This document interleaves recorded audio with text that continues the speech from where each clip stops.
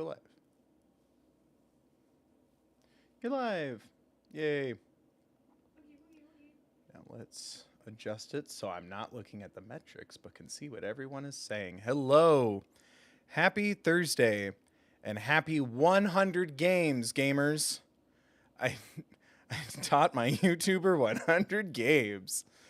We're doing something a little bit different tonight, but don't worry, we'll be back gaming away for the next 100 games starting on Monday. Ooh, it got Blueby. Why are you so Blueby? I need to get some time on my hands to figure out what's wrong with that camera. But yeah, today we're going to be ranking and reviewing. We're going to be ranking and reviewing the 100 games that we have completed.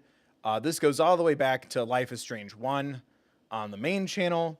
Back when I was doing main channel Let's Plays, and then back when we were doing Let's Plays and the premiere chats and stuff, up through, oh my god, I already lost it. Phoenix Wright, our most recent game. There's so many. I don't think I included every, like, Phoenix Wright, that's still that extra trial, even though that was a separate. What is happening? Is it Blueby on your end, or? Yeah, it happens from time to time. Yeah, but it looks really Blueby on my end. Is it Bluebying? Yeah. What do I do? I hope it calms down. It does when it kind of warms up a little bit. Okay. Generally. What was I saying? Some games were split up into two, like Stardew Valley or Undertale, where like, or Amori, where like the replay made the game so different that I didn't want to combine my thoughts. And then I'm pretty sure I threw in the DLCs if we did DLCs, except for Power Wash Simulator. I think that's just one. But yeah, we have them all right here. I worked so hard to like name them and try to put them in like chronological order, and then Tier List Maker just didn't. So that's displeasing that part of my brain that wants order in the chaos.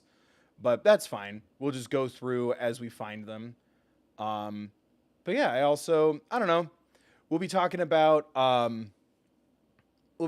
games, and then also the stream experience too. I think will be part of it as well. We'll kind of see. I did not include any game that I didn't finish, to be fair to those games. For whatever the reason was, whether it was just a bad idea for a stream because like the controls were so different for me and it was like too much anxiety and too stressful, or YouTube got mad, or I got mad. That happened. It's only like 4, and 2 of them happened this last spooky season. So I whatever my feelings were, I wanted to be fair to the games I didn't finish. I don't feel right judging a game I didn't finish, so they're not gonna be on here. I just felt like that fair is fair, you know. But yeah, I got chat pulled up, so please chime in, consider donating, especially if you want me to change my mind, TM. Or just a support. Thank you to everyone who donates and becomes a member. This is a day of celebration and fun. These are just my opinions. I hope this my friendly neighborhood found dead in a ditch somewhere. I didn't name names. That company has made a game that I like a lot. I didn't name names. The video seems to be lagging and catching up. Yeah, I'm trying to figure out, because it's kind of being weird on my end too. It could be the setup because it's all, I'm just streaming like the Mac screen and stuff. So it could be because like it's all running out of the Mac, and I've cropped it so you don't have to see all the pop-up ads that keep shifting every couple of minutes, but I see them. And I'm pretty sure that's making my computer, my little MacBook Pro, very angry. So hopefully we don't have a problem. If we do, we can just switch back to the face cam. I would just need to readjust everything. But luckily it's not that bad when we play a game. And I think it's because there's other things generating the image and it's just being passed along. But yeah, fingers crossed that it doesn't act up more. It hasn't done it since I made the comments. Maybe I fixed it. It's fixing itself. Yeah. Positivity, good energy, you know? Maybe if we get 100 new members, organic members, and $100 in donations, maybe it'll fix itself. We don't know. We never found out if that's what makes Phoenix Wright and Edgeworth kiss. But jokes aside, please remember to like, subscribe, consider donating or becoming a member if you can, if you want to. If not, there's tons of free ways to support me. Make sure you're doing those. Liking the social media stuff, you know, liking the video, leaving comments, especially if you're watching this as a VOD. Admit in the comments if you skipped ahead. Admit it. Just admit it. That's always why I get nervous about making these kind of things, because I'm like, yeah, this is fun, but someone's just going to skip to the end and go, why is Ponyo so low? And I'm like, I feel like I was pretty nice to Ponyo, and it's subjective. It's just my opinion. It's okay. Despite me being the creator of video games, the owner of YouTube, according to my grandma, she thinks this is my website, and I haven't corrected her because I don't have the heart to. Despite me inventing beards, glasses, gaming content, I do not have the power to remove one of these games from existence. Or do I? But I do want to know people's thoughts, whether it's about like something you liked from the stream or something you like about the game, or even as I'm talking about it, something you want me to bring up, or moreover, if I played a game and I missed something or like something I didn't do. You know what I mean? Just be nice. And if you're watching this as a VOD and you skip to the end, admit it. Admit it. It's okay. Just admit it. Just admit it. Hi, we got some more people showing up. I think we introed long enough. I think we can get started. We have 100 games to get through. Ooh. Again, I wanted this to be in chronological order. Whoa, Hank. Whoa. Hank, I was fucking joking. Holy shit. Thank you. Hank, thank you for the 100. If Uncharted 2 is higher than the core of the earth on this planet, I will truly be a happy Hank. Were you there for the darkest day, Hank? I just kept going. Yeah, you had to go to sleep because you had work. You're like, I can't keep modding this, and I'm like, I'm not gonna pick this back up. This ends tonight, Smith. Thank you, Hank. Holy crap. Evil dies tonight. Evil dies tonight, indeed. Jesus. Okay. Uncharted 2. Unless someone wants to argue to put it down a level. If it's higher than the core of the earth on this list, I'll be truly happy. That is one I'm looking forward to talking about, though. And thank you, Hank, so much for the donation and all you do to support. Thank you, everyone who supports. But thank you, Hank. Holy crap. You have no idea how much that helps. It has been a bad time for me lately trying to make content and revenue and chase the trends, but do the things I want to make. It's been rough, so thank you. I'm the one that suggested the darkest night. Oh, so this is an apology. I see. You are now officially forgiven, Hank. You've been absolved of your gamer sin. Holy crap, but seriously, thank you. All right, it's down here. We'll get to it soon. So, I have my cursor on the OBS preview and not the actual thing. That will go into consideration. I do accept bribes. But thank you, Hank, for real. I guess we're starting with Life is Strange 2. Because I'm still so mad. I worked so hard to try to get this in chronological order so we can be like, oh, I remember that. But I guess it's nice to start with the first gaming channel game. My Wolf Brothers. It's at least an A. I really like the story. It really hurt a lot. I have not replayed it since we did the Let's Plays. It really got to me. But that's like kind of the goal, right? Like, I mean, feel your feelings, obviously. There's no bad time to feel your feelings, but that's definitely the goal. Is it's supposed to be provocative and intense. I never want to go back to it because it hurt me so bad. But I did have a good... It's the Should I keep things spoiler free, chat? Is that kind to do? There's some grandpa stuff without getting into a spoiler.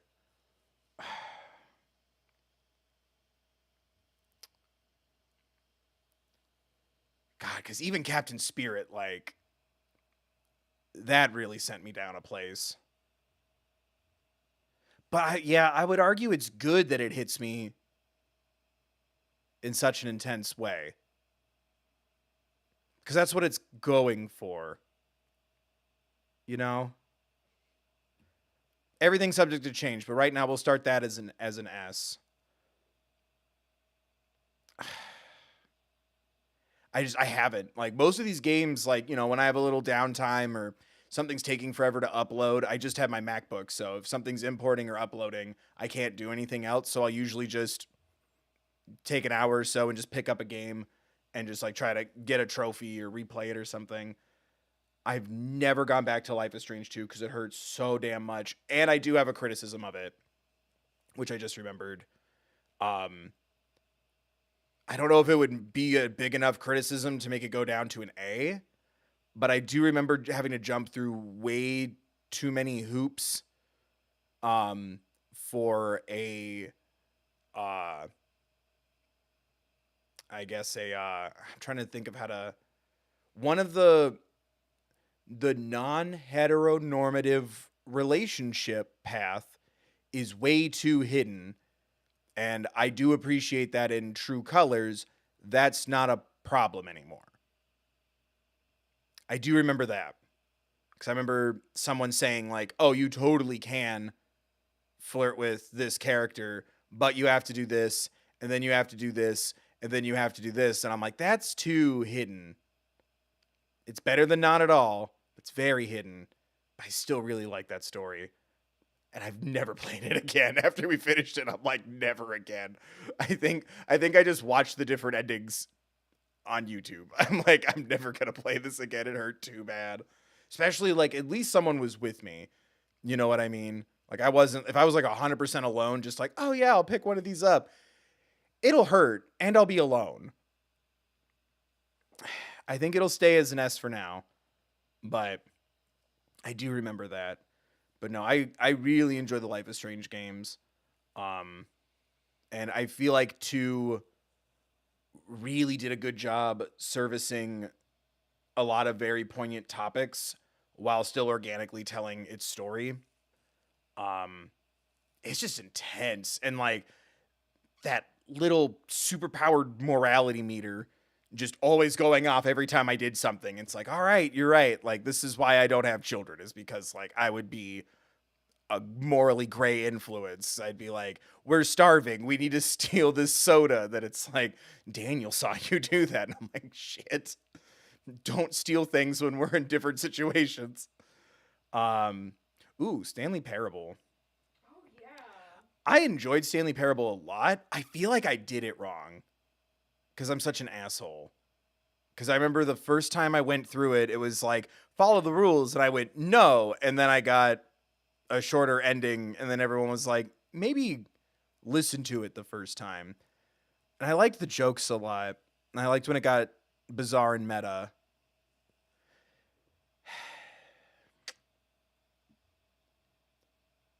It's kind of circling the BA vibe for me. Because there's also an achievement for like never playing it again for like, I think it's like 10 years or something.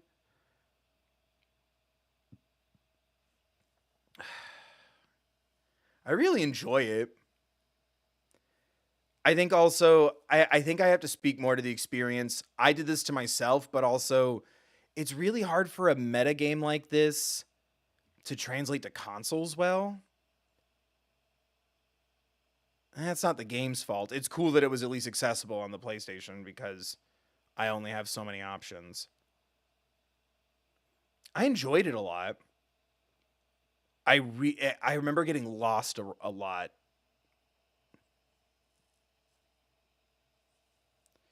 Is there really a wrong way to play Stanley when one of the game's selling points is disobeying the narrator?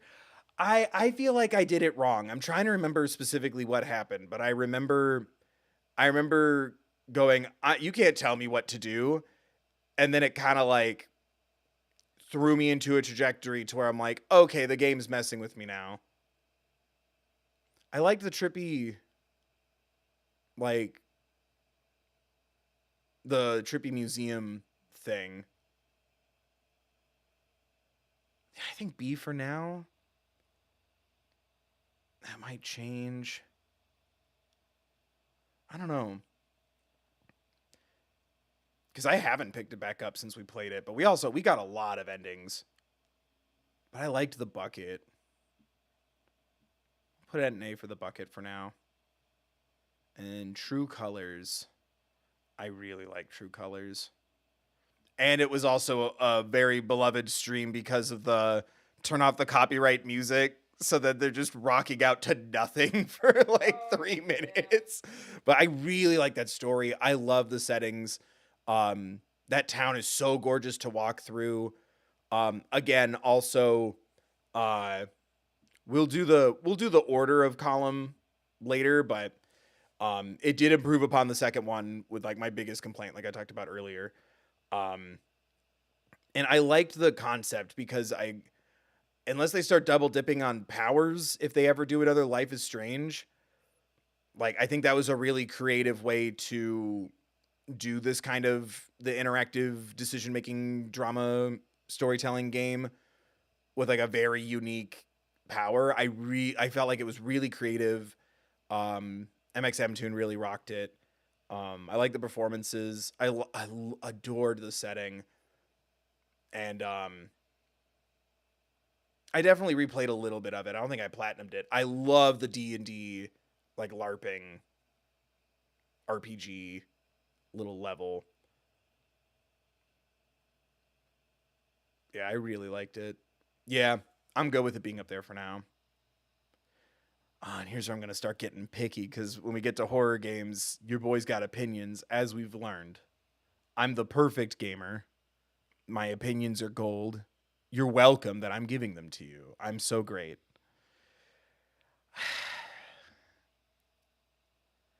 I didn't hate Outlast 2. I thought it was fine. Right? Like, C isn't bad. Should I switch D to F? And maybe if we get to an F. Yeah. But I thought it was fine. I liked the first one more. The DLC was too much. If you go all the way back to the beginning of my content, that DLC was too much. I remember liking elements of Outlast 2, but I also couldn't tell you too much about it. Because like I like that it was more involved. I think the hallucinating school stuff was always interesting. I don't know. I just feel like it didn't complement the first one enough for me from what I remember. Like it felt like an expansion to the first one.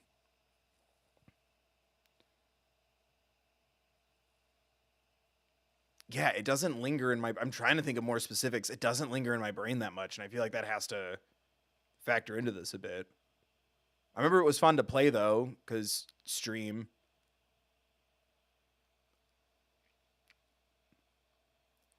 Interesting ideas, messy execution. Yeah, it was more like I liked it more when it was like, oh, you idiot, like why are you showing up to the asylum in the first one alone to be a journalist by yourself with your little camcorder?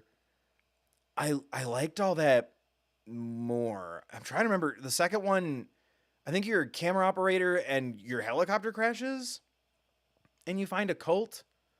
But I also remember there being like odd, like puzzly kind of things, like pick up a thing to unlock a secret room, like it's Resident Evil, and that's part of the fun of Resident Evil.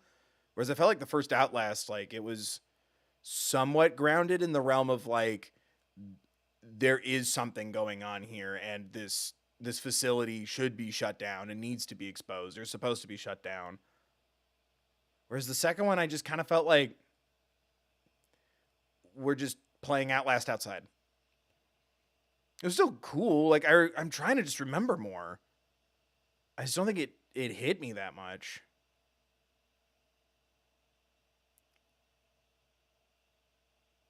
Yeah. I remember Outlast 1 and that was God, 2018? 2017 maybe? That was like one of the first things I did.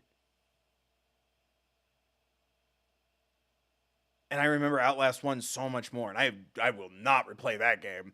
That made me sweaty and scared. But yeah, 2 just it was fine. I don't miss it. But I like it more than the DLC. I will say that. Whistleblower, I'm like, this is too overwhelming for me. Ooh, The Last was part 2. Oh man. I did just replay this like a couple months ago too.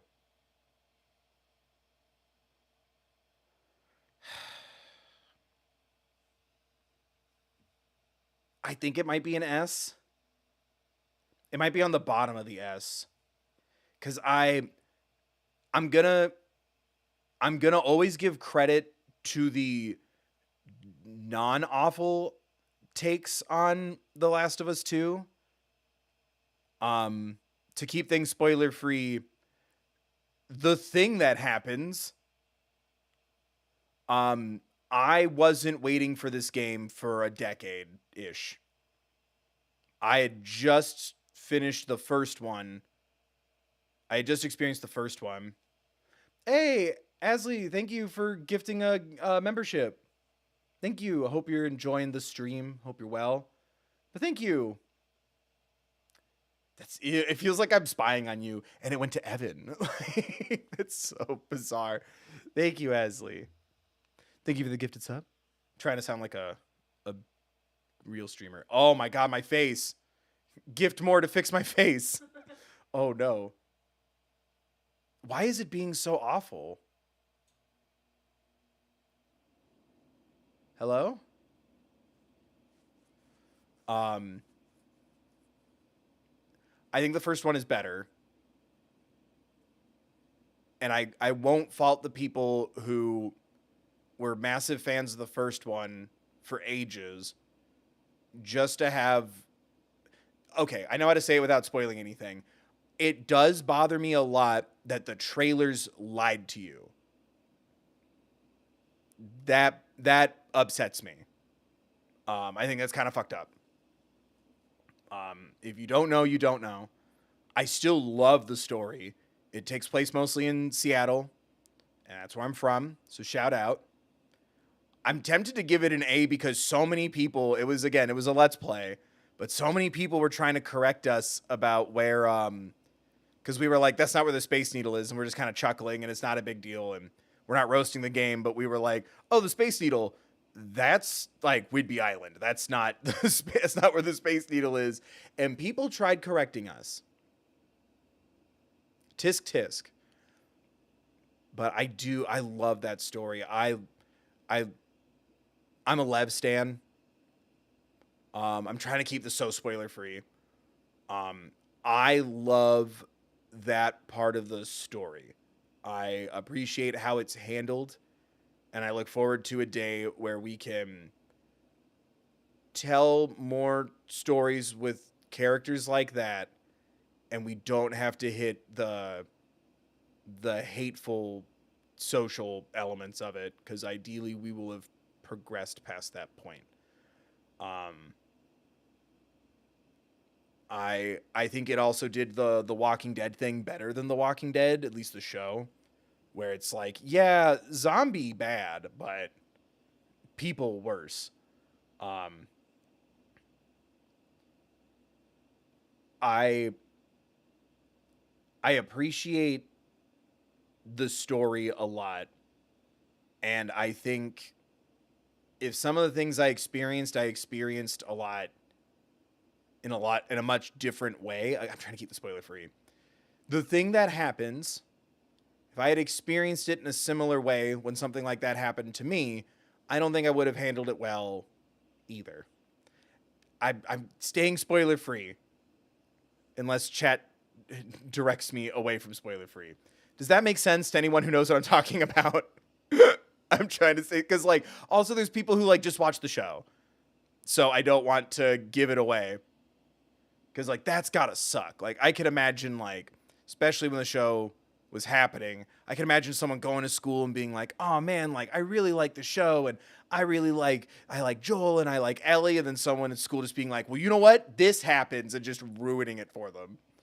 I watched part 2 before 1. Yeah, that's one way to do it. I think it still plays. I hope it still played for you. But yeah, I think it was a lot to my benefit that I wasn't like years deep into The Last of Us when I experienced 2.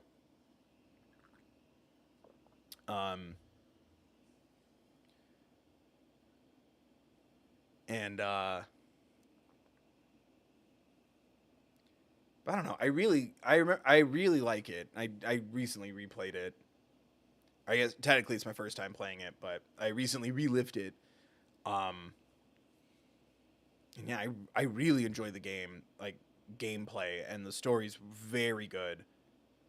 I just also, again, if someone's not being awful about it, if someone's like that first couple of hours really pissed me off, like I wouldn't blame you.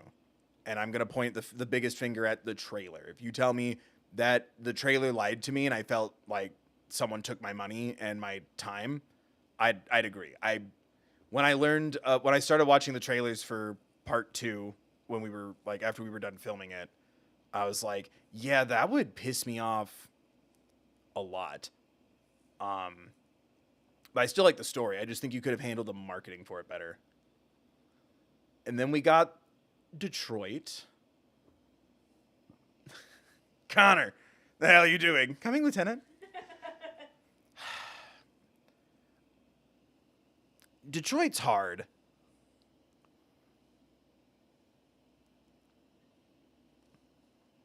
Because I really like it. It's just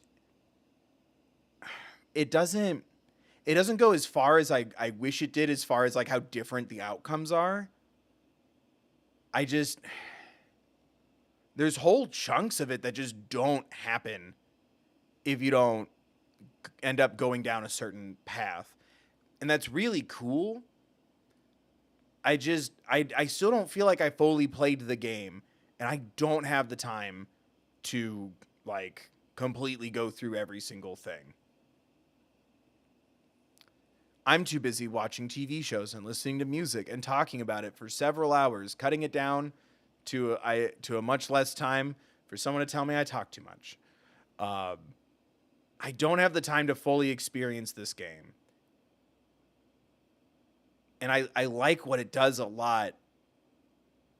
And maybe it's because I played it so late after it came out, but I feel like I've seen other stories do this better. But I still feel like it's really effective in its storytelling. Like, I care about all the playable characters, and that's very rare for me with those kind of games.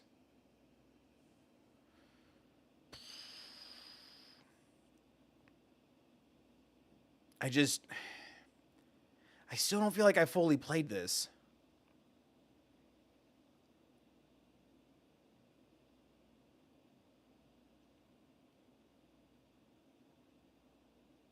I don't know what you mean.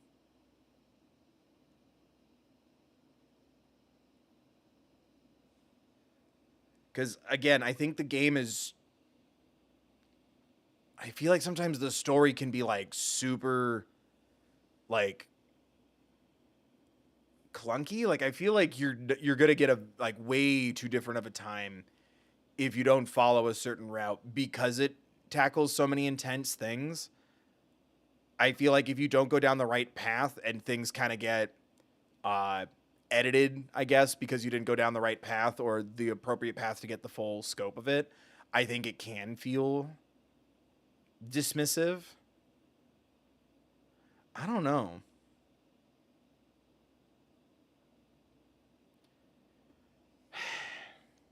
Because it does try to do a lot. And I still don't feel like I fully have like a feeling for what it like fully tries to do. Because yeah, I'm seeing a lot of people give love to Hank and Connor, and it's like, yeah, absolutely. Like there's so much fun to be had there with the characters. I just feel like once it goes down a dark enough part of the story, I feel like it gets a little not carried away, but like I feel like it kind of loses track. Like then suddenly the fun Hank and Connor stuff isn't as fun anymore when we're at camp, to say it spoiler free.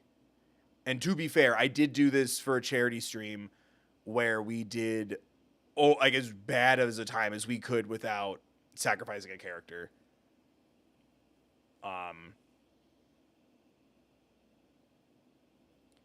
Because I like a lot of what it does, especially what Connor experiences. But yeah, it's just times where it's like, I feel like, I don't know, because again, it's hard because I feel like I haven't played the whole game.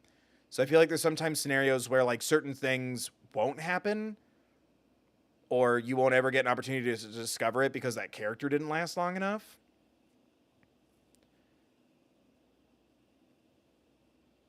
But the stuff I like, I really like. It's also really hard. Should I be worried? I feel like I could still say spoiler free with Detroit Become Human because there's so many different endings anyway. But yeah, it gets, I don't know. I appreciate at least trying to tackle some of the things that it tackles. It's just, yeah, it's like, it's hard. Like I still don't feel like I've fully played the game, and I'm stressed enough as it is. I don't want to replay this one a lot. Because I've tried and I'm like, haha, this is fun, and like, oh yeah, the the dancers be free, and then like, oh yeah, this, oh yeah, that, oh yeah, that, like it just it can be really heavy, and I don't know if it makes the heavy stuff clear. Eggs. Thank you, Eggs, for becoming a pro gamer. Holy crap.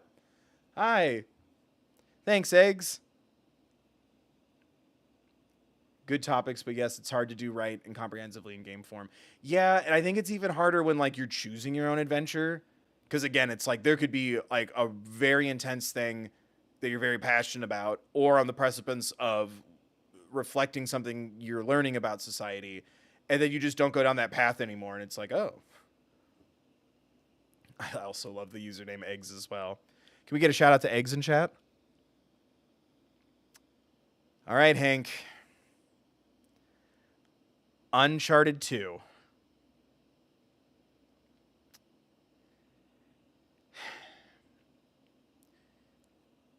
You can bribe me. Donating will impact it. We'll give it a C for core of the earth, or crust of the earth. It's above the core of the earth. This is just one of those, it's not for me, and I think I played it a little too late. Here's what you paid for, Hank. Yeah, shout out to Hank. Can we get a shout out to Hank in chat? Because holy crap, thank you again, Hank. And thank you, Eggs. And I'm always scared of saying your name wrong. Let me find it real quick. And Asley. Oh no, not top chat, live chat. Only the top chatters in the land can be in my chat. There we go. No, I tried doing this in chronological order, but the site just took all of the images and just randomly put them up. So I tried. I really tried. The images are all named in a way to where they alphabetically line up with what I was, because it was like A, B, C, D, and then Tiermaker just did whatever it wanted. It's fine. We live in a society. Been a long time coming, Bill. Glad I could catch the stream. I have wanted to support for a while. Glad I'm in a place, yay, where I can finally join for monthly support. Well, thank you, Eggs. I'm glad you're in a better place too, even though whether or not it benefits me, I'm glad you're in a better place as well. And thank you again. That really does help. Be sure to check out the community tab. That's where we talk about future games. And whenever there's a gaming opportunity, we do members only streams. We just did the Video Game Awards nominees, and then we voted. And we also did a Nintendo Direct. But we'll definitely be doing more of those. I'm trying to like find the sources where I can get the information better, faster, and sooner. Cause there's I've missed a couple. Just because I don't know about it, or when I find out about it, it's like in 20 minutes, and I'm like, I'm filming. So, but I'm trying to get better at finding when the gaming events are, so we can have little coffee chats, or whenever I fix this and I'm testing it again, I'll probably do a members only stream for a camera test. So stay tuned. But thank you. Spam some beautiful custom bill emojis, Eggs. And if anyone else considers joining, please consider it, or donating. Thank you. Pokemon Burrow. Uncharted 2. That's what we were still talking about. It's very good at doing its job, which is replicating an action-adventure movie. I just don't usually like those kind of movies. I have been told that the later games, the stories are a lot better. But I'm surprised Uncharted 2 got a C I expected lower, but I felt really bad about hyping it up for you when you played it, and I'm hoping it didn't ruin any opportunity to play 3 or 4 in the future, on your own or on stream. No, never say never. I do have 3 because I got the Nathan Drake thing when that was on sale. But no, it would be a D. But your donation encouraged, it's not a bribe, you encouraged me to put it up a rank. But I also will say, and maybe it would get a C for this anyway, it's just not my, oh my, look at my face. Whatever, Naughty Dog, I wanted Jak 4, not Uncharted 2. Oh, my leg. Did I have trouble with mechanics? A little. It's just more like that run and cover shooter kind of thing. It's never really my vibe, but yeah, it was more just like, it started a revolution of this style of like action adventure game, and I've just played some more of those. But yeah, I just found it kind of repetitive. Each one of like both of those games, each one 1 and 2, both have sections where I'm like, this is awful, like that freaking jet ski. I've always wanted to play Sly Cooper, and I guess I can't. I've been looking for a way to just, here's my money, can I stream Sly Cooper? And I haven't been able to find it. I've always wanted to play Sly Cooper. But like, I remember the first one, it was the jet ski, and then the second one, I think it was the train, like the second train. I don't remember. But each one had like a section where I'm like, I'm miserable. And then everyone in chat was like, yeah, this is usually the part that everyone hates. Which is very reassuring. Thank you, chat. But I just wasn't in love with it. And it doesn't have the same charm as Indiana Jones kind of does for me, where it's like still like set in an era, I don't know. I'm like I said, like I've been told like the later games, they go a lot harder on the story and the character. But it's just one of those things where it's like, it's not bad. It's just not for me. Like, again, granted, I also haven't seen the Uncharted movie. But if this was based off of a movie, I wouldn't want to see like the movies that it's inspired from. I don't usually like those kind of movies. So it's not really for me, and that's okay. I can still appreciate, especially the opening of 2. Um, I still appreciate parts of it, but yeah, it felt very, and it could be intentional to make it more styled like those kind of action movies, but it felt very, you know, like underwritten side characters, um, like twists for the sake of twists. The characters I liked the most, like Sully, weren't around enough for me. Um, and I never really felt an opportunity to love Nathan Drake, but that's because, again, whether it's through movies or other games, I've seen that character a lot. And so I think it's just to my detriment that I played the game so late. But I've been told I would probably like 4.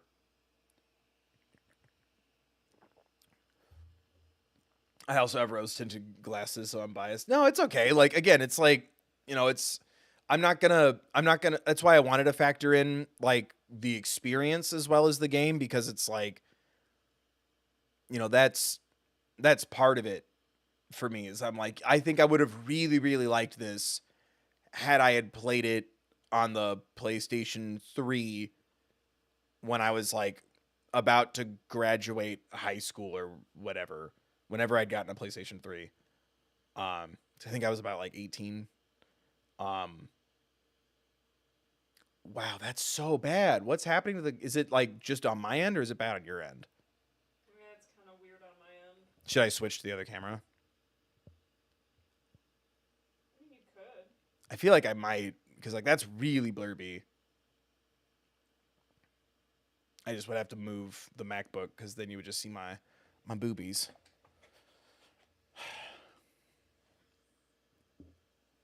Oh, maybe it's still tracking me, so maybe if I turn that off, it'll behave a little more. Oh, probably.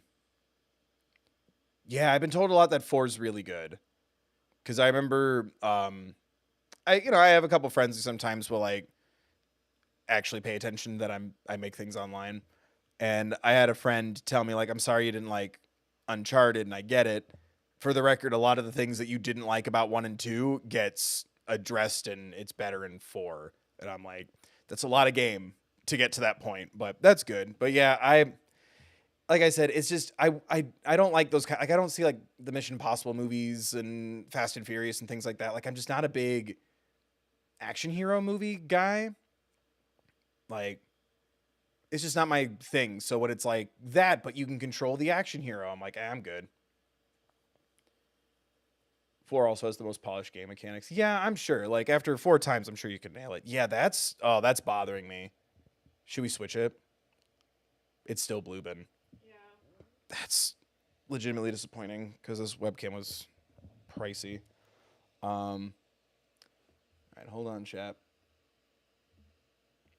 Let's remove that. And then I'm still here. Watching you, chat.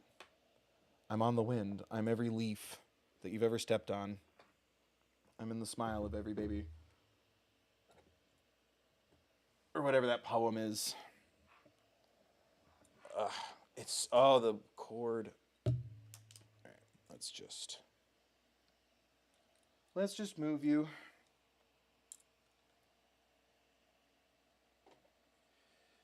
Sorry guys, I gotta refresh my VTuber avatar. You've never really seen my face. How mind-blowing would that be? That would be crazy. Shout out to VTubers, because I did look that up, because I'm like, oh, wouldn't that be fun if I like played a game with like more of like the like Pokemon or some sort of like anime like visual style, and then also did like a VTuber avatar? Shit's expensive. There I am. It may not be 1080p. Oh, it's still like laggy. Is it my computer? Am I broken?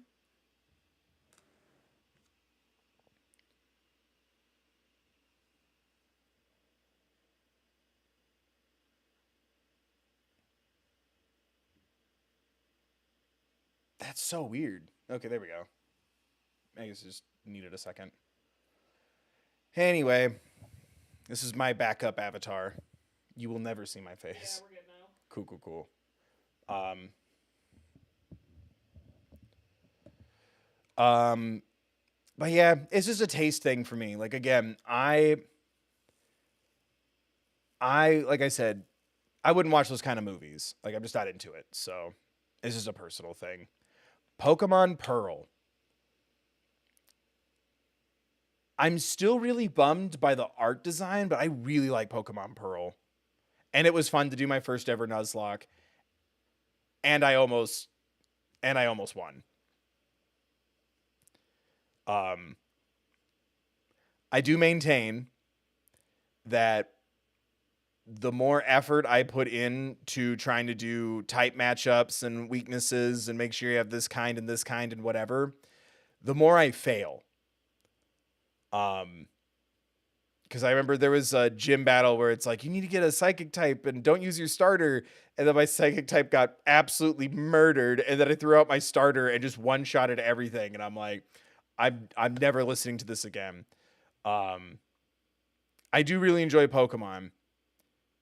It's a damn shame what I have to compare it to when it comes to Pokemon games I've streamed. Maybe we'll fix that one day. Because we have Shield lying around somewhere. But like it's so easy though, Shield.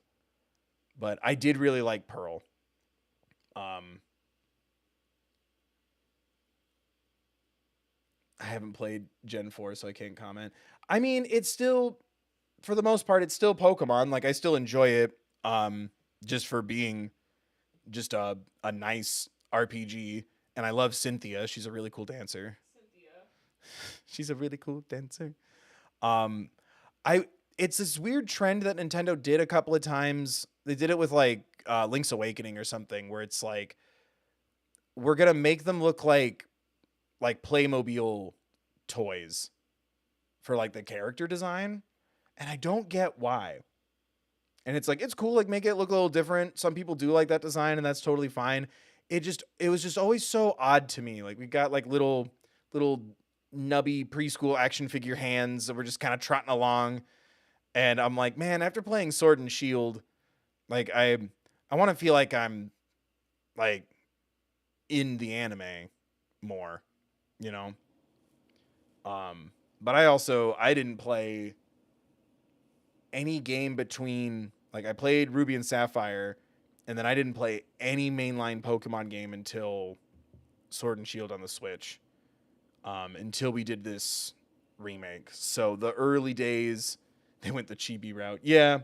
And I like chibi stuff. I just for Pokemon, I was like, oh, why? The Pokemon are already super cute. Um, but yeah, it was it 3D Pokemon is odd, and I'm still very very new to it. So I'm glad I missed out on the trial and error days of the DS and 3DS. But that was really the only thing that I didn't love about it was I'm like it's weird that everyone looks like like knockoff Lego sets. But I still enjoyed it, and the streams were super fun. I'd never done a Nuzlocke before, so that was exciting. Man, I liked it just fine. Oh, Journey. Journey. Very pretty. Can we scooch the booch? There we go. I really loved Journey. It wasn't as relaxing as I was hoping for, but it never pretended to be too much of a cozy game. I was just expecting it to be one. Um, I really enjoyed it.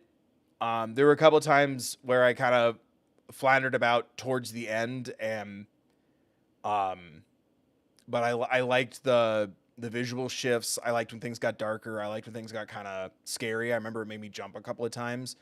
Um, and I really loved the ending. Um, I just I I wish I didn't feel like by ever taking damage I failed somehow. Cause like I wanted to have like a really cool long scarf. at the end, but I still really love that ending. It might be an A. I think it might get bumped up to an A.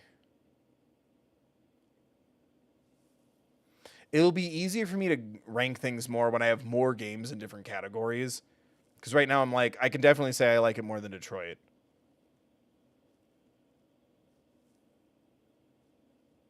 That music is so good. But yeah, it was like when things started to like attack me and the puzzles were getting challenging, I'm like, oh, this isn't a cozy game. Damn it. And I had to like lean forward and put in more effort. I did really like Journey. Because yeah, the more I'm thinking about it, the more I'm just remembering story elements, visual moments, that freaking ending. Like, fuck off. It was really pretty. Like, it was beautiful. I feel weird calling some things beautiful. I don't know why. But it has a really beautiful ending. It's very worth it. Yeah, I think it'll live up in the A's for now. Yeah. I'm good with that for now. Freaking Kingdom Hearts is S tier. Kingdom Hearts is my life. I am one of those. I'm now officially going to become one of those people who makes a YouTube video who says, I remember the Disney Insider commercial for Kingdom Hearts, where the kid pretended to break into a facility and went, tell me about Kingdom Hearts. And then it played a little trailer. I kind of regret never going back to Kingdom Hearts streams. Maybe we'll do them in the future if people seem interested.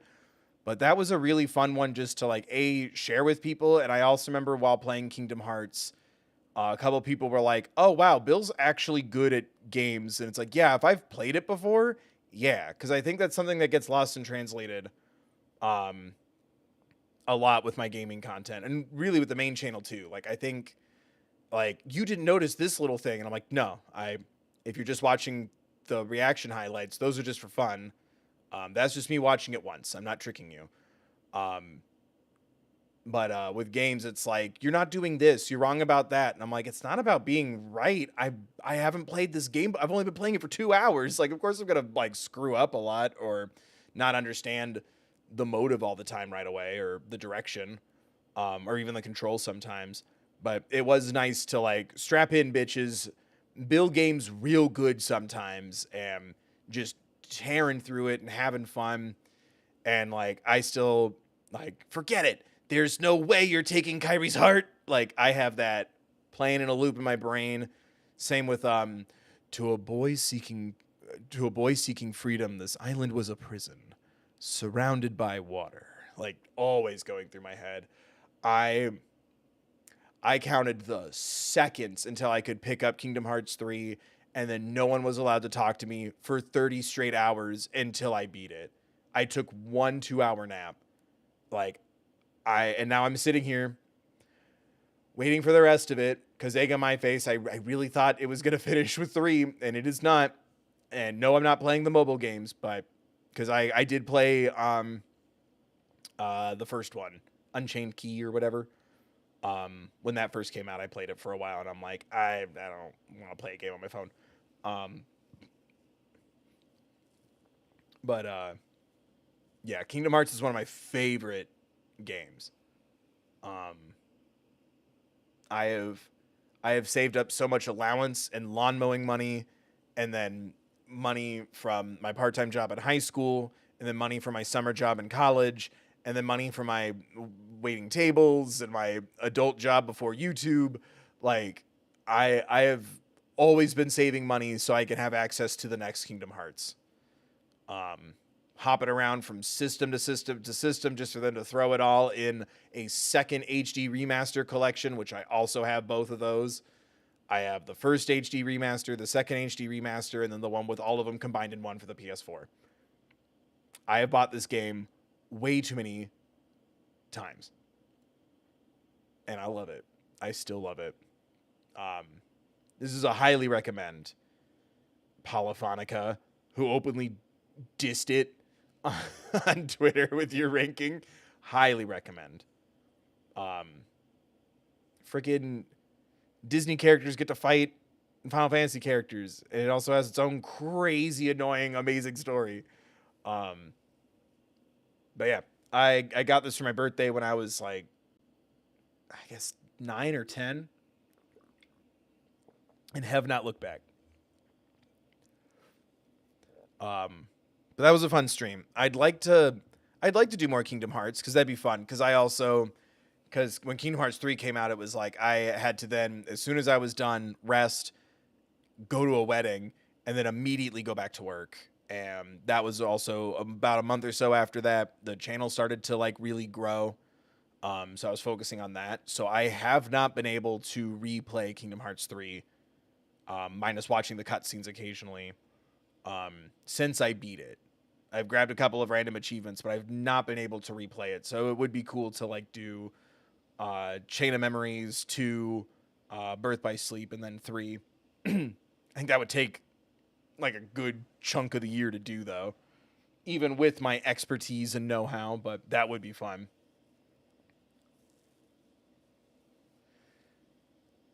No, Polyphonica, I won't roast you the whole stream. I'm sorry. It won't happen again.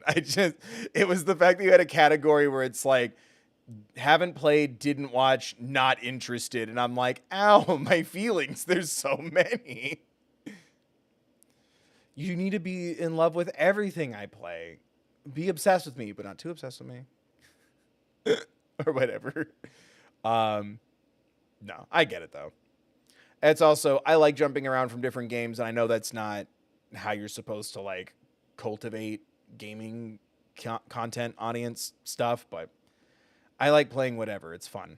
I'm not going to just do 100 videos about one game until I now resent the game, or it makes me a gazillionaire and I have it tattooed to my back. Oh yeah, and they're also copyright claimed because it's simple and clean. Thank you for that reminder, Hank. Freaking Hades. Let's go. I'm so excited for Hades 2. We will pick up Hades again. This is when Bill talks about his impulse control problems real quick. Because I wanted to, when we were originally playing it, we played it for like, it was like 4 or 5 streams. It was a lot of streams.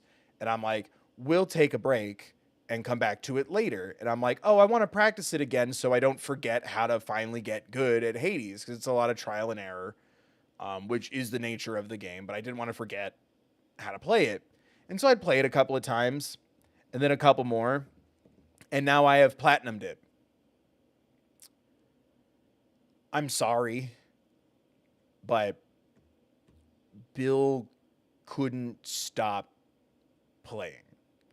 I come from a very long line of addictive personalities, and it kind of showed here where I'm like, I shouldn't do it too much because I don't want to know the story before playing the stream. But I'm also not going to lie to you.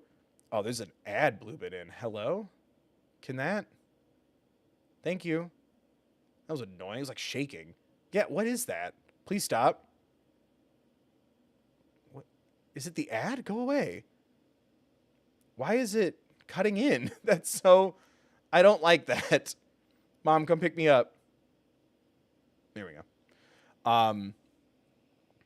But I'm also not going to lie and be like, wait, what happens when you do that? What's going on? So, oops. But we will return to Hades when we gear up for Hades 2, Electric Boogaloo. Which looks very rad from the one teaser we got. Oh, hey, Ari. I'm exhausted. I need to go to sleep before I get woken up, but congrats on 100 games. I hope I can be a regular visitor again one day. Oh, it's cool. Like, don't worry about it. Like, make sure you're taking care of yourself. The VODs are always there if you want some background noise. Thanks for stopping by and saying hey, though. But yeah, make sure you're taking care of yourself, doing your things. Thank you for still saying hi and being a member and, you know, stopping by when you can. But no, I totally get it. You know, I remind everyone constantly to like, subscribe, donate if they can, and become a member. because some people need to be reminded of those things, and YouTube likes it when you remind people to like and subscribe, donate, and become a member. But no, I get it. Like, people have lives and all that stuff. It's all good. Um, Hope to see you back again, though, or in the comments in the future. But no, rest up. Be well. You gotta have a job so you can pay for your electricity and internet bill so you can watch my content. Those are the priorities. But no, I totally get it. But thank you for saying hey. Now go to sleep. Like, subscribe, donate if you can, or become a member, and then go to sleep. Or you're already a member, so like, subscribe, and go to sleep. Rate 5 stars. I love Hades. That's what I was getting at. I'm not gonna lie to you. Like I said, like I didn't want to, like, oh man, like delete the save and like, oh, what's gonna happen? But yeah, I have impulse control problems sometimes. I have a very addictive personality, and Hades was one of them. I love this game. It's so worth pushing through the holy crap, this feels really hard and I feel out of my element. And then once you realize losing is part of the story, it does it so well. I love talking to the characters. Everyone is hot as fuck in this game. I love the animation, like in those like rare. I wish we had more of that. But I love the animation in those little cutscene things. I like the animation when you talk to the characters. I like building the relationships. Um, I like the story. Also, it was also really nice that I hadn't seen anything else that talks about Hades and Persephone, because I guess that's now a very common thing to do an interpretation or a reimagining of. No, I haven't listened to Hades Town. I've never seen it or heard it. But now I know that there's like tons of books and the pomegranate. This was my first time seeing something like that other than just reading the story in English class in high school. So perfect introduction for me. I wasn't another Persephone and Hades story. Like I haven't been exposed to enough of it to be tired of it. Cannot recommend it enough. But also, if someone said, "Oh, it's another Persephone Hades twist," I get that. Because that's what I say now about all the other things. I'm like, I am the child of Persephone and Hades, so I've lived it. I've been through it. How much ambrosia are you going to give me if I watch this thing or listen to this thing or read this book?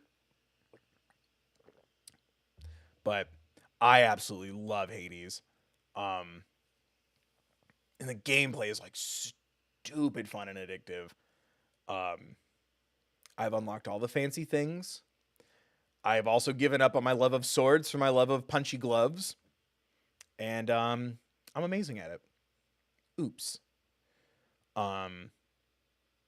But yeah, I really like the story, and I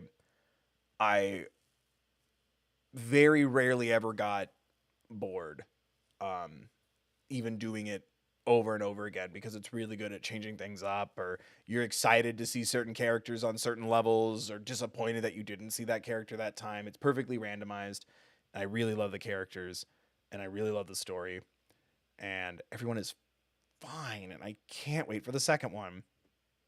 Because then they're gonna give me what looks like they're gonna give me some witchy shit, and oh no, not the witchy shit. We all know how much I hate that. Indeed.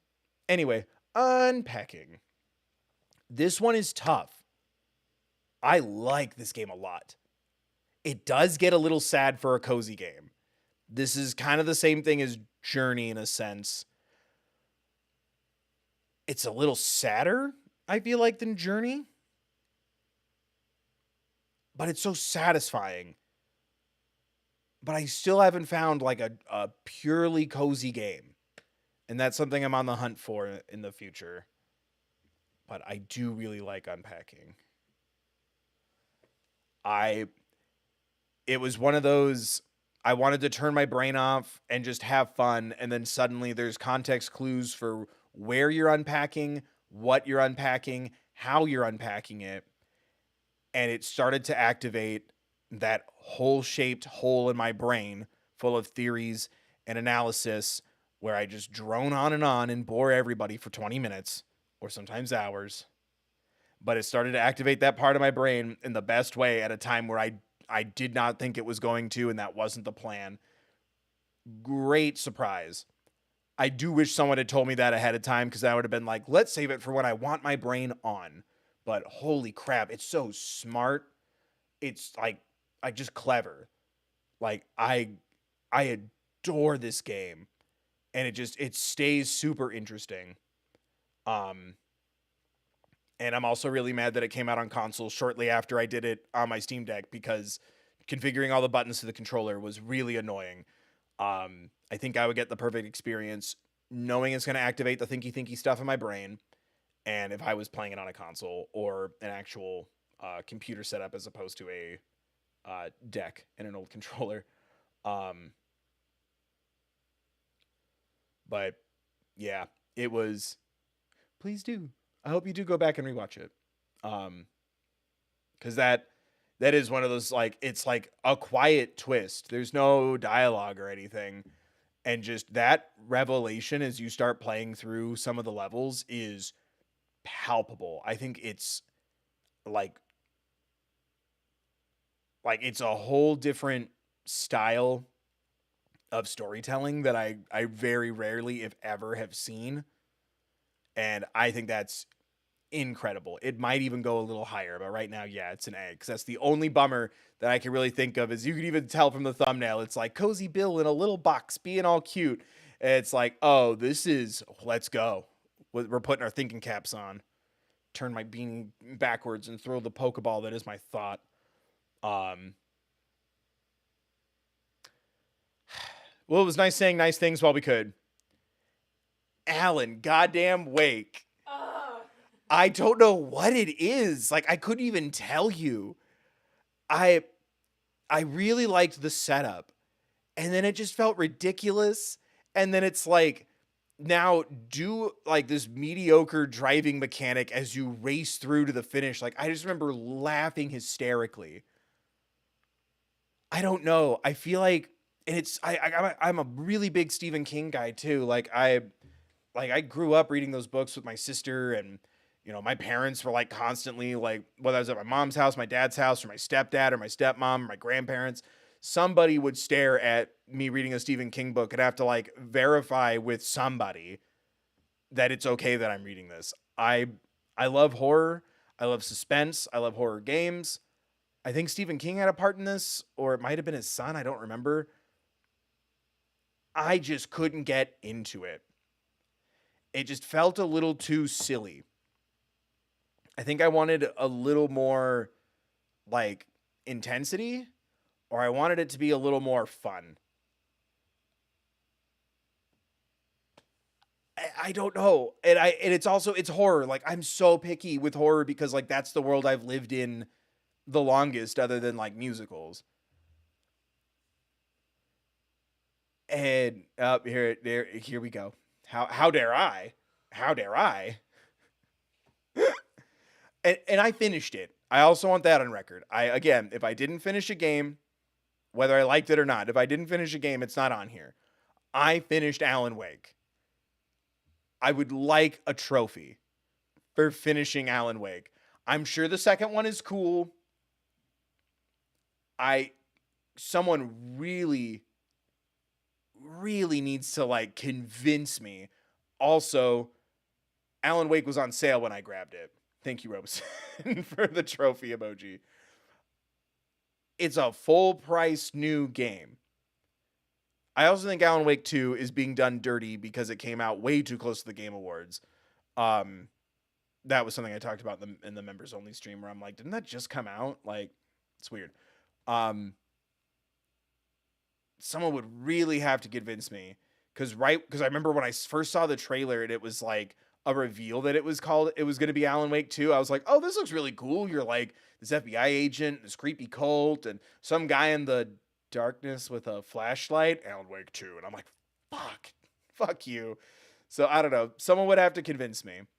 Like, subscribe, donate, become a member. I can be bribed. I am not above being bribed.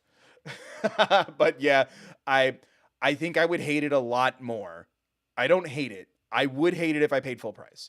If I dropped whatever, the $40-$50 for it, as opposed to like when it was on sale for like, I think it was like 15 or something. So it's probably 17 after the fees and taxes and stuff. If I pay full price for this, I'd probably hate it. Like, I'll just be completely honest. It just felt so silly at the end. And it's like, maybe he's just a shitty writer, or he's just not paying attention to his own rules, because I found like constant holes in the logic. But again, this is just my opinion. It's okay. Alan Wake still exists. So many holes in that logic. The first one was just a bit of a spoof, but the second one is genuinely better. See, then maybe that's it. Is if it's supposed to be a little bit silly, I didn't feel like it was consistently silly enough, so I never knew how seriously to take it. And then what did feel silly for me was more the gameplay. Like, again, like you barely drive a car, and then at the very end you have to like race through the woodsy highway at the very end of the game, and I'm just like, why? It was just so silly. I like the ideas. Yeah, but it didn't even feel like a weird Stephen King ending. It just felt like a weird ending. Like, I felt like I did something wrong, which is something we don't have to unpack, where I blame myself for everything. I didn't love it, and that's okay. The game still exists. You're not stupid for liking it. I never want someone to walk away from this. Even the people who yell at me at my Studio Ghibli tier ranking that I did a while ago, I still get comments every once in a while on that video where someone's mad at me, and it's like, the movie still gets to exist, and I try my best, especially Ghibli. I try my best to like explain myself, and sometimes it's just like, it just wasn't for me. Or yeah, like, like Zach was saying,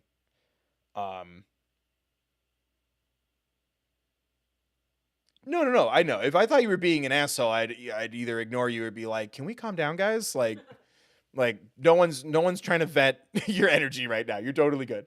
But I appreciate you clarifying, because you are text based. So it could be, "Ha ha ha, how dare you?" or "How dare you?" starts trying to Google my legal last name. But it just I could never get a solid read on it. And yeah, the more it tried to like explain its logic, the less I understood. I have been under the impression that I would like Control, or right? Control, that's like pseudo connected to it in some way. Why is this ad still trying to like stop? Oh my god. Why are you humping my tier list? Stop it. I have to like keep the mouse here. I'm gonna get that ad out of my screen. You gotta pay if you want me to say your corporate ass name. Oh, I was never given a name. I'm completely off the grid. It's breaking containment. Oh man, I've been thinking about just trying to like move some of my content to a space where I can make it ad free if you give me $1. You know what I mean?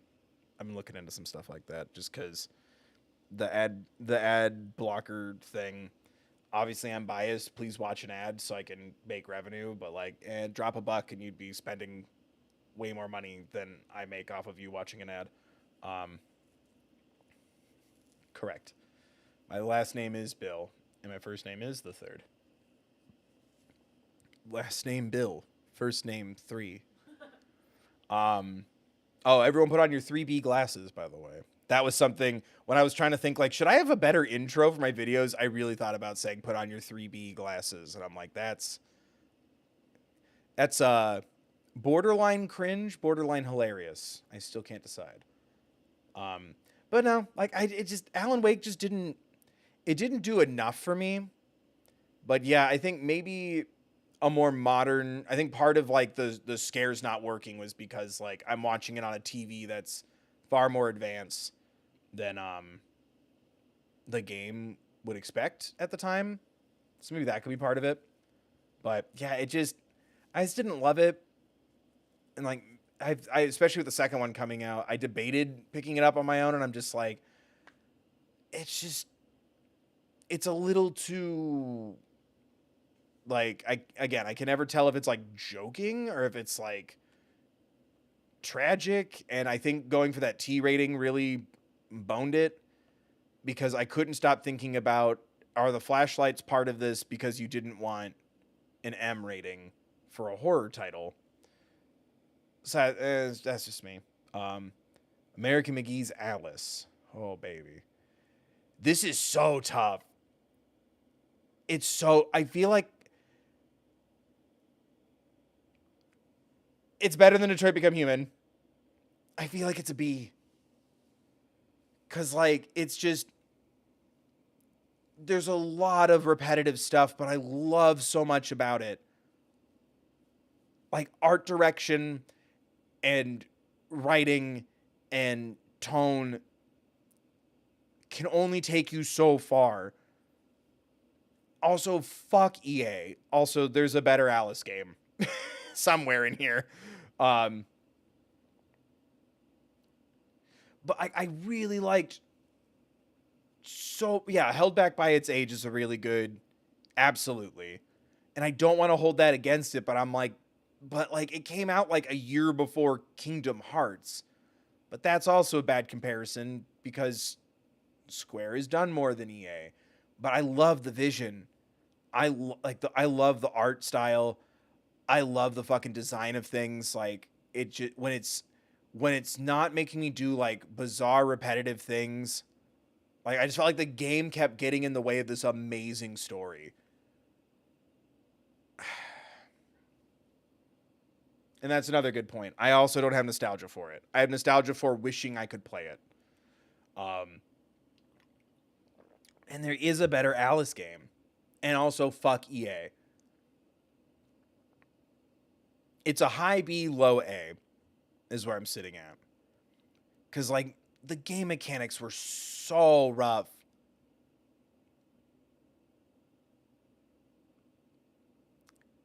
And, like, not, and I talked about it when we played the games too. Like, neither Alice game is, like, truly finished. And that, like, completely destroys my heart. But the experience of getting to finally play it was super cool.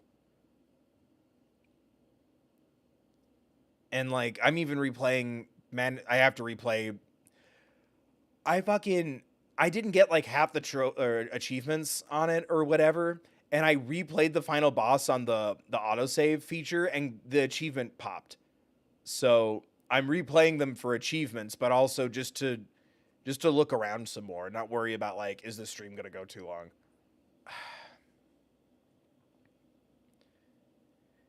That's a really good way to put it. Thank you, Citrusella. I don't know how you got away with that. Flug Pucker, no more craptions. Um, Watching you play it felt like it, what it did well, it did really good, but it failed. But what it failed at brought it down. Yeah, and it's just, some of it is product of its time. Yeah, that also really sucked. It was like the second stream I did for the first one, knowing I was gonna do Madness Returns next. Um, when I was like looking up, you know, like, oh, what should I be putting in for tags, or like, you know, how, like, when's the next one coming out? Like, you know, what's the official website look like for the game? Is there maybe some licensed merch Bill could pick up to support the, oh shit, that really fucking sucks. Like, fuck EA. I feel like if the second one was handled better, or there was still a third one on the way, I think I'd be putting it in the A column for sure. But it's like, it's like I'm giving the finger to EA while also trying to sing the praises of American McGee and the team behind it. But yeah, it's like some of it's just like it's core gameplay stuff, and especially like towards the end, like it just there's like really great moments and then more running around in a circle, fighting the same couple of things. The swimming stuff was horrid. But I really liked the story and I liked what it was going for. And also, Madness Returns is a better Alice, a better American McGee Alice game exists. And even that wasn't treated with respect. That really fucking upsets me. So I don't know. That might move up to A by the end of this, because right now I just hate seeing it next to Detroit Become Human. But a B is still good. I feel like a C is still kind of like in that fine. B is like, yeah, good. You know, a B is still good. I feel like that's something we've done to ourselves as a society. I feel like mid means the glass is half full. You know? But yeah, when there's a better sequel,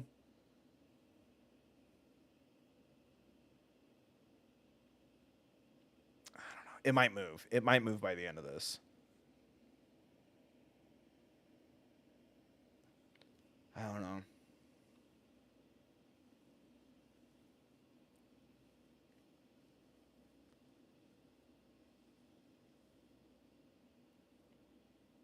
Yeah, I think I'll just stay there for now. Little Nightmares. Oh, Little Nightmares. Oh, man. Where to put you? Sublime. The Little Nightmares like franchise is sublime. Um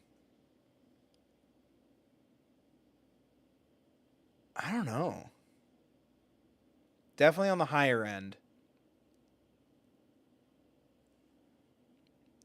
I think it'll be S for now. Like a mid to low S.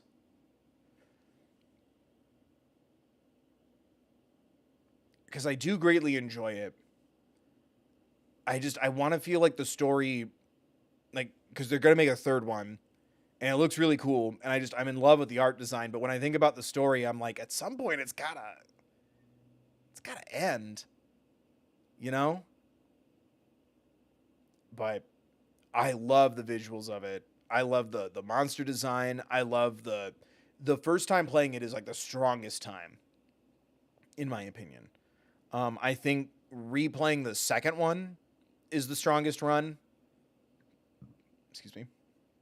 I think the first time you play Little Nightmares and you don't know what's happening and you don't know what you're up against until it fully reveals itself.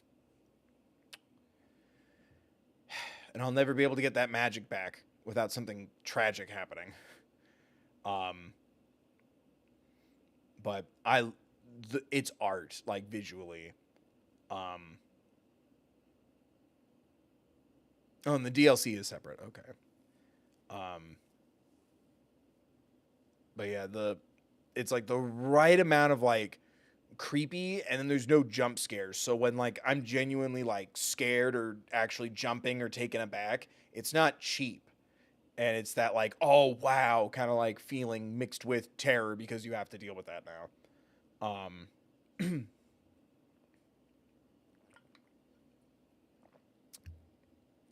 But it's weird to think of it as a franchise. I always forget that it's a franchise. But I do love Little Nightmares a lot. Ooh, Breath of the Wild. Oh, this is annoying. Oh, that's really tough. Um, I'm pretty sure this includes the DLC. Was that separate? It might be separate. I think I made the DLCs all separate. DLC's nuts.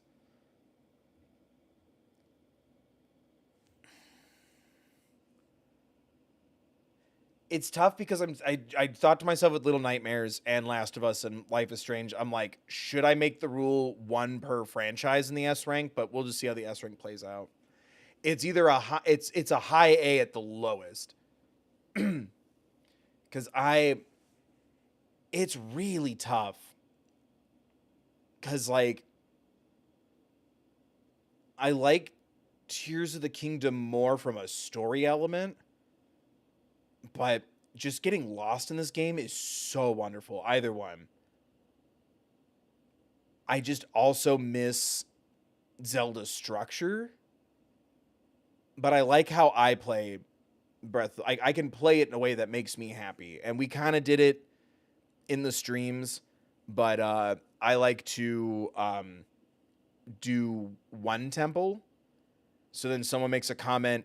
You're supposed to be the legendary. You seem like the legendary hero, but you don't have the sword. And then it's game on. And then I go and get the sword, and then I go do the other temples, get all the memories, and then as soon as you get the last memory, just beelining it to Ganon's or Hyrule Castle. Pardon. Um, I can give myself the linear narrative experience that I want in either game, but like it's so fun to get lost in. I hope we don't get tired of it. Um as a collective. But I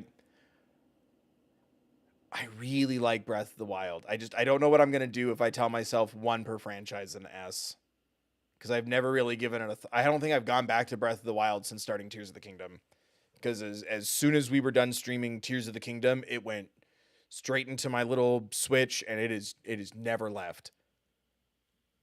Um, but I really love Breath of the Wild, but I also understand if someone tells me that they don't. Like there's gonna be a couple of games where I'm like, I don't know how to talk to somebody who says they don't like this game. Um, but more often than not, I can understand it, and Zelda's definitely one of them. Like it did kind of suck, like having to start to feel like the divine beasts become a bit of a chore because they're all so samey, but you also get the shrines. But once you've played the game into the ground, I still find myself craving more from both games. That's because I've played them into powder. Like I've done everything except actually get all like the seeds and shit. I'm like, no, I don't need the golden poopy. Um, but I don't know. It's it's one of my favorite Zelda games because of how I can play it. Whereas I feel like Tears of the Kingdom wants me to play it the way that I like to play it. Breath of the Wild, it's like it's a little too laid back for me at some in some capacities, because I understand. Um, oh, the Guardians, like the little Divine Beast temple things, the mini temples, they're kind of samey, but it's like who's to say you do all of them? You know, you might only do one, so it's kind of repetitive by that nature. And I'm like, whatever the concept, like level scale it then or something, which it might do, but um, the DLC is fun. I really like the DLC. I still haven't done the Master Sword trials. We might do that one day. Um, but yeah, I really love Breath. Like Zelda's like that was like one of my first. It's like Mario 64 and then Zelda, and I'm like, oh, these are video games. I'll never be the same again. Um, but I really love Breath of the Wild.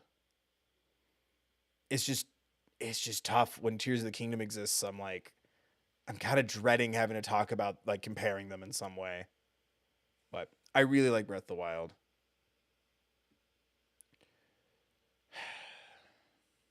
Eh, uppies. There we go.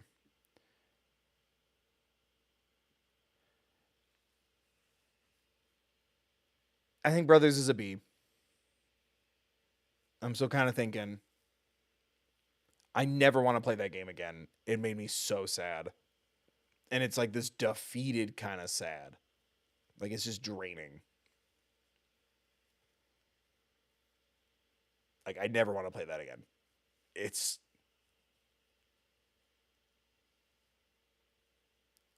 it's very effective in that sense. But I like it. It's short, sweet, very heavy in a very surprising way. Um, yeah, exactly. I'm still trying to be relatively spoiler free for everything, but yeah, the end is a lot, and I just don't ever want to feel that feeling ever again. Um, I think I got all the trophies too. I think I was just missing like two, like mess around with something at the beginning or something. But I liked it. It's a sweet little game, and I hope whoever was involved with it creatively gets to do or has been doing more stuff. I don't know. Um,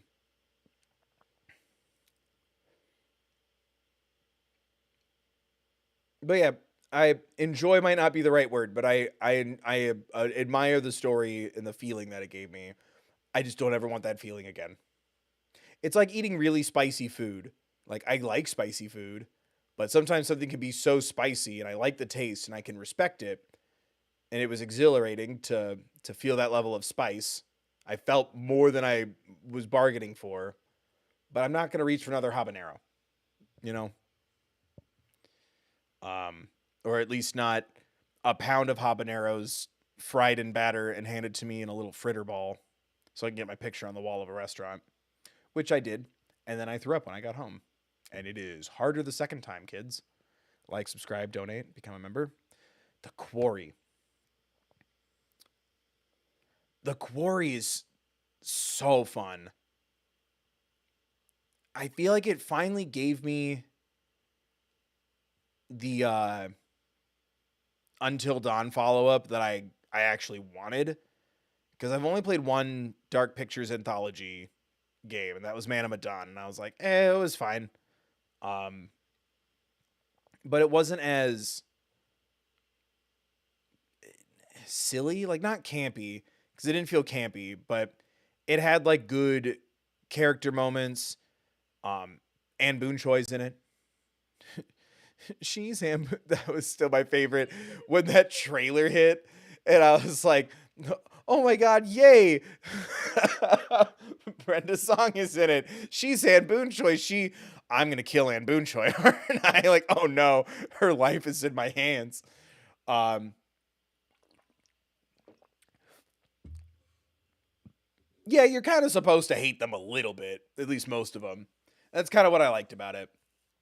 Um, I I liked how it felt like getting to play through a horror movie from Blockbuster that I wasn't allowed to watch, but then my dad would go, "This is nothing" when I'd go to his house. Um, I think it's a big step closer to what I actually want from one of these games because and it's selfish to ask, and I would pay the extra money for it. I would rather pay more money for a game that is basically almost like two or three different games in one, where if you make certain choices, the like the whole game literally changes. And that's what I thought Until Dawn was going to be, and then the Quarry got a lot closer. Um I I liked a lot of the mechanics. I liked the setting. It very much knew what it was trying to be. It wasn't trying to be constantly dark and gritty. It was still trying to get some good scares out of you. It was still trying to get you to laugh a couple of times, get you to think a couple of times. Um, and it's one of the more palatable this action had consequences games for me because I'm invested in succeeding, but other than Anne Boone Choi, other than Brenda Song's character, I wasn't so invested in the characters that like no, my precious beloved. It was, oh man, like I was trying to get everyone to live, or like, oh, I wonder what happens if that character doesn't die. Um, but it wasn't as detached as Until Dawn, where I was like, oh, thank God, like two of these characters are dead. Good. Those are the ones I didn't like. Maybe I subconsciously sacrificed them to the Shadow Realm intentionally.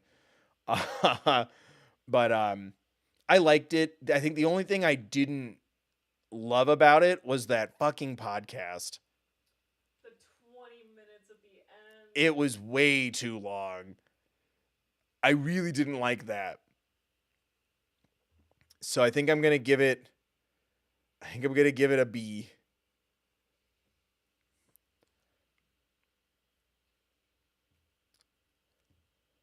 Yeah, I like that. It had good twists.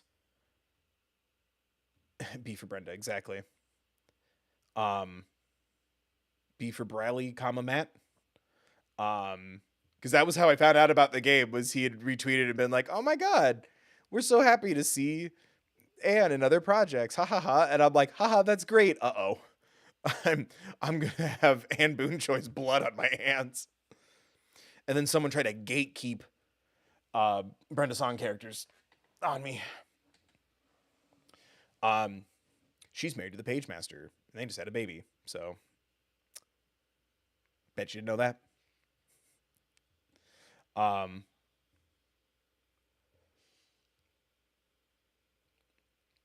I don't know. I enjoyed it. What? Shout out to fucking. Don't say that on my stream. What if I get limited ads and limited monetization? Chat, donate, members. But yeah, shout out to fucking. But I don't know. It was almost, if I'm not gonna get the perfect choose your own adventure horror game that I've been craving since I played, hell, even Heavy Rain. Like this is the first, or maybe even Indigo Prophecy. Oh no, they changed the name of it, didn't they? I don't remember what they changed the name to. First time I played an interactive drama, I was like, I want to feel like there's a whole different game and story if you go down a certain path. And with a horror game, I think that'd be really cool because I felt like it was going to happen in Until Dawn, where it's like, oh, if you do these decisions, it's a slasher and a dude in a mask shows up with a chainsaw. Oh, if you do these decisions, it's a ghost and it's a paranormal story. Oh, if you do these decisions, it's a creature in the woods and or a man, the miner coal miner man thing. And instead it was like, oh, they're all kind of somewhat connected if you get the true ending. And I'm like, oh, I guess that's cool. I was kind of hopeful that, when they pulled out the Ouija board, I'm like, oh my God, am I on the path where I get a spooky demon ghost story? Nah, which is fine. I still liked the twist that it still kind of took. Reckless as it was with some of its source material. It just would have been cool to, it's like, even if it was just like 3, I'll say, or even 2, but like 3 different games could happen depending on what you pick. That's kind of what I've always wanted, but I understand that's a massive undertaking. Undertaking is not next. I was about to say, speaking of undertaking, and Undertale is the bad time route is a little ways away. Road 96. I think that's also a B. I enjoyed Road 96. I think I had more fun with it as a randomizer hitchhiking simulator than trying to do all the stories and who makes it to the end. I like that it's randomized. I wish we still met every character, or maybe I just suck. Who's to say? But I like the visual style a lot. I like the gameplay. I liked a lot of the bizarre mini games and the skills you pick up. It's just when the skills kind of overlap, it feels a little OP. Suddenly because I've played through 3 different runs, I can hack everything. I can steal a credit card or whatever really easily, or hack the ATMs or whatever you do. But I still really liked it. I enjoyed it, and I also appreciate in an age where we have experienced not too long ago, around, I don't know, circa 2016, how important it is to like pay attention to what's going on in the world and make sure everyone's, registered and voting and all that good biz. I think it's important to have these kind of stories made, and that felt very much like what it was about. It still felt a little clumsy at times with some of its stuff, when it was talking more about that, but I still appreciate the sentiment. Um, and yeah, I liked especially the silly robber boys. They were very fun. And and yeah, it was whenever we were doing like main plot stuff towards the end where I'm like I kind of liked the random hitchhikery parts, and I liked like how cringe the little kid was. Um, I liked whenever we got to hang out with Trucker Daddy, and Revolution Girl. Like I like the supporting cast a lot. Um, I just eh, being mean to the cop was fun. Um, yeah, the interconnection was cool, a little silly. Yeah, it's still I still appreciate it. Like it has good spirit. I like the sentiment, more than anything, and I like the hitchhiker randomizer. I in something that isn't trying to sell you on on a serious message and be more of a satire style of comedy. I think a wacky, you're hitchhiking down the highway and who knows who's gonna pick you up. Like I really liked that, and like the survival things and are you staying fed? But I rarely ran into those problems. So it was like, oh, like I really liked like, oh, I got to ration out my food. I only have like $12 with this character, and you're further away. It's kind of like hard mode. What do I do? But I kind of wanted to do that a little more than worry about the results of the election in the fictitious setting. But I still really liked that story. It's just when I wish there was almost like a sandbox mode where it's like, okay, we did the main story. Now I want to, you know, travel and do hijinks and help them steer the motorcycle and keep daddy awake when he's trucking. Cause it gets really dark. And I think it doesn't transition those, emotional levels very smoothly for me. But I still enjoyed it. And I guess there's a prequel like game, but I'm like, I don't know if I want the prequel. It's just got to lead me here because I think it's about the revolutionary girl and how she became a revolutionary girl. How she became a punk. And I'm like, that's cool. I I've already seen your story unfold. So like sometimes prequels don't really hit for me. I'd rather see the incident that keeps getting referred to in the main game. Rakuin, oh Rakuin.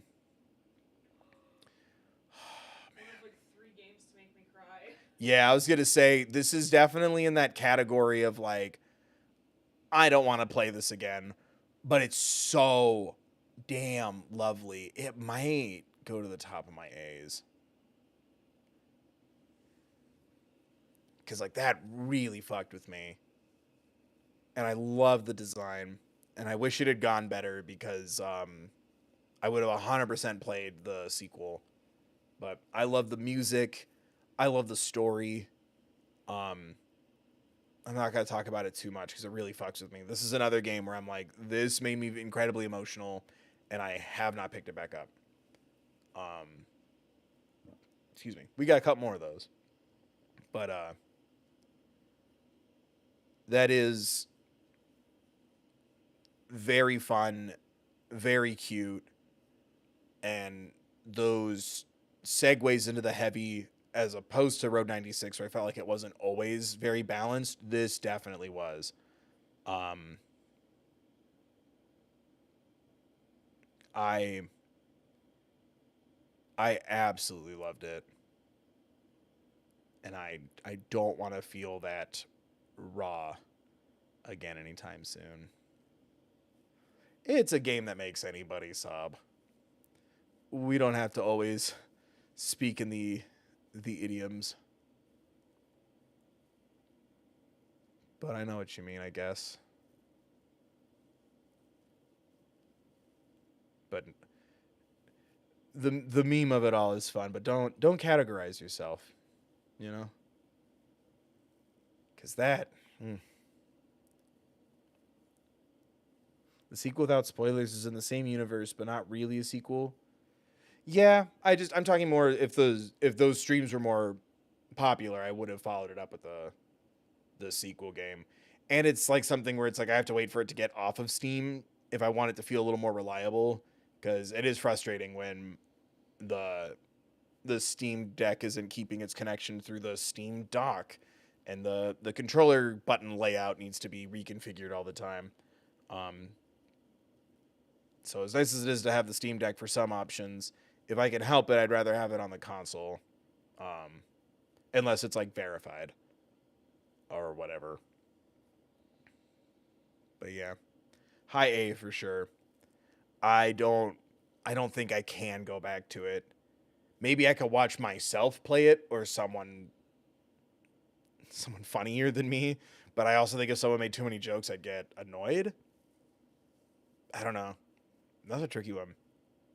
Definitely a high A though. Like, it's absolutely beautiful, and it will fuck with you in a hard way.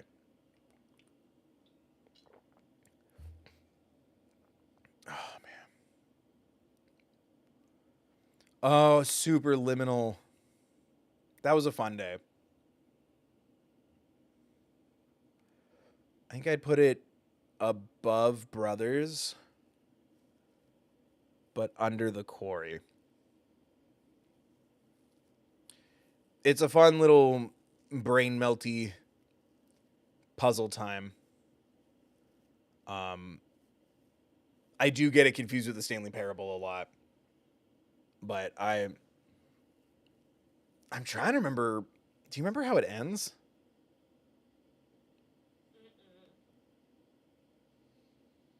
I don't remember. I remember we beat it, and I've guessed about it trying to get trophies and stuff a couple of times.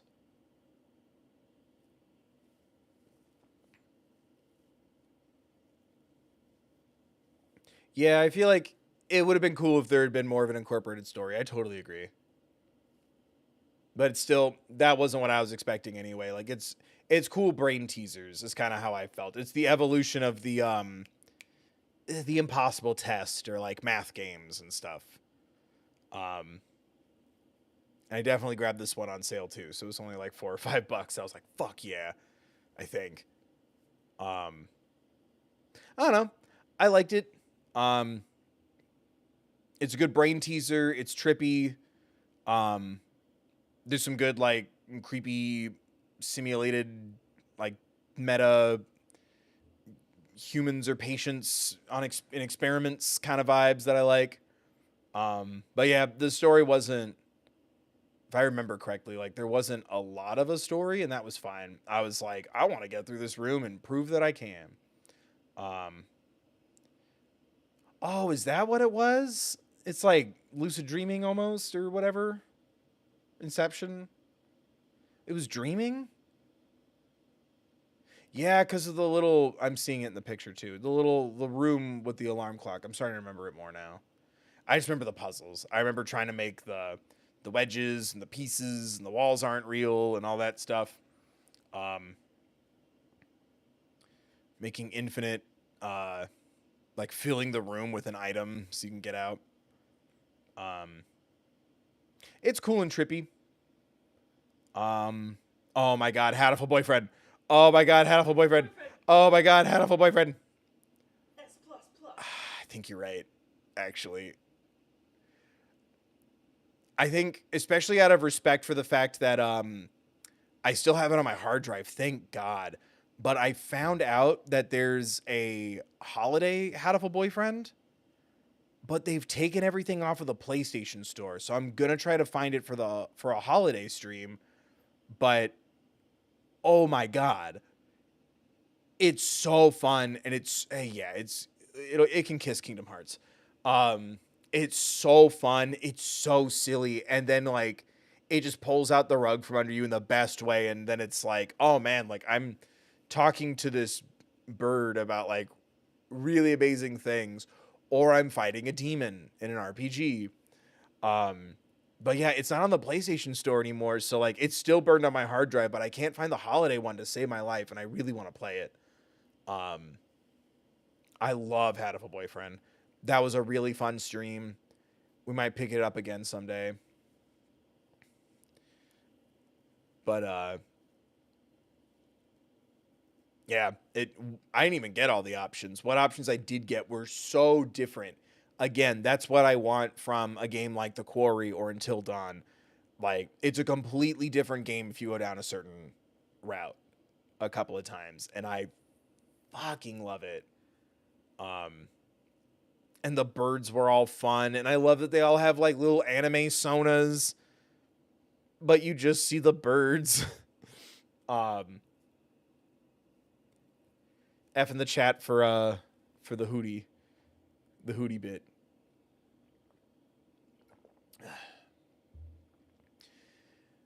And we got good old Celeste.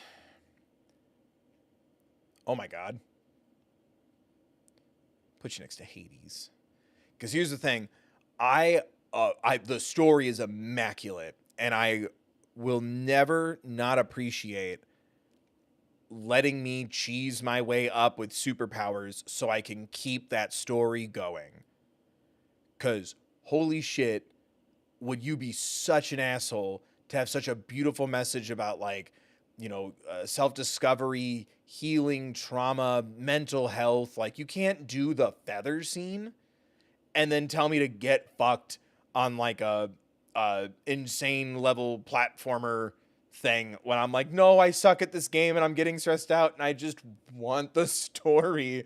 I want to see what happens next. So giving you that accessibility so I can then get good at the game on my own time later. Like, I think it speaks to how important the story is to that development team, and I'm so pissed that whatever extension thing I saw a trailer for a while ago isn't for consoles. But I love Celeste. It's so fucking cool. I highly recommend it. And I'm awful at those kind of games. I am not as we will talk about with some of these games, I am not a sprite jumpy boost through the tiny hole and don't touch the barrier gamer. I suck at that shit. But this story is so goddamn good. I adore Celeste. And again, giving you that accessibility so you can just enjoy the story and get good later. I know not every game is like that, nor every game should be like that, but I appreciate that because I have. Like, I've gone back and, sometimes like I'll just try to yutz around, play a level or try to like, get reintegrated with that style of game should I ever want to do it, something like that again. And it's nice to just pick it up and go, and like, if I want to get good later, I'll get good later. And like, if anything, I can focus more on the get good, and then there's a reward in getting through the game again, but like, not turning on the infinite jumpies or invincibility or whatever. But I appreciate that accessibility to it. Because that's always how I feel about some things is like, yeah, there's certain styles of games where I'm like, that, like Souls likes, I'm like, that's just the type of game. Like, it's really not that hard. You have to break through a brick wall. You gotta get good. That's the style of game. But like, there's difficulty settings. Sometimes I lower the difficulty because like, I'm not very good at this game and I heard the story was cool. And the last thing I want is to be like frustrated with a boss or a level or a mechanic. And then, oh, thank God, a cutscene, but I'm like trying to like refocus in after like slamming, button mashing square or whatever, trying to like get a quick time event to hit or something. But I love that kind of accessibility for dinguses like me. Because the story's so good. Like, honestly, like, ooh, who knows? Zelda movie might be cool. I want a Celeste movie. Like, you could do a solid like 90 to 120 minute animated project out of Celeste, and it would be incredible. I think that story is worth the accessible cheese should you suck at these kind of games like me. And it's beautiful. I absolutely love it. Monster Prom. Monster Prom. I'll kind of put it with Alice, because not for nothing, half the endings are glitched out on consoles. And I've done my research trying to see, like, am I losing my mind? Did I do this wrong? I wanted to, like, try to find certain endings and get certain trophies. And as soon as I found out, like, half the console endings are, like, glitched out and it's never been fixed, I'm like, well, fuck you too. And it's always left a bit of a bad taste in my mouth. I get that it's a port and all that good biz. That really bums me out. Especially when, correct me if I'm wrong, there's a good number of performances in the voices from, like, you know, like YouTubers and stuff, or streamers or whatever. But it kind of turned me off, because I'm pretty sure the version I have has the sequel in it, but I'm like, I don't really want to invest the time if I'm going to be boxed out of a bunch of different options, because the ones I got were awesome. It's very funny. The characters are great. The scenarios are fun. It once you learn how to maneuver through it, you can start to maneuver through it pretty easily and, like, get the different endings or talk to different characters, get different scenarios. I love the I guess the diverse options, not only with character but with outcomes. Like, it really does feel like a dating sim where you can also, like, you know, go to the Monster Prom stag or as friends. Like, I like that kind of feeling to it, because not everyone is as into relationship based visual novel games as others. Shout out to the A's. I always love that kind of, I wouldn't call it accessibility, because I feel like that implies like you can't. There's a barrier here, but, like, an openness. You know what I mean? Like, I don't know. Maybe accessibility is the right word, but, like, I appreciate the openness. And the designs are all cute and fun. But yeah, if it wasn't so fun, it would probably be a C. I might move it down to C, because, like, yeah, I don't want to keep investing in a game that half the stuff is blocked out. But that's just me. It's still a good time. It's just, again, it's a bummer. And, like, the port's not new, and, you know, enough time has passed to where it's like, you could have patched this up. You're not selling it for free, so fix your port. That's just me, you know. Power Wash Sim.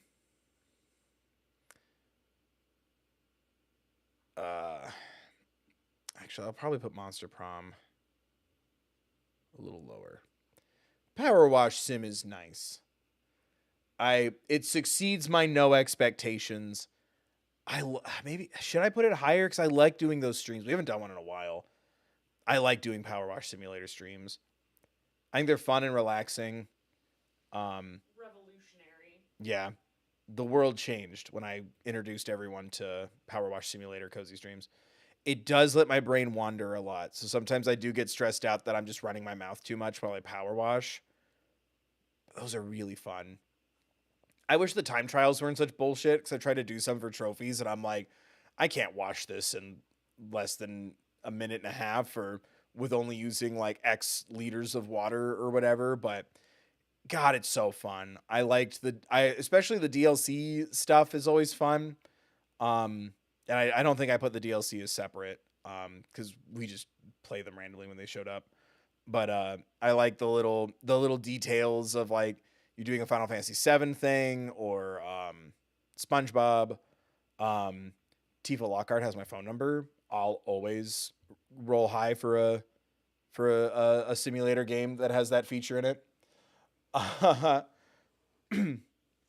But it's really nice. There have been a couple times where I'm like, I don't I don't want to like commit to a game, but I just want to turn my brain off for a day, or my energy's super low, so filming hasn't been very productive. So I need to like take a break and let my brain detox. And as I'm starting to, well, if I'm not if I'm not filming, I'm not growing. I'm not gonna get any more analytics or get out of this rut. I'm fucked. I'm fucked. I'm fucked. I'll just put on a power wash sim and let my brain squeeze out like a sponge. It's very nice. Um, and doing those streams are always nice too. Um,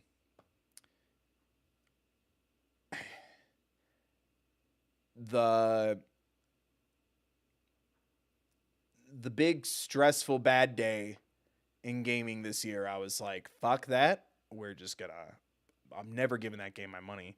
I'm not even gonna say what game it is. If you know, you know. But I'm like, fuck that. We're just gonna play Power Wash Sim, and we just chilled. And I'm like, sometimes this is how you need to combat it. You know, I don't want to deal with the bullshit. Wash away, wash away.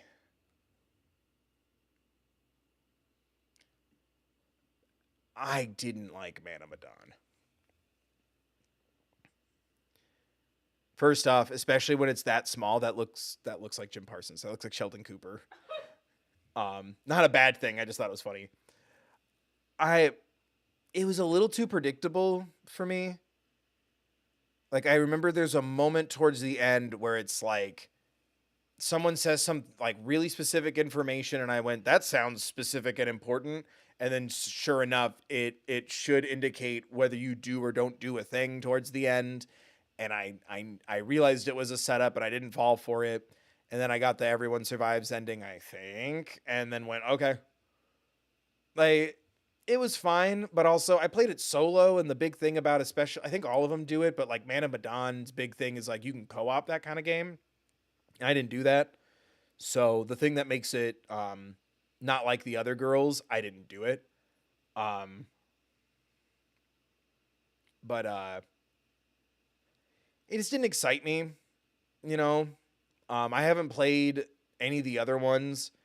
I've been told the fourth one is good, and I like some of the actors in Little Hope, but I've been told that one's not very good, which sucks because it has the guy who is almost Pennywise, who's in Bandersnatch. Stefan's gone down the hole, Kit. We just rewatched Bandersnatch because we just got access to Netflix again. And we were watching Black Mirror, and then it was like, oh, it was Bandersnatch. I just didn't love it. Like, and I didn't really like it either. I haven't gone back to it. I couldn't tell you that much from it, other than you're on a boat. But meh, meh. I'd sooner play. There you go. Who was? Someone was. Oh no, it was. Was someone bummed that I didn't like Alan Wake? But either way, to the Alan Wake people, I'd sooner play Alan Wake again than Man of Medan. And I think I spent more money on Man of Medan.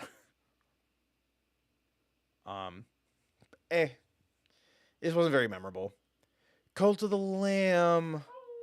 Oh, my little lammy. Hi there. Hi there. I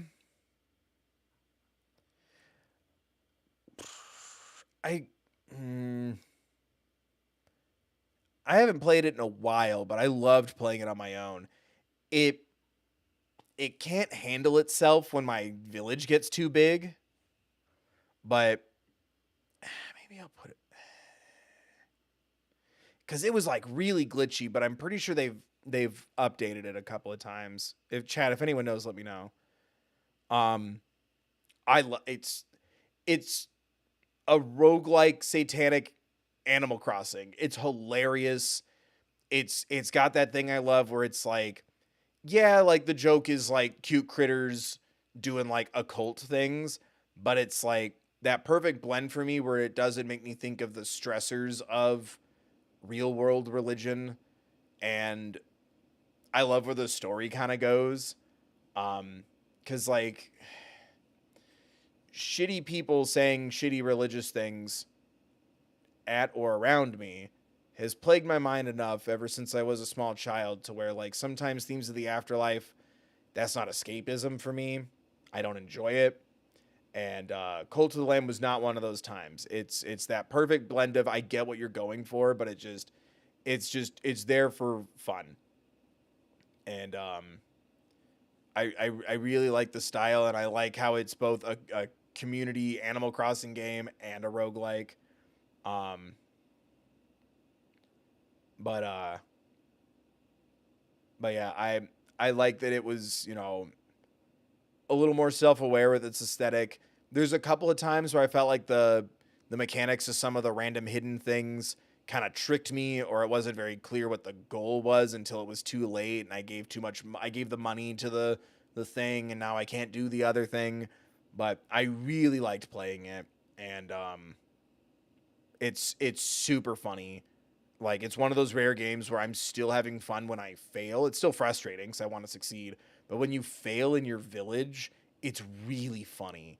When someone is, like, questioning the cult, or is, like, you know, a traitor and is trying to, like, start a rebellion, or people are getting sick because you're making them, like, bad food, or the toilets are broken and all this stuff. Like, it can get really, really funny as you fail.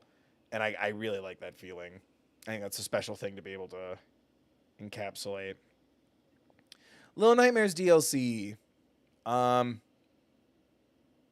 liked it.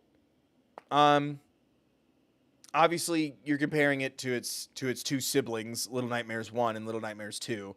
So it's going to fall short. I liked it just fine. I felt like it was a little more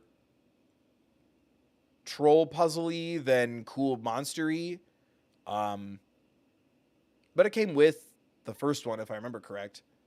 I enjoyed it just fine. I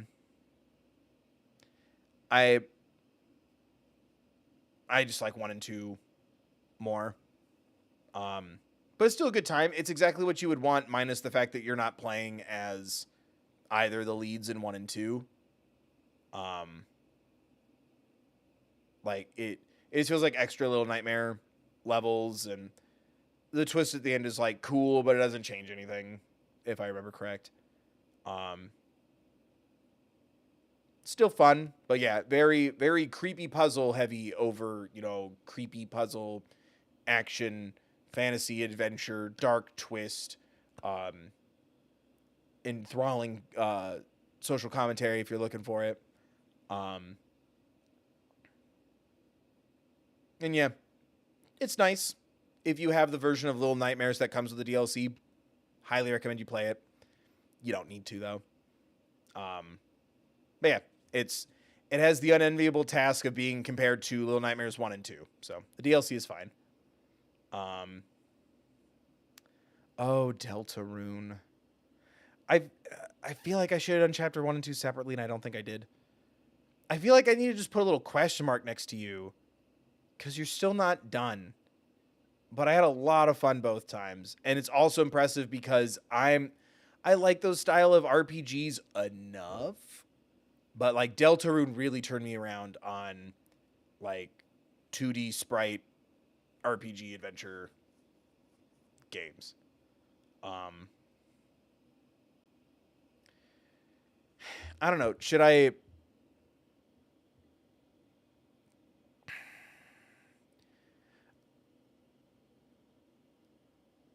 feel like it's a high A or a low S just because I don't know the rest of it. Because all I know is the rest of it could be, you've seen this guy, the third bill, he fucking sucks. And that could be the whole theme of chapter 3.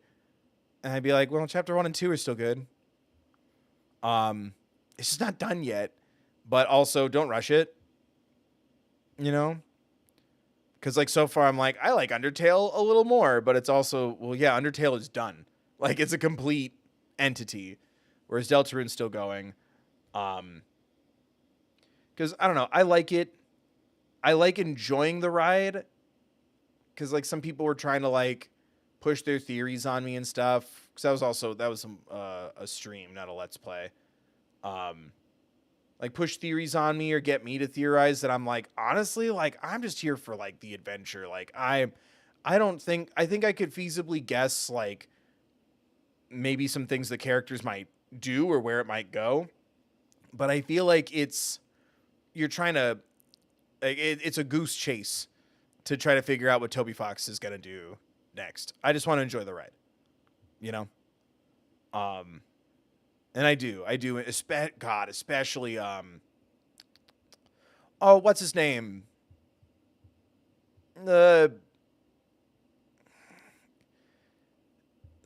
Kane from the Amazing Digital Circus, but in Deltarune. What the fuck is his name? Come on, one of you's a fucking Toby Fox or I hardly. What's that dude's name? Because I also just realized I can't Google what's that dude's name, Deltarune. Although it might work. Spamton, thank you. Fuck. I'm like, I forget his name, but every time I see him, like whether it's a meme or a reference or whatever, like sometimes I see it like in fan art on like Reddits and stuff.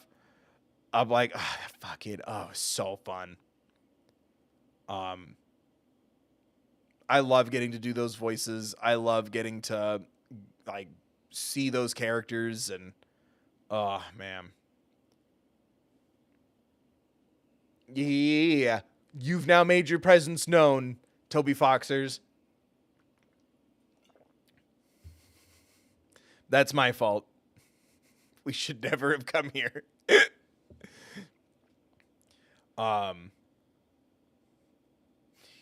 You're shouting in chat.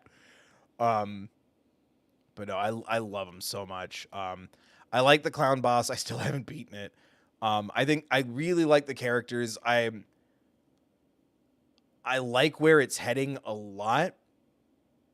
I just whatever's happening, I hope it sticks to the landing and I hope we get it soon. Cause I'm like, just stick this fucking landing. We've been summoned. But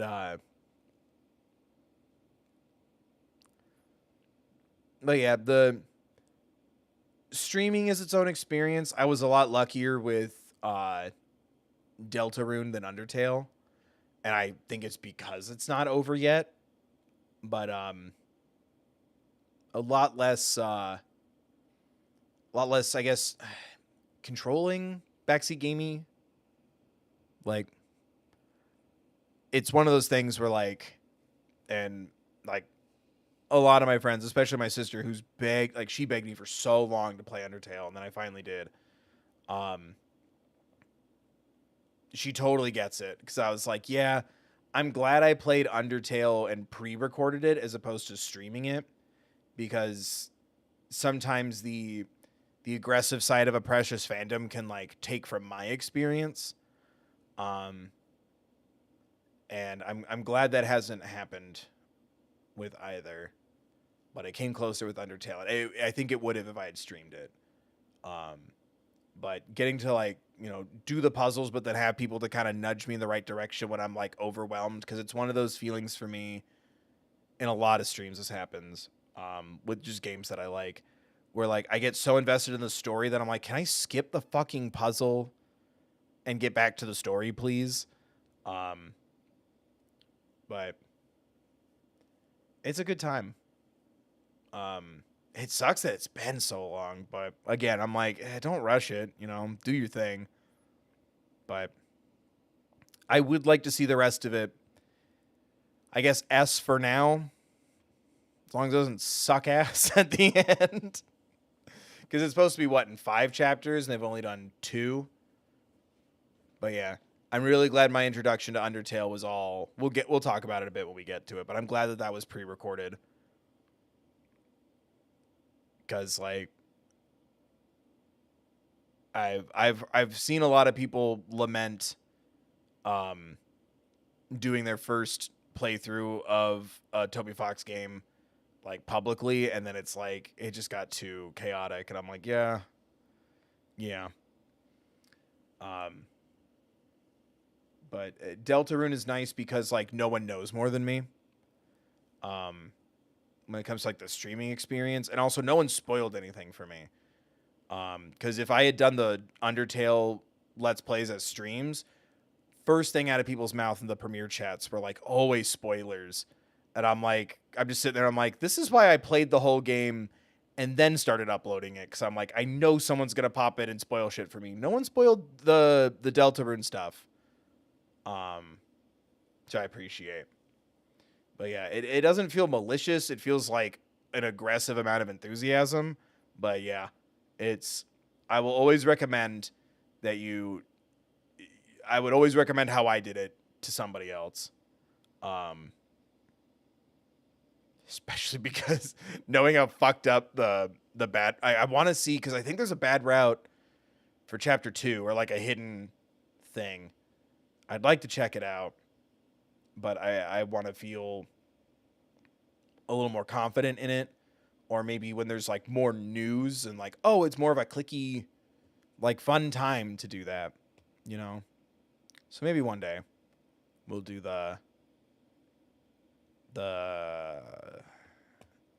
there's a word for it. Someone's going to type it in all caps, but like it's the winter freezy. There's an ice themed secret path in Deltarune that I'd like to check out. I'd also like to beat the clown one day. But I like the story. I like the characters, and obviously the music is phenomenal. But we'll never know who makes the music for Toby Fox's games. We'll never know. And I prefer it to stay a mystery. Doki Doki, holy shit. Oh, man. That...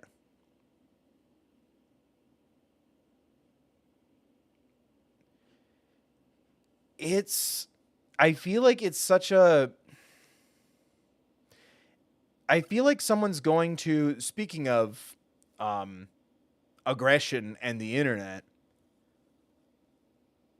I feel like it will make people mad to say that Doki Doki is one of my favorite games ever. Like, everyone has their own takeaways, feelings, and interpretation. Everyone has their own experiences. I feel like, especially before everything shifts, or I guess the moment everything shifts, when the inciting thing happens, I feel like talking about the awareness. Awareness is the thing that comes to my mind first. Conversation, impact reality. I don't feel like it glorifies anything. I wouldn't blame someone who might feel like it does. I've played tons of games where they do shocking things just to shock you. I've seen tons of shows and movies where they include visuals like that just to shock you, or just to be edgy, or just to be different or out there. I never got that impression from Doki Doki.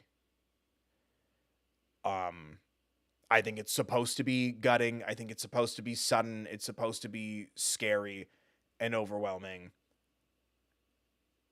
And that moment is just so important to me because I feel the energy of talking, checking in, doing your best, just general awareness. We don't have to bring down the energy. I have a lot of experience, unfortunately, with things that I'm still trying to keep it spoiler free. Things that happen in Doki Doki, and I think even just people knowing by osmosis the concept in a non like, oh well, that rarely happens, or like that can't be it. You know, it doesn't look like the depression I see on TV. I think even just an ounce of awareness by osmosis, I think, could have really changed a lot of things. And that's something I feel from Doki Doki. It's intense. I don't recommend it for everybody. I don't think that's indicative of loving something, is that it must be for everybody then, since you think so highly of it. I just think it's handled really well, both as a horror entity and the topics that it hits on.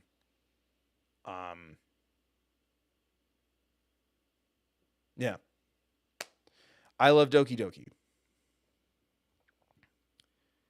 It's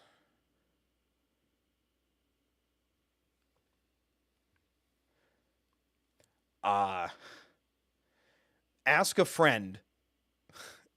Ask me even. Check a content a stream or a video comment section or two. If you ever want to try checking out this game. I can't imagine content warnings being ineffective, but I can't imagine them spoiling shit for you. I still get mad, and I'm also impressed every day that none of my friends who knew about Doki Doki or my sisters, nobody told me anything. And sometimes I'm very pissed about that. And sometimes I'm very impressed because I have a lot of experience with that shit. And I fucking love horror. And psychological horror at that. So I always go back and forth between incredibly pissed that no one gave me a warning and incredibly grateful that no one gave me a warning. Yeah, that's also a very, very, very early main channel. We redid it when the console version dropped, and I was just, again, my takeaway, but I was very, very happy at the opportunity to give them my money and pay for the console version when it dropped. I platinumed that shit. I still have it, and the backstory visual novel that was added on is also incredibly lovely. Anyway, I think it's incredibly important, and I hate that weird feeling of like I have to overly explain myself because, you know, there is no one opinion on things. Like I think it's also incredibly valid if it makes you uncomfortable or unhappy or you worry about its impact. My personal feeling is that I think it helps awareness and destigmatizes a lot of that. And that's just me. That's just based on my experiences. I also get sensitive about that topic just in general, but also because people yelled at me for, and this was, unless the articles were up and I didn't know, but I didn't really care for 13 Reasons Why. And a lot of people that I worked with at the time got really mad at me for saying that. And I wasn't even like bashing it. I was just like, no, I don't think it handles its themes very well. And everyone got mad. So I don't like I don't like talking about things sometimes because I'm like, hey, and then it's the internet. So, internet's gonna enter. Oh, thank God. This is actually paced really nicely. Sonic Adventure 1. I think it's a good B. It might be mostly because of the Amy levels. But I really loved the Amy levels. Those were surprising. I like the Sonic gameplay. I hate Big the Cat. I really want to play Sonic Frontiers sometime soon.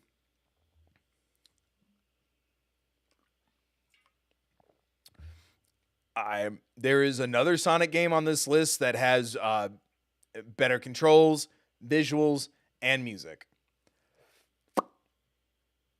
But I still really like Sonic Adventure. I'm not ashamed to admit it. Ever since buying that used Xbox from GameStop with my store credits, I've been debating repurchasing these for a console so I have a cleaner way to play these games and listen to some butt rock. But I do like the first one. It's not my nostalgia 3D Sonic. I only have one, and that's the first like third or maybe half of Sonic Adventure 2. But this really was supposed to be my year of 3D Sonic gaming, and no one loved it but me. And I regret nothing. Oh, but I do have Sonic Frontiers. That finally showed up in the mail months after I ordered it. And I do want to play it. But I say strong B, because I'd say about half this game is fun to play, and the other half isn't. But I think Amy's the best character in Sonic Adventure DX. Like, the Nemesis chase levels are so cool. Dream Daddy. Oh, where to put Dream Daddy?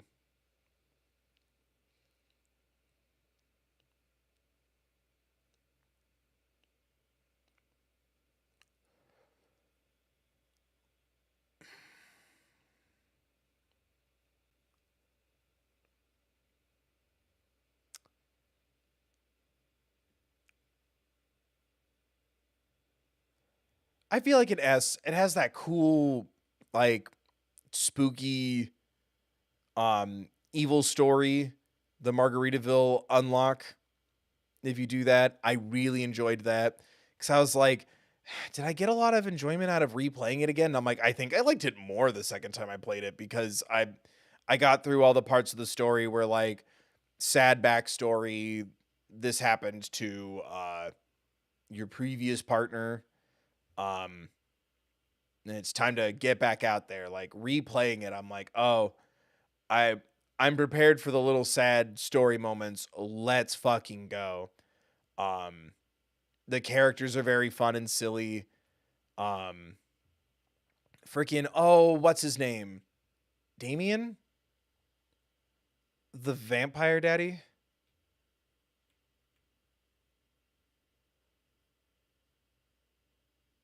Van Helm, I think. Yeah, I think so. Is it Damien? I'm looking it up. Such a fun character to get to know in that strange pseudo dating simmy kind of way. Yes. Yes, thank you. I love incorporating a relationship with your kid. It's funny. I think it paces itself well in the odd mini games.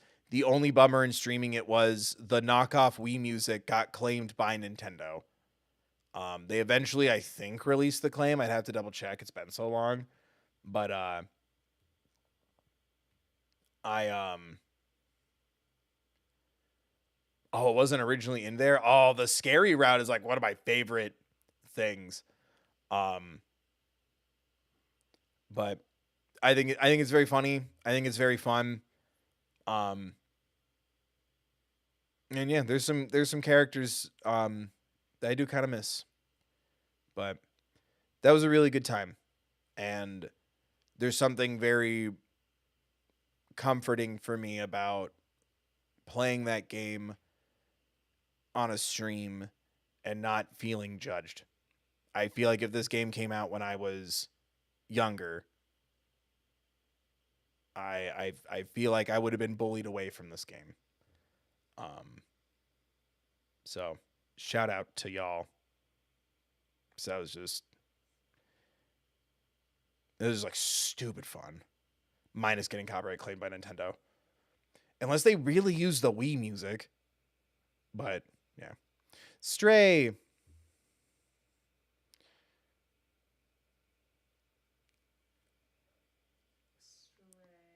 You're a kitty in the apocalypse.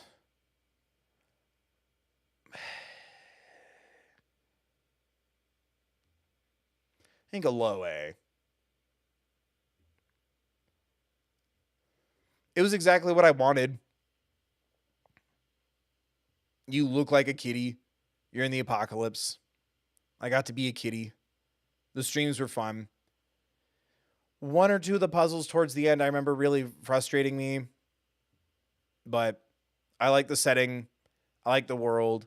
So far, I'm assuming they'll do like some sort of follow-up to it, but I kind of hope they don't. I don't want that game to ever overstay its welcome. but it was a lot of fun, and I enjoyed it. But yeah, it didn't change. I feel like it's like something about this game like changed my life. And Stray, I'm like, it was just a really good time.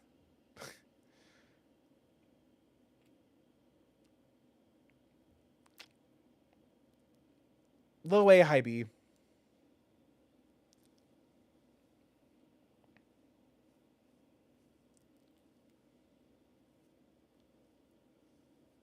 Yeah. I might move it down by Power Wash Sim. I think it would be I think it'd be better served at the top of B. Because it didn't change my life. I just really liked it. And that's kinda what most of these are. I might move Detroit down to C. I don't know. Night in the Woods. Oh, I love Night in the Woods. That's an A. By unpacking. I really love Night in the Woods. I like the visuals. I like the vibe. I like the characters.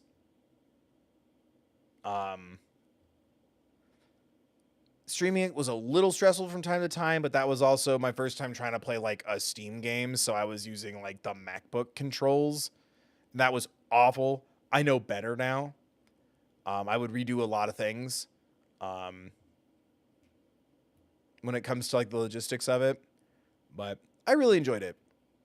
I thought it was fun. I liked most of the mini games. I love the town. I love the strange, like, morbid conspiracy underneath the town, for lack of a better word. But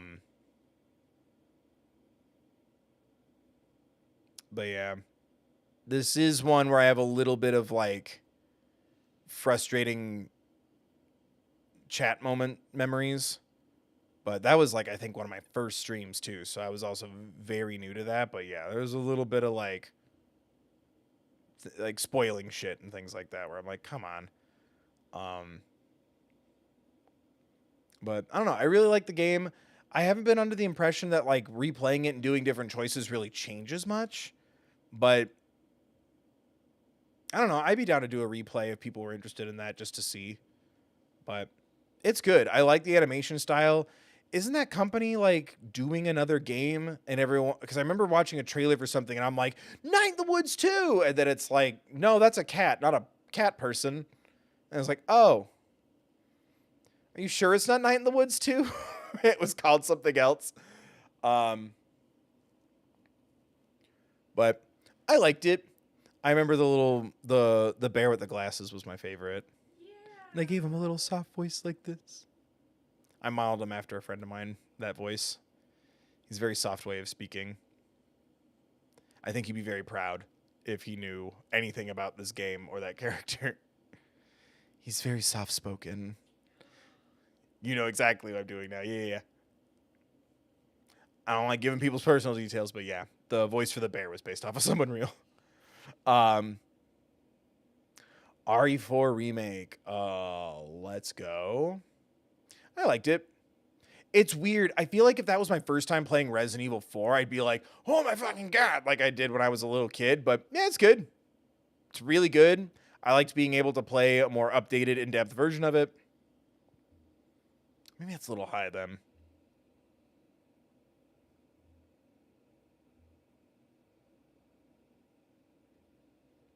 Yeah, that's better.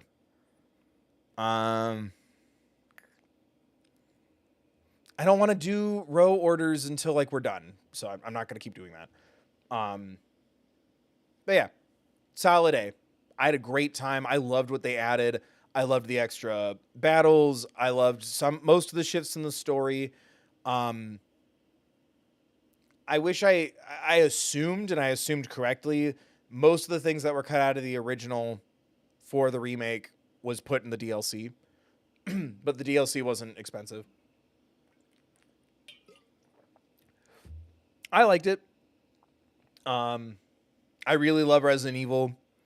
That's one of those, like someone said it earlier about a game I was talking about, like, oh, I Alice. Someone said like Alice, they have memories of like playing it with their dad and stuff, and I'm like, that's Resident Evil for me. The very first one, it was like the director's cut, I think, on the PlayStation 1. I remember it just like scaring the crap out of me, and then being told later you're not allowed to play Silent Hill because it will scare the crap out of you, and I did anyway. Don't tell Dad. But I remember playing Resident Evil 4 with my sister when we were a little older, and I really like the remake. It's super fun. I still have the port of the original Resident Evil 4 if I'd rather play that whenever, but I had a good time. Mercenaries is dope. So I feel like this grade is mostly combining the S tier of the OG Resident Evil 4 and the high B of Resident Evil 4 Remake, giving it an A. Firewatch. I liked Firewatch. I remember getting really confused about the ending because like chat was telling me a million different things, and I did some research afterward, and I'm like, oh, this makes a lot more sense now. I still really liked it. I wish it was a little scarier, but I also saw it recently because, like I said, I've been looking for like cozy game ideas. I looked at like one of those like top 10 lists while I'm like making lunch and stuff. I mean, listening to my own content. I'm the only YouTuber. Like, subscribe, donate, member, comment, share, rate 5 stars. Someone had like a list of like their top 10 cozy games and put this on there. And I'm like, no, it's fucking not. Unless I don't know what a cozy game is, but like, you're about to burn alive by the end of it. And there's like a scary thing in the woods. I wish it was a little scarier, but Sissy Jones has a great performance. I love the layout and the environment and walking through it. I do like the cozy part at the beginning. It does not stay cozy. I was bummed that chat had me really confused on like the ending and the different outcomes, but a couple of Google searches and I'm like, oh, I like it a lot more now. Cause I remember someone telling me,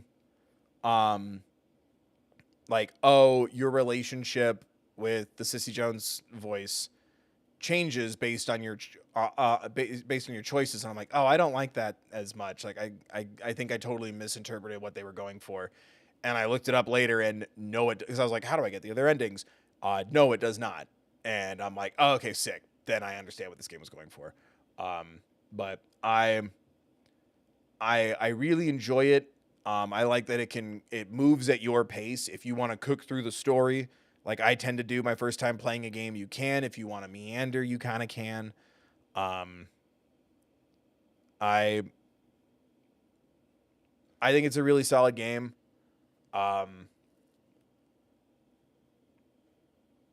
Yeah, it's really good. I had a good time minus being confused on the ending. Village is an S. You know why. And if you don't, pay more attention.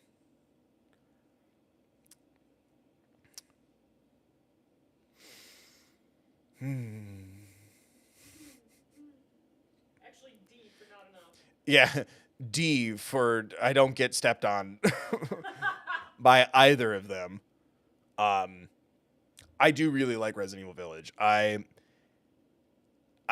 think it gave me a second attempt at the Resident Evil 4 I wanted, because Resident Evil 4 for me originally just has the fight with it as like the scary part for me, and then kind of the first castle boss fight with the right hand.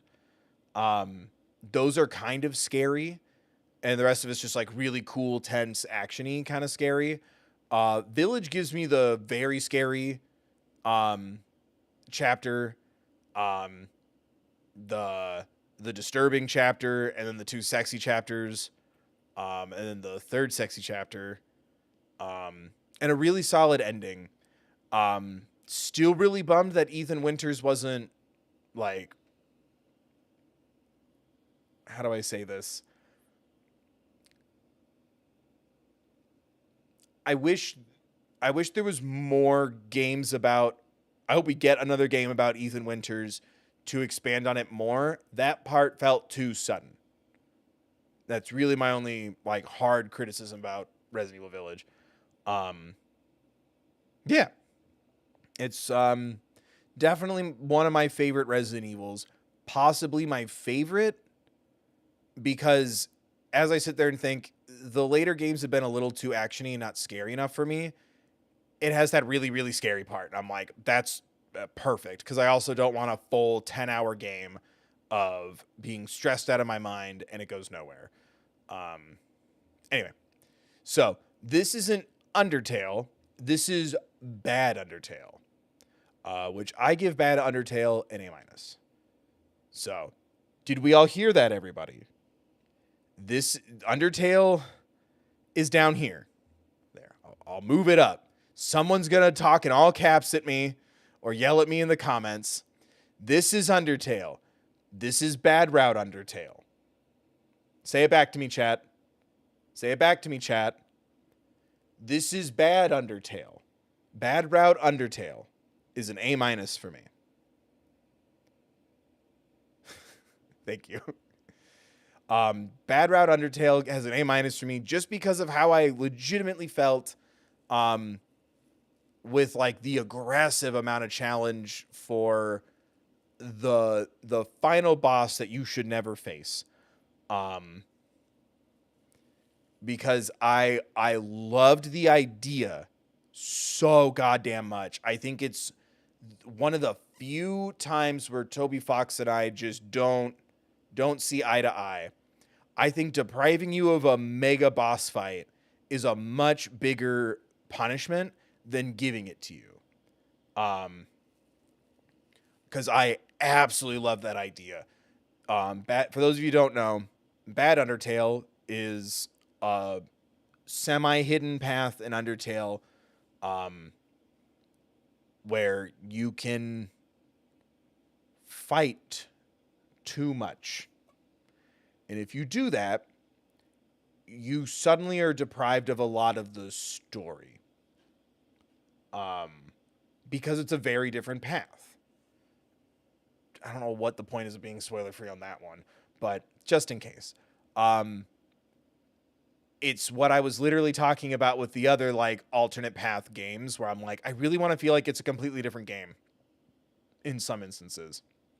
It is stupid hard. I've only done it once while I was practicing. You can go watch that stream. It's me on the couch going, oh fuck, oh fuck, oh fuck, and like my microphone won't reach me, and I already finished it. But I did it. Oh my god. Oh my god. Stop it. Stop it. Stop being afraid of clowns. Stop it, you ninny. No. Never mind. Toby Fox is perfect. Oh, I fixed it. Because I will always argue that it is a reward to get this like massive challenge on that path with the final boss. It's incredibly hard. I still maintain that is a reward for some people. I think the punishment of the further down that path you go, the less there is to do in the game. I think that would have been way cooler. I think having a One Punch Man moment would be stronger than a massive secret final boss, because that feels like a reward to me. And you went too hard on the song. Ipso facto, I still maintain, and I will talk to anybody. Toby Fox, hit me up, big fan. I will talk to anybody about this. I can't fully believe that Toby Fox doesn't want you to do that path, or the community doesn't want you to do that path, because the music goes too hard, and it is an exciting challenge, and it's still something where it's like, whenever someone's like, Bill sucks at video games, whether I say it or I think it, I'm like, I beat the secret boss in Undertale, so no, I do not. And that's still how I feel. I think it would have been infinitely more like dissatisfying to not have that final boss. It's still incredibly designed. If anything, I think that should have been like a secret room to have that boss, but the song goes way too fucking hard. There's a reason. Scott 2 Network's cover is immaculate, by the way. of Megalodon.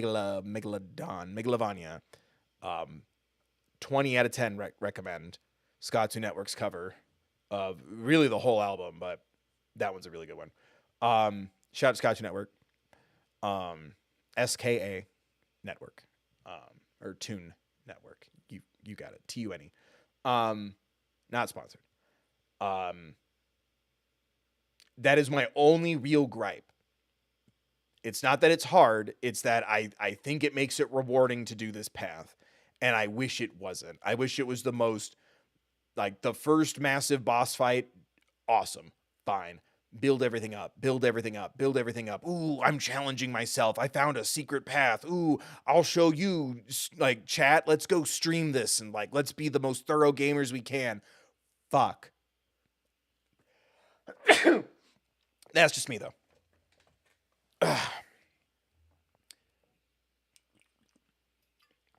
I love what it does in every other sense of it. But especially with the number of people who have been like, you're not supposed to do this, or Toby Fox doesn't want you to do this. I'm like, you kind of do. You kind of do. That's just me. I think it's a borderline reward. That's why it's an A-. Bad Route Undertale is an A-. Again, I don't want to put them in order yet, but you guys can just kiss. Undertale is an S. And again, I think the only reason why it is an S for me is because when I started getting angry, like, you're not doing it perfectly the way I want you to, premiere chat messages and comments, I had already finished. And this isn't to, like, put anyone down or be a dick. It is just to reinforce the sentiment of kindness and openness. Because I think I would have had a much worse experience if I had shared it live as opposed to the premiere pre-recorded. I'm glad I preserved it. And I've even told my sister this, and she agrees, because she was even, like, kind of, because she tried, like, explaining it to me, and she booted it up and, like, was trying to, like, explain it, and I'm like, hey, I'm just here to visit for a couple of hours. Let's do something else. And she was, like, really getting into it, and I'm like, okay, now you're staring at me. I'll play this on my own. And she agreed. She's like, you're right. I'm freaking you out. And I'm like, yeah, like, I know you love it because, like, I recognize, like, the shirt you have, and you listen to the music a lot and stuff. And I'm like, that's awesome. But, like, I can't have eyes bearing into the back of my head because I won't think of the game. I'll just be thinking about you. But I love Undertale. I don't love talking about Undertale online. I don't know. I feel like everyone gets, like, so heated or excited. Like, y'all even did it tonight. Like, it's like I don't like talking about Undertale online. Because, like, again, whether it's a positive energy or a negative energy, it's like, it's a lot. Like, when I think of Undertale, I think of relaxing. I think of the empowering ending. I think of the breathtaking visuals. I think of the calming snow. I think of the quiet flower fields that turn out to be, like, one of the most dangerous things. I think of the silly jokes. I think of the strange puzzles and the bizarre fun characters. I think of the dating charts and graphs. I think of the music. I think of the little kitty boat when you fast travel. And I don't want to think about the discourse or the you did this wrong, or the why aren't you doing every part of the game. I'm like, I don't like thinking about that. I love the game. And I'm so protective of my love of Undertale from the general internet, because I feel like someone can bruise my determination, my little pixelated heart. So it's like we can talk about why I love it. I feel like I'm never gonna make anyone happy when I talk about Undertale, and I wish that wasn't the vibe. Um, because like I said, like because I've replayed it a couple of times on my own, not since the bad route. Um, I don't even know if I can, but I replayed it a couple times on my own because like I love the vibe. I love talking to the characters and wandering around. I especially love that ending. Um, but it's like I don't want to connect my Undertale experiences to the but this is this like like again, whether that's a positive energy or a bad energy, it's always met with high energy. And for me, I meet Undertale with low energy and then feel that nice rise at the end or that sinking feeling when it gets dark and creepy if you go that way. Um I'm probably also the worst Undertale salesman on the planet, but I also haven't met a good one. Except my sister when she knew when to tap out. But then again, doesn't mean it's always negative, but it's like it's a lot of intensity. And I'm like, I want it to be nice and calm. Like that's my happy place is the snow and the characters and then the building tension and then the lowered tension. The person who wants to kill you and then the person you're gonna go on a fake date with, the person who can't kill you and you go on a real date with, and it goes too well. Um, I want to focus on that and not the fact that I ate the butterscotch pie. Like, it's okay if I didn't do every single thing my first time, or I never found Temmie Village my first time. Um, that's okay. It's okay. And I do every once in a while because, like, the comments, how it works in YouTube Studio, the comments are just your most recent one, not like the comments on your most recent video. So you can go all the way back to like Steven Universe and leave a comment. And if I were to check my comments, that would be the top one if I checked it within enough time.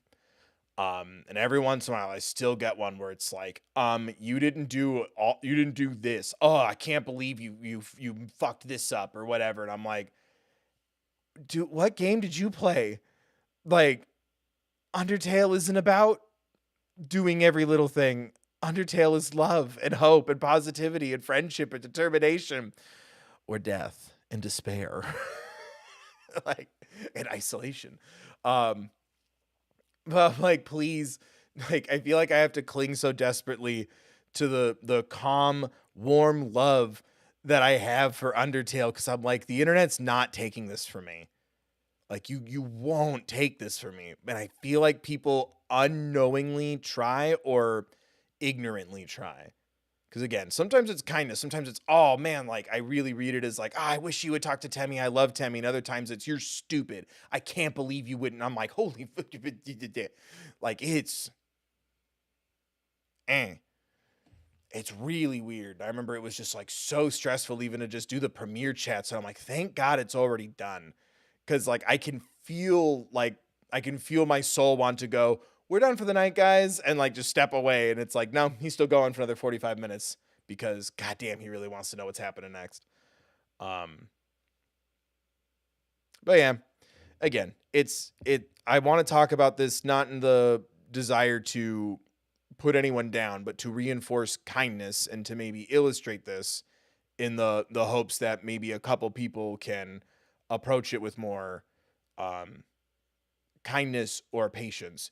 You didn't play it perfectly your first time either, and if you did, you're lying. That's one of the nice things about Undertale. I also love that there is so many hidden things, and you're not going to get it all done. Like, when I finally did find Temmie Village on my own, I'm like, oh, this is fun. No reason to yell at me or call me stupid or cuss me out or call me slurs like some people did. And that sits right there every time I think of Temmie. You're not doing that to me for the rest of Undertale. But kindness, love, determination, friendship. It's so funny to me though, because it's like such a relaxing, beautiful game. And I'm like, I don't think we played the same game. Like, Like if someone were, oh man, I just played Undertale for the first time, I'd be like, right on, man. Like, what'd you think? What'd you do? What ending did you get? Ending? There's multiple endings? Oh man. If you ever want help, let me know. I'll either send you a good walkthrough that doesn't spoil, or I'll try to remember how to do it for you. Like, you know, like that's what I picture. And that's what I want for the world. Just a little less rigidity. You know. That's just me. Toxic fandom. I wouldn't go so far as to call it toxic fandom. Also, hey, it's been a minute. Because again, sometimes it's like still positive energy. You know what I mean? Like it can be anticipation or excitement or just like, oh my God, you played Undertale. And it's like, whew, that's a lot of energy. And it can also be shitty. Like again, I love Little Tem. Every time I think of Temmie Village or go to Temmie Village, I do think of some of those comments and I'm like, fuck. Temmie's cute and Temmie's fun. Temmie's not worth calling somebody a slur in your YouTube comments. Like, that ain't worth it. That is not what Temmie is about. That is not what Temmie fought for. That is not what Temmie's loans are for. Anyway. Message of love and peace. Speaking of love and peace, God of War 2018. Fucking. That's.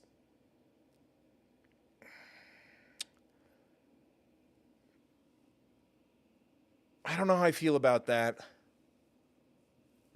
Excuse me. I burped. Because I really like God of War 2018. I love Boy. I love Daddy. I love Witchy Mommy. I love so much about that game. It's so distracting still. It's not in Ragnarok, because Ragnarok, it's part 2 of 2018, so I'm focusing on that. God of War 2018, I will not stop asking, how the fuck did you get here? Like, and I feel like this was to my detriment. I was so wrapped up in connecting God of War 3 to 2018. I envy the people who started here with God of War PS4 2018 boy dad hike, ultimate Klondike camping, or I guess not yet.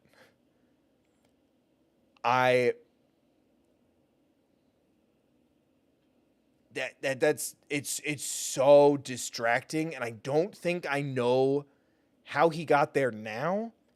But I feel like I'm at peace with it, because once by the end of 2018, that was the other thing too. The twist, I already knew the twist because I've seen Thor, the Marvel Thor. I'm not versed in this shit, which made the rest of the game very exciting. Oh, what's that? Oh shit! Like that's a big not dragon thingy. Ooh, the big serpent of the world. What does that mean? Like that was all really cool, and then the twist at the end of God of War 2018, I'm like, yeah. There's like 3 really big names in Norse mythology for idiots like me who don't know shit about it. And that's one of them. But I still really like the game. But I couldn't get over myself waiting for them to acknowledge the original God of War to the point where I thought it was a reboot. And they almost kind of do a smidge, a skosh. It's so distracting that like I think I might be due for a replay of God of War 2018 one day on my own. Because I also think Ragnarok is better. That's just me. But I'll never forget that feeling of like, how the fuck did you get here? How are you alive? And then the big twist at the end, and I was like, yeah, no shit. And it's not a bad thing. It was just like such a big, and like it wasn't like a big final like boss fighty kind of thing. Like you just kind of go into the room and there you go. And I'm like, okay. Little anticlimactic. And then I did the Valkyrie fights. And I was like, oh fuck yeah. Well, that's what I was looking for. But it still does great storytelling. It's still great action and environments, and the narrative is superb. Um, when it's not shackled to the previous five games.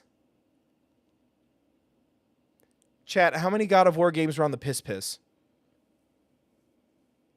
Because there's the mainline 3. And there was at least 2 games on the Piss Piss. Right? Right? And no one can tell me how he got over to the Norse shit. Because I looked it up. So I was like, I'm missing something. Am I dumb? No. I'm too smart. But no, I envy the people who start with God of War 2018. I think if you start with 2018, do Ragnarok, and then play 1 through 3 as like a prequel, I think that'd be sick. Very Darth Vader. But that being said, God of War Ragnarok. Boop. Next to Village. I think, like I said, I think going through a full game, and now I'm part of this story now, and I just kind of let it go. I had a much better time with Ragnarok. I think they reference being the ghost of Sparta and a god killer a lot better and a lot more. So I kind of just was able to let it go. I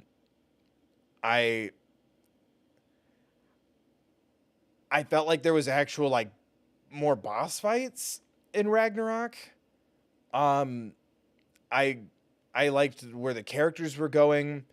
It could, if God of War had stopped at 2018, I'd be pissed. If God of War stopped after Ragnarok, I'd be at peace. You know? But I loved playing Ragnarok. I didn't have to do too much more stuff, but I platinumed the shit out of Ragnarok. Like I said, I love the narrative. I love where it ends up heading. I really love the relationship with Boy and Daddy. And I feel like we finally get Atreus as like a full character in Ragnarok, and we get the rest of Kratos together and independently, each of them. I just think it's all around it's just better. I think it has somehow less legwork to do than 2018, because God of War 2018 just refused to do the legwork and then set up Ragnarok so well to where I'm like, okay, especially because I only spent like, I think like 10 or 20 bucks on 2018, that I'm like, okay, yeah, it's a prequel full game DLC to Ragnarok. That's all it needed for me. And there wasn't a lot of wait time for me between 2018 and Ragnarok. Again, to my benefit. But yeah, it's still fucking, when I think about it, it still frustrates me, because I'm like, I buried you on the PlayStation 3. Like, what the fuck are you doing back here? Who is this other boy? Gone Home. I definitely like it the most of my C's, but it's a C. I liked the story. I hated that it felt so much like a horror game that I couldn't enjoy the story fully. It's like, it's a little walking simmy, but I like those kind of games. I've played better creepy, spooky, with a fun twist walking sims than Gone Home, but I still liked Gone Home. It just, I've never wanted to pick it back up. I don't know. I like it. I also, again, I was pretty convinced it was a horror game for the longest time, to the point where then it was like, oh, I set myself up for a completely different expectation, and then created a vacuum of disappointment where there shouldn't have been one. So I do blame myself. But fine. Um, oh, the friggin' Life is Strange DLC. I can't give it higher than a B because it has like over a dozen copyright claims, despite me setting the setting to no copyright music because it didn't patch. Like they eventually did a patch, I think, for it. But it is so many copyright claims. That's all I think about. But I liked it. I like I liked the kind of I guess yeah, a radio DJ. Um yeah, I liked it. It it it was nice to add a little more to True Colors. I kind of wish it was just in True Colors. But I think it came with Life is Strange True Colors for me because I bought the digital. Um, but I liked getting to play as Steph for a bit. Um, I just felt like that story was pretty nicely cinched off for me in True Colors.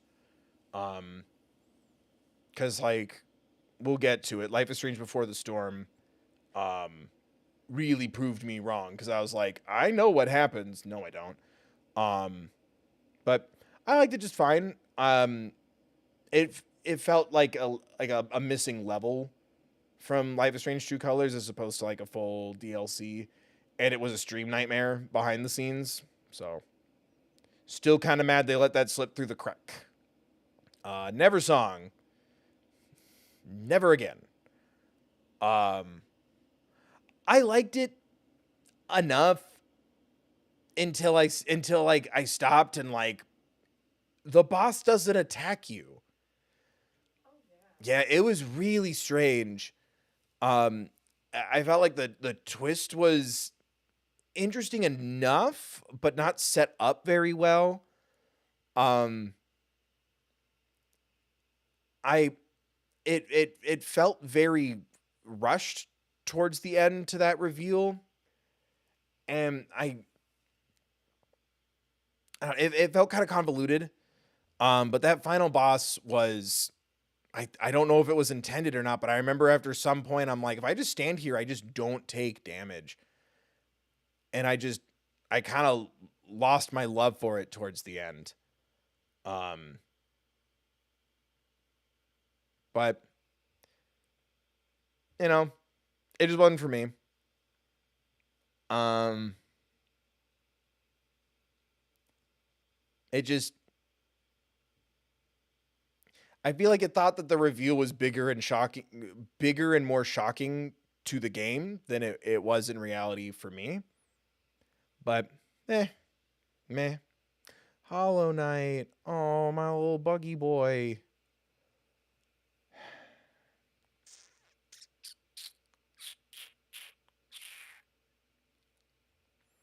Um, I'll stick it with bad ending Undertale.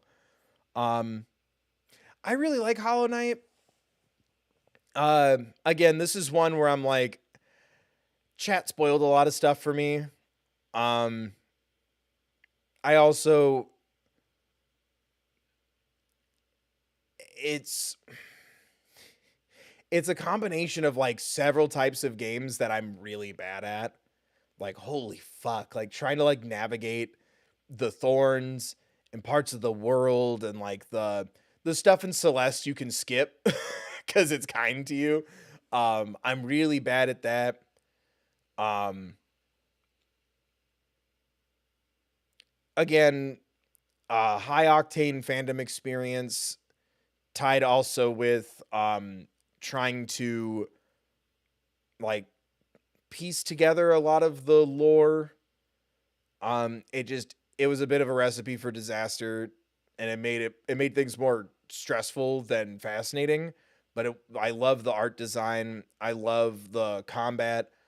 I just wish I don't know, like I it doesn't like the fact that the bank isn't real. Like it doesn't feel like it should be part Souls like now that I've played some Souls likes. But I feel like this was the first game that I played and went, Yeah, I would much rather watch someone who's really good at this game play it than me try to play it for other people. Like, this doesn't feel like a game to go into blind. That's okay.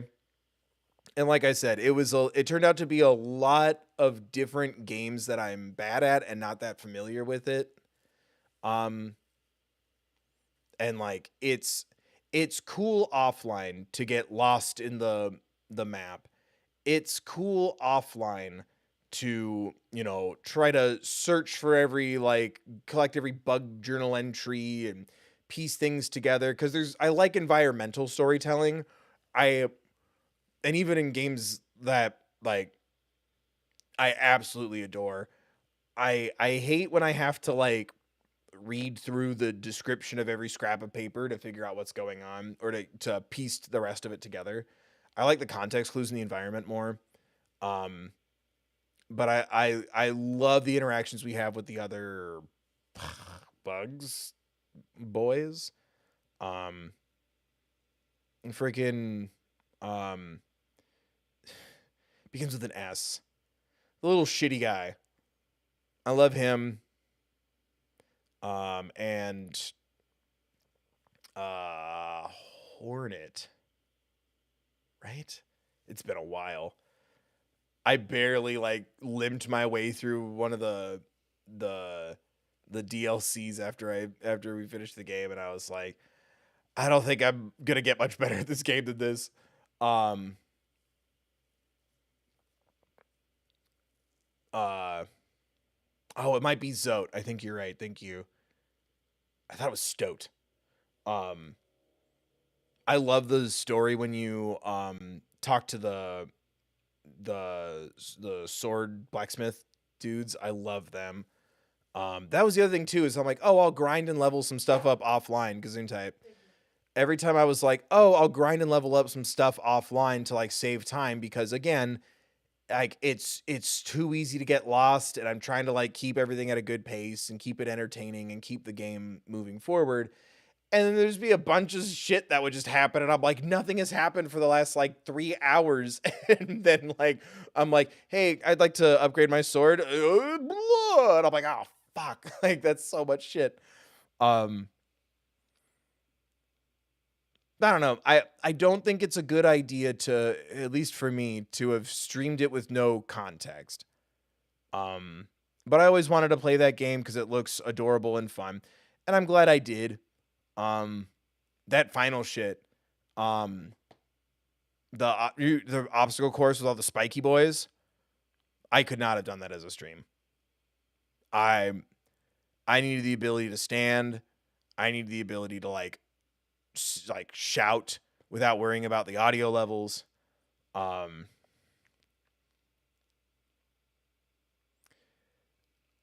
we're about to make a rule where if you mention Silk Song, you're gonna get bonked into timeout for at least. I wish we could do it for, like, shorter than how YouTube does it.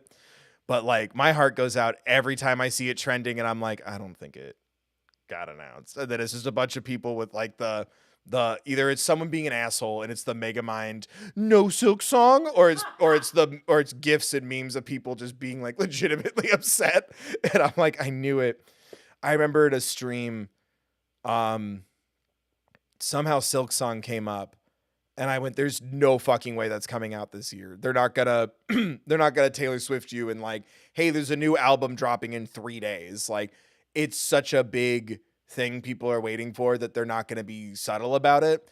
It's not dropping by the end of this year. You'll be lucky if you get a teaser by the end of this year. And some people got mad at me, and I'm like, what? Like, they're not just gonna, hey, in 2 hours you can buy Silk Song. Like,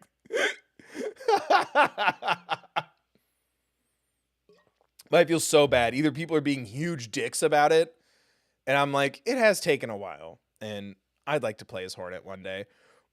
Or it's just people being absolutely devastated. All I see is, like, trending Silk Song, and I'm like, sorry, boys. But we're about to make that a banned word. Silk Song. Um, but I don't know.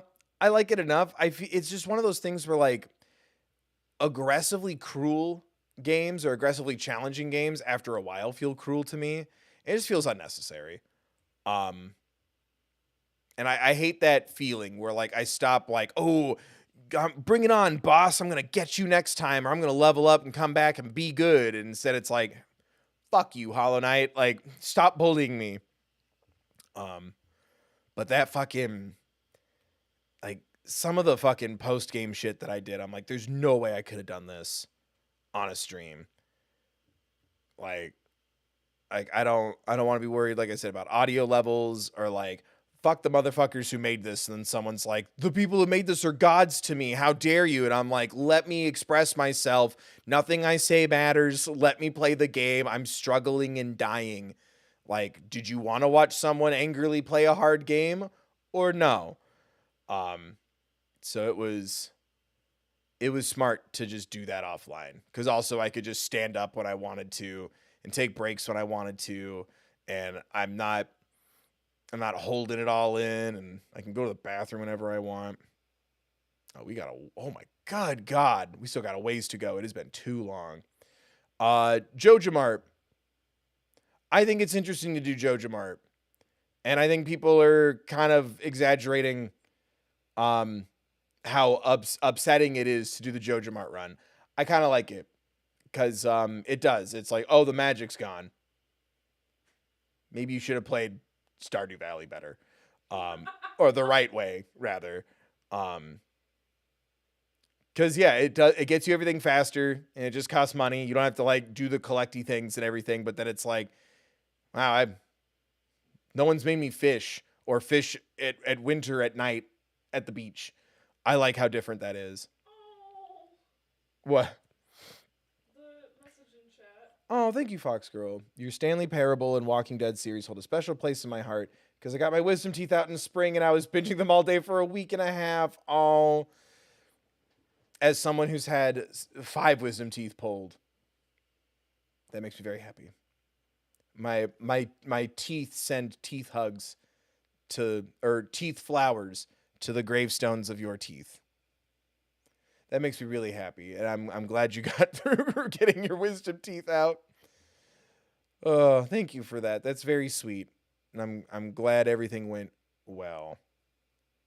I really like Iconfell. I think we'll put that above. Yeah, I think it's a good B. I really enjoyed Iconfell, and that style of 2D RPG, it's hard to sell me on it. Like, I gave up on Final Fantasy Tactics Advance like twice trying to get into that. How did you have 5? I don't know. But it was there. And yeah, the dentist made me cry at an age and time in my life where I wasn't crying very much. Because she was saying, oh, it's probably going to be attached to a nerve and you're going to be paralyzed in the tongue and jaw and you won't be able to speak or sing properly while I'm sitting here with a scholarship to a musical theater school. And then we went to the actual surgeon who went, no, if it's somehow attached to a nerve, we'll just break off that part of the tooth. I've done it 100 times. But yeah. And it was like one of my first times driving myself to an appointment by myself because I just got my license. So I'm in my mom's minivan alone, crying and like sobbing. It's like my 5th, 6th time driving unaccompanied by anybody. And I'm just sobbing and trying to like keep it together. And red light means stop. It was a whole thing. Anyway, I highly recommend Iconfell if you like 2D RPGs. I like the story. And I really love the music.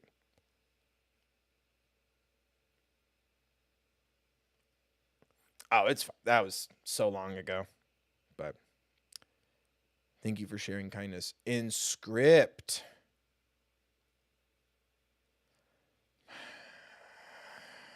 This is another weird one for me. Act 1 of Inscription is an S. And kind of Casey's mod. I like Casey's mod just fine. The rest of it, though, is like a C. Act 2 was fine. Act 3 was kind of eh. And I liked the finale. Overall, a B. So say it with me now, chat. Act 1 of Inscription is an S.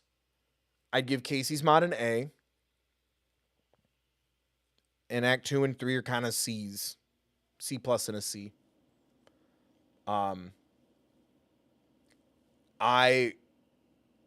think it kind of just went, it kept adding and adding and adding. That's just me. The idea is cool. The structure is cool. I feel like that would have been a cool series of 3 games. That's just me. But yeah, I like Yu-Gi-Oh! Meets Saw in a cabin in the woods. That shit is dope. That shit is cool. I just replayed Act 1 because I'm trying to get some trophies on it because I did all the skulls on Casey's mod. I love playing scary Yu-Gi-Oh! In a dark lit cabin to relaxing creepy music. Act 2 was fine. Act 2 was fine. It was goodish. I liked what it was going for. It's just like, oh, I was kind of hoping for more of Act 1. And then Act 3, it was like Diet Act 1 without any of the creep. And I'm like, eh. So it is a B in total. If I was giving Inscription the White Swan, it would be yours. Or whatever that quote is from Black Swan. Despite their bad business practices on the PlayStation Store, I like Inside. Shout out in chat if you were there for the Inside incident, where it was listed as a free game on the PlayStation Store, and then as I'm streaming it, it revealed itself to be a demo. And I had to pay $20 for this game that's always on sale and usually bundled with Limbo. I'm probably the last person to pay full-ass price for Inside. I was pissed. I'm still kind of pissed. But I liked Inside. I really liked the gameplay, the overall design, that sort of like 3D, 2D kind of combo. And the end was disturbing.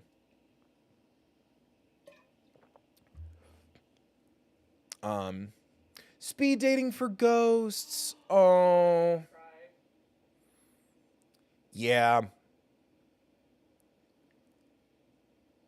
I think I'll put it next to, right between Unpacking and Night in the Woods feels kind of right now. I think it's super fun. I love speed dating for ghosts. You could have some very silly, very fun dates. You could have some very insightful, very existential conversations.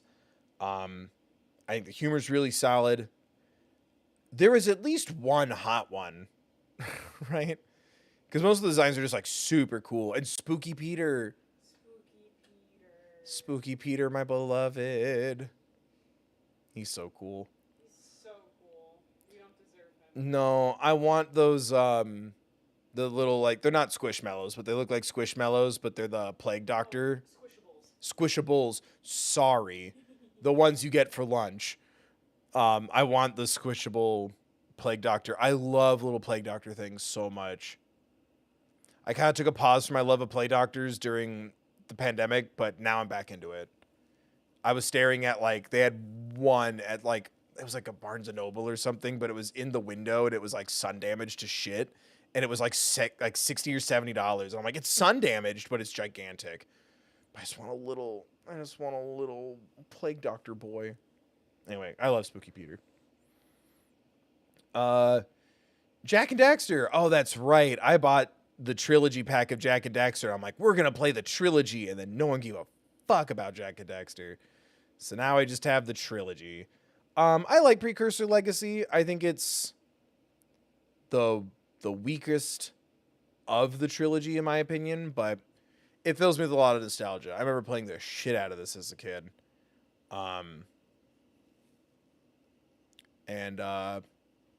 Yeah, I'm a Jak 3 apologist. I don't care who knows it. Donate. There's no lead into it. Remember to hit that like button and subscribe. So I'm a Jak 3 apologist. And I don't know why. I think I just there was a period of my life in my like right as I was hitting like that entering adolescence kind of phase, I really liked the darkness part of you stories, then with the redemptive light and finding that balance. Very Riku in Kingdom Hearts Chain of Memories and 2. Um, but I love the Jack and Daxter trilogy, and no one else does, and it hurts me. Horizon Zero Dawn.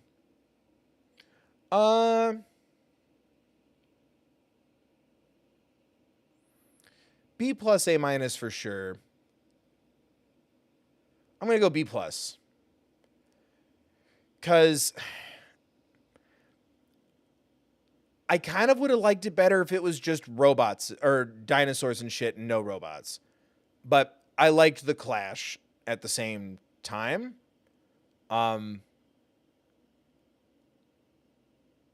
Maybe it's better explained in the sequel, but I kind of wish I understood the inner workings and the politics of the world and the society a little better.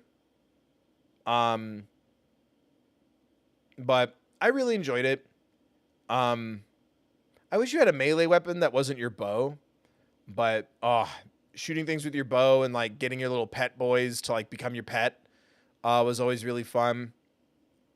It got a little tiresome trying to remember every little trick on each individual creature. And I think part of that is because like I'll stream it for a couple of hours, put it down for a couple of days, stream it for a couple of hours, put it down for a couple of days. So I kept forgetting. But I like the environment. I just think it would have been cooler if it was literally dinosaurs.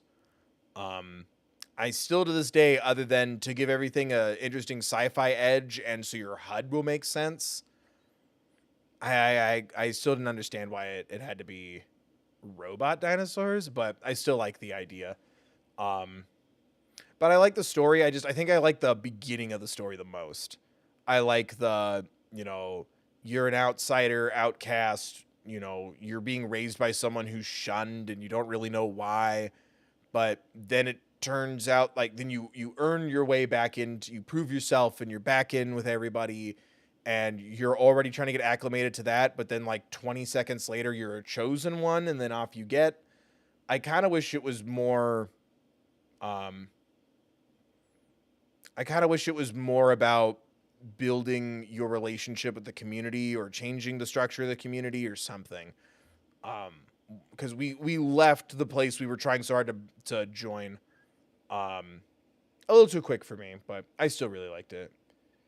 Freaking Killer Frequency. This game was so cool.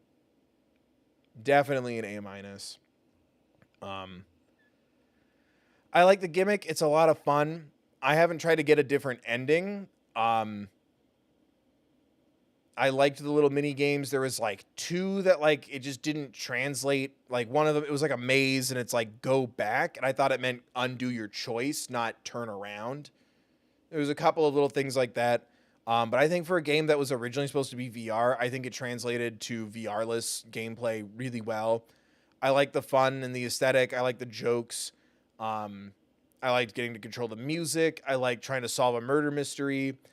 I liked that we acknowledged for a while how silly the setup is, and then we were rolling with it.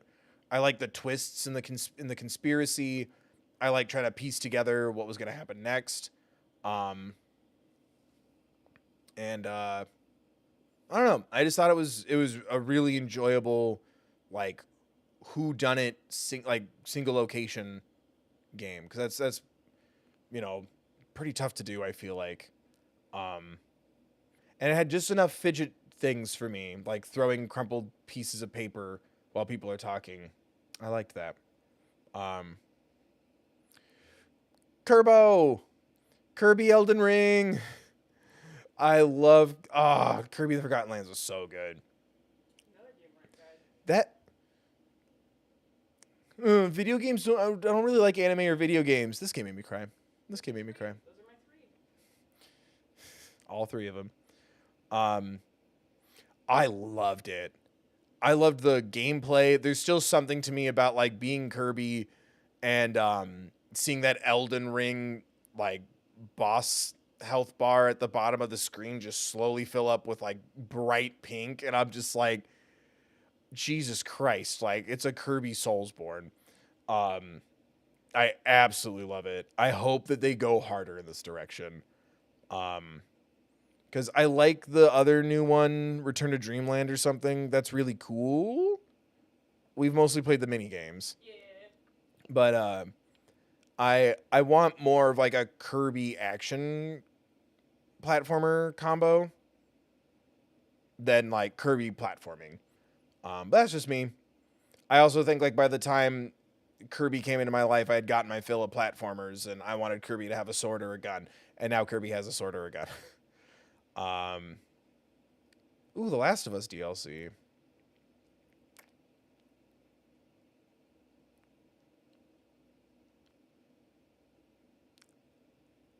Hmm.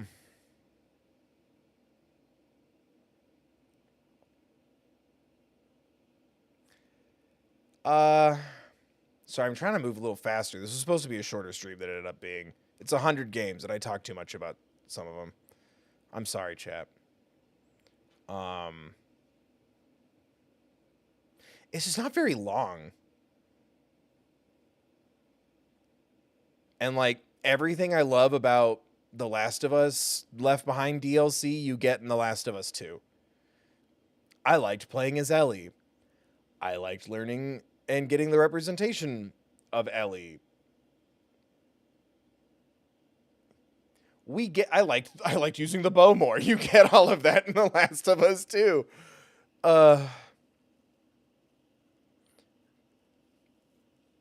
Yeah, I'd say it's a solid B.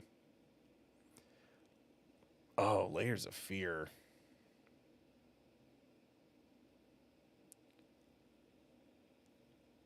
Eh.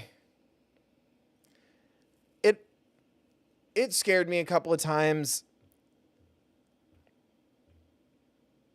I really wouldn't want to play it again though.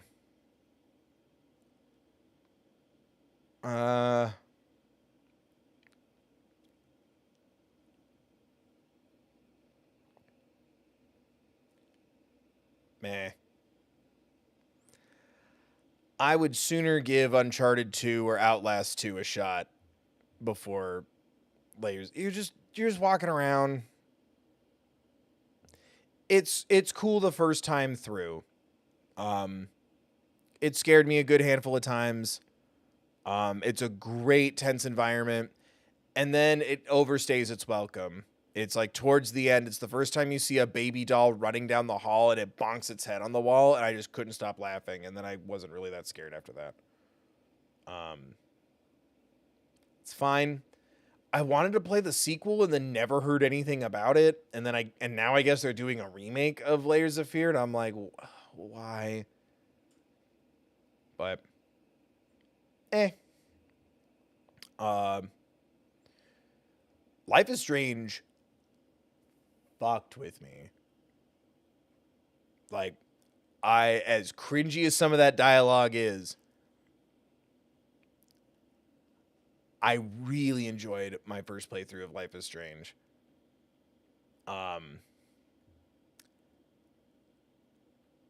The only thing I don't like about the first Life is Strange, I can't really knock it for, which is there's only two endings. And it's like, yeah, dude, all the sequels are going to have more than two. But,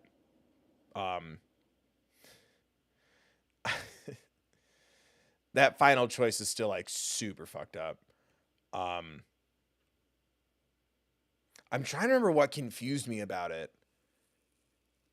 That's it. I thought because it punished you so many times for like trying to have your cake and eat it too. Mild spoilers for one of the endings of Life is Strange 1. I remember thinking, I guess to make it vague, spoiler free, never mind. I remember thinking if you choose, I don't know how to say the spoiler free. If you choose the one over the many, I guess, if you choose whatever. I thought you would lose no matter what. If you like, no matter what, I thought each ending was going to be the same. If you choose to go to the lighthouse to wait out the storm, you're doomed. If you choose to go back to town, still doomed. I thought it was lying to you, or it was going to trick you. My first time playing it. But yeah, you wish you had more choice in the first Life is Strange. Absolutely. But it's like, again, like I said, it's the first Life is Strange game and like maybe the second or third game to exist like this total. So it's like, yeah, it's not going to have the biggest web. That comes later. Stardew's a good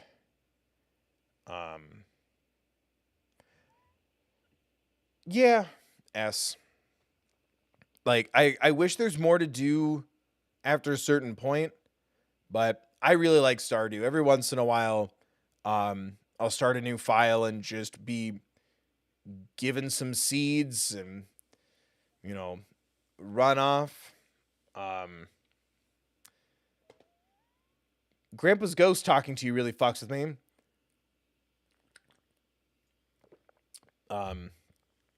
But I really like Stardew Valley.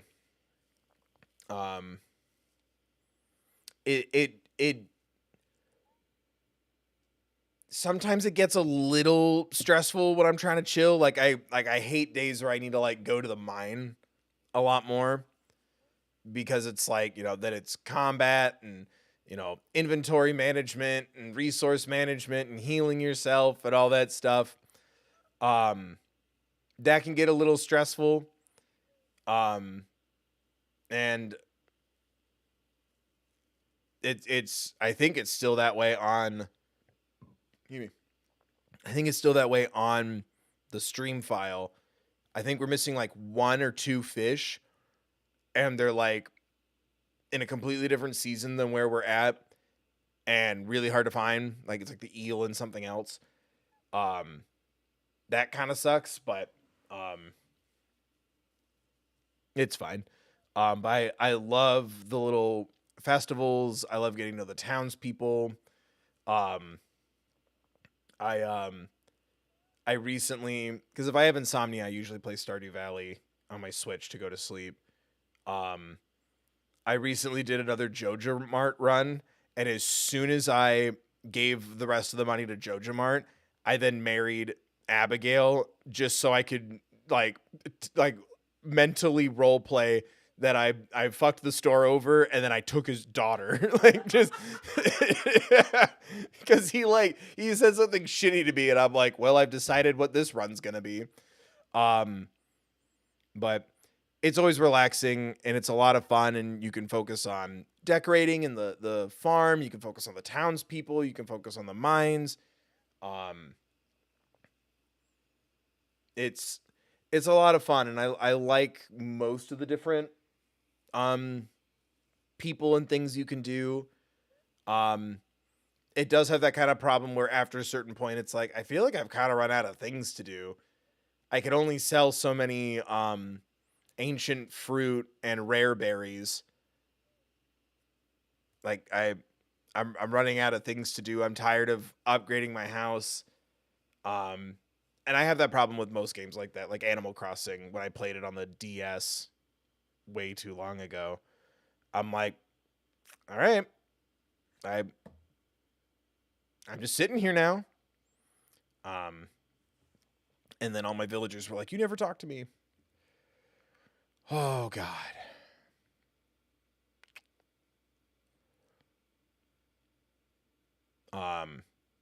This is Bad Run Amori. I like Bad Run Amori more than Bad Run Undertale because I kind of get what I want. when I think about Bad Run Undertale. Because, like, skipping out on all the RPG moments and the fun because you just never go outside um, really gives me that feeling of punishment for not not playing it wrong, but, like, doing the least healthy thing, I guess we'll say. Um,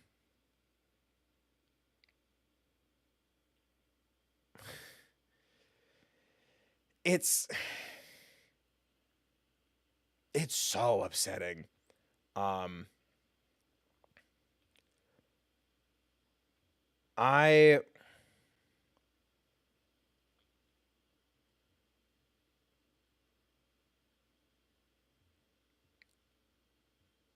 I like putting it there. I I think it's a solid A minus, and I think it's because while it is very interesting to experience that version of the story, it's just like Undertale where it's like there's less of the game here and it's kind of your punishment. Um but yeah, Evil Amori, um I'll never do it again, but it was definitely worth checking out. Oh, Little Misfortune. Uh yeah. It just made me too sad.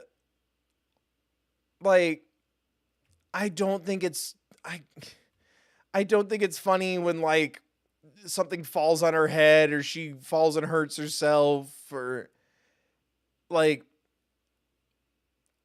so much of the ideas are like so interesting and cool, but like it's too sad.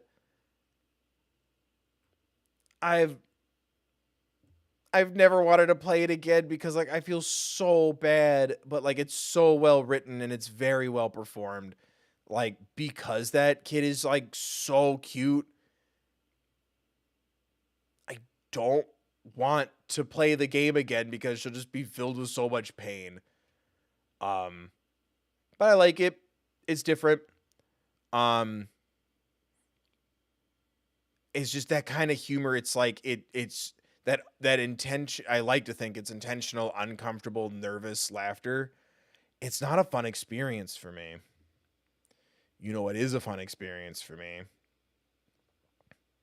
Making two hot anime lawyers kiss in front of the ghost of another hot anime lawyer. I love Phoenix Wright. Um, Definitely had a couple of bumps with Precious fandom issues. Still really love it. Um, I I hope people would be interested in doing streams for Phoenix Wright, Ace Attorney 2 and 3 cuz I have them cuz I got the trilogy. Um I really love these characters, as bizarre as the fake judicial system, like how the everything works. As bizarre as that is, I like exploring that. I like how later cases start to kind of tackle how things kind of work there and like exploring like the ramifications of failing. I like the conspiracies that go on at times. I like the mysteries. I do have some flubs with the gameplay, but I have enough fun to where like yeah, it's annoying, but it's fine. And also I'm hoping that feeling will go away in the second or third one because I've also only played the first one. But I love Phoenix Wright. It's it's hot anime people pointing their big thick fingers at each other and fucking thirsting and flirting constantly. If they don't, the only thing that keeps it from being in my top 5 is that they haven't kissed yet. Oh Jesus, Bendy the Ink Machine. I really picked the wrong one there. Um, nah. I would play the first like half of it if someone made me or wanted me to, but that was just it just got so repetitive and disappointing by the end. Um, and it was my first attempt at trying to like check out like that whatever mascot horror or whatever it's called. Um, I guess if I were to do it all over again, I'd rather play Five Nights at Freddy's before everyone found out that Scott Kaufman's a fuckface and donates to fucked up political people and shit. Because now I can't unthink that. But I was like, I'm not like the other girls. I'll play Bendy because it looks cool. And I didn't know anything about that one either. And we did it. And yeah, the first 2 chapters are really cool.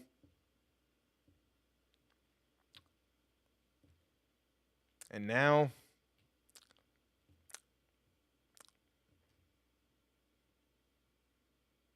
that's my experience with mascot horror so far. I tried once more and it didn't go well.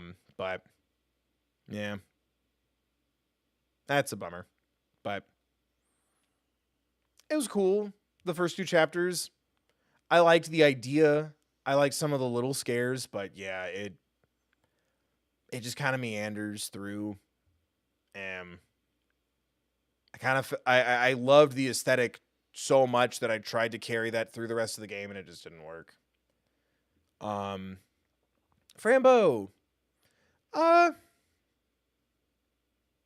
Frambo's good. I think it kind of, I talked about it because like the ending was kind of like a little too quick. I feel like it kind of blew its wad in the first chapter, and I understand that some of these games like Frambo and Bendy came out in chapters. I'd rather like that kind of imagery and that kind of theme and those visuals instead of getting 50 fucked up things in the beginning and then sprinkling it out throughout the rest of it with like a pleasant fantasy chapter in the middle. I'd rather that be spread out throughout the whole thing.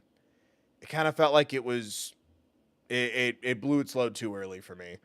As far as like a structurally. But I liked the kind of like macabre, like more macabre than normal, like Alice in Wonderland feeling to it, while still maintaining its own identity. I liked the dream world. I just felt like once we got back from the dream world,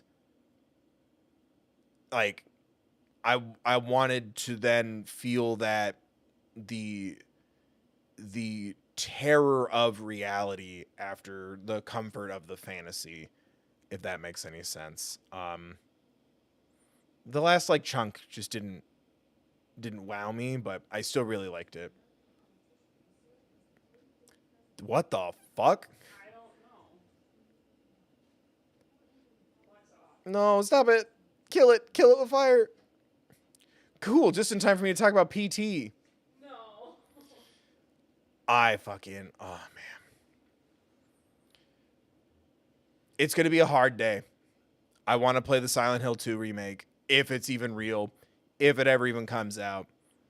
But out of respect, I'm going to pay full price for Death Stranding. And I would like to stream it. I want to play it. I feel like I need to give Hideo Kojima some more of my money to pay penance for the Silent Hill 2 remake. PT is one of my favorite things. Robeson, thank you for the 5. Like that little exercise pair. Thank you, Robeson, for the 5. I appreciate that. Oh, we're far more than halfway there. Yeah, we only have... Good God, that's still too much. Chat, don't leave me. I'm sorry this took so long. PT's incredible. It's fucked up what they did, to my understanding of what it is. I still don't fully know it. Like the full what happened there. But I love Silent Hill. I recently have been able to replay the 2-3 HD collection on Xbox. I love Silent Hill so fucking much. If I felt like it'd be something I could stream without getting yelled at by YouTube, I totally would, but also like it's a lot to subject people to. But it'll definitely be something where either it'll be like a members only kind of thing, or I'll just bite the bullet and hey, you know, because I always put like a little, you should look at I've been told, or I'm under the impression, or I have now experienced heavy things in this game. You should check it out, or look up the warnings if you want to. I thought I was gonna sneeze. Um, I love the Silent Hill games. I haven't played all of them, but the ones that I have played, or the other ones I don't have access to, I'll just watch a video for because there's something about the the the nightmare of life, the inner turmoil that manifests itself in the Silent Hill stories. I always find them constantly fascinating, and I was so looking forward to PT, and I love Norman Reedus and Guillermo del Toro. I always want to like Guillermo del Toro's movies, and I've liked the last two. Um, but I enjoy hearing him talk about how much he loves monster movies. Um, I didn't think Shape of Water should have won Best Picture, but I loved hearing him accept the award. Um, but I, anyway, I want to play Death Stranding. I'm gonna bring it up at some point, um, for the channel, and I'm like, if nothing else, I need to buy it just to pay penance. But I've never played it. Um, But I don't know. I think it would make an interesting stream if people were interested. But I know it's a very divisive game because everyone tells me either, oh man, I think you'd really like it, or you're going to fucking hate it. And I'm like, what is it? You got a little fetus for a fanny pack. Um, it's okay. It's very experimental in a way that didn't quite resonate with me. Yeah. I mean, you know, you got to do your thing. Oh, fucking Vanishing of Ethan Carter. No. Just no. I didn't care for it. I remember at the end, because like there's times where it makes sense to use certain languages. I think we shouldn't be like sugarcoating our past. It Chapter 1, I think, is a good example of that. Like, let's not pretend the 80s was like this beautiful time. I just didn't like it. It wasn't very fun or interesting or satisfying. At least I was outdoors in a walking sim. But I just remember not liking it. I remember just the ending, and I'm like, okay. So, nah.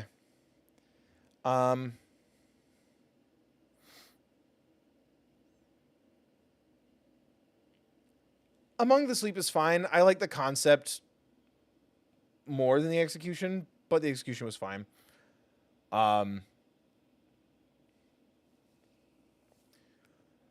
don't know.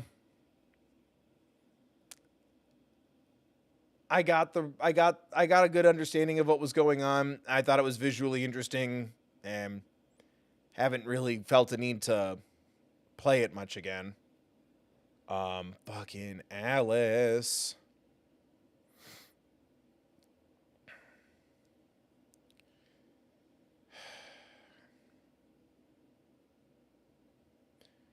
Fuck yeah.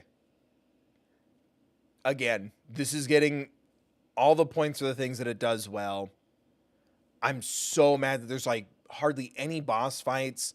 The monsters are really repetitive, and it was just like cut down on time, cut down on budget, and then they did American Mickey really dirty on a third one very recently and just flat out said no. Like, there's so much that's so cool and so great about this, and it's very beautiful. Like, I I love the idea of like Wonderland deteriorating with Alice, and saving and preserving yourself save and preserves Wonderland. Um, it's very dark. Um, it's some of the best platforming ideas I've seen in a while. Um, I'm glad I finally got to play it. The combat's way too exciting. It feels like God of War at times. Um, but it's a shame. Like, it really needed just a little more time in the oven, and it would have been absolutely fantastic. I had fun playing it though. I'm glad I finally got to experience it. I'm starting to regret putting all the Telltale seasons in different sections because now I'm forgetting which season was what. And I can't tell what this is by looking at it. I know this is the first one, and this is the last one. I don't know which season this is. But I'm going to try to remember what it is and give it a B because I liked season 2. 3 was my least favorite. And then, yeah, first and last are my favorites of Telltale.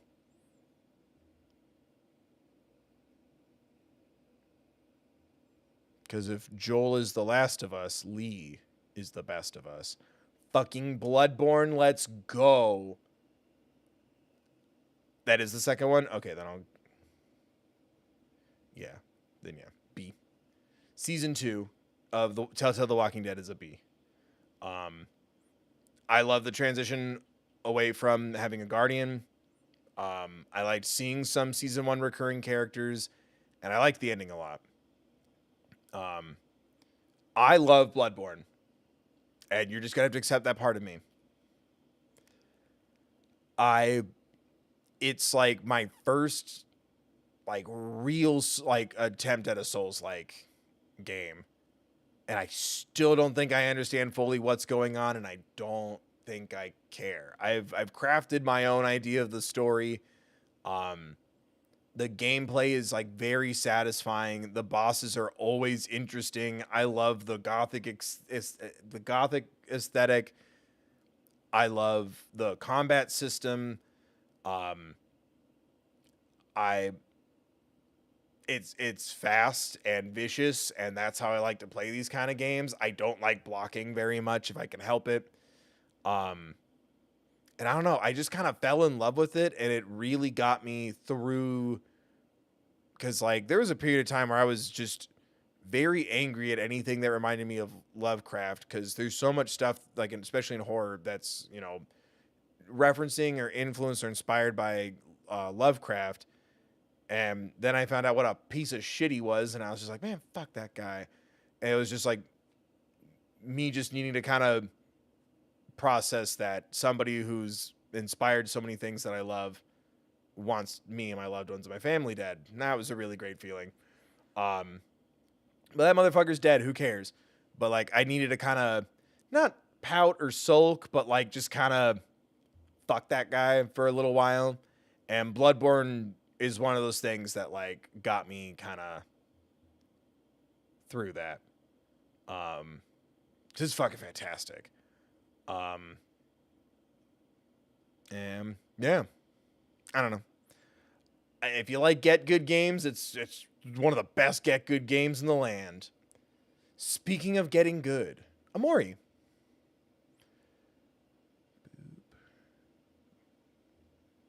Oh my god.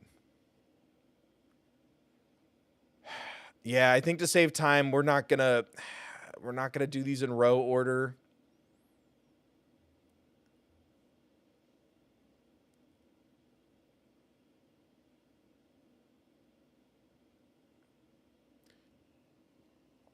I love the art in Amori a lot, and that doesn't sound like much of a compliment, but from someone like me, like I feel like I gravitate the most to like story and character first, and then like art directions kind of like lower on my list. The design of the something behind you is still one of my favorite fucking things. I think it's so dope. I really love the story. It was hard to kind of piece some of it together, but then once it kind of all fell into place, I don't know, I really loved the way that it's done, and I love this feeling of like how strange and surreal it is, because without spoilers, the main character is unearthing a memory, and it's such a bizarre revelation. Like, it's so like there's setup to it, I'm sure, if you look for it. I have not replayed Amori other than when we did the bad route.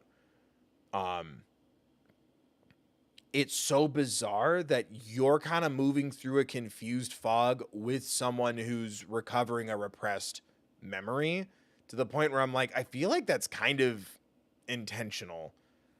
Like, it's so strange, and it's so dark and unsettling that, like, you know the whole time that something has to be up. Something's going on with this kid. Something's going on in this town. That's not on the list. And as it's all like the pieces are like just in front of you, you're just like, no fucking way. Where's the next piece? And like, no, there you go. Like, you're just kind of, like I said, like, you're moving through this malaise with the lead in the way that someone unearthing a repressed memory. Like, there's something about that feeling that, like, I'll never forget. And the music's really beautiful, and the way that it tackles certain subjects like grief, like, as much as I resent some people trying to tell me that I got emotional at the wrong part,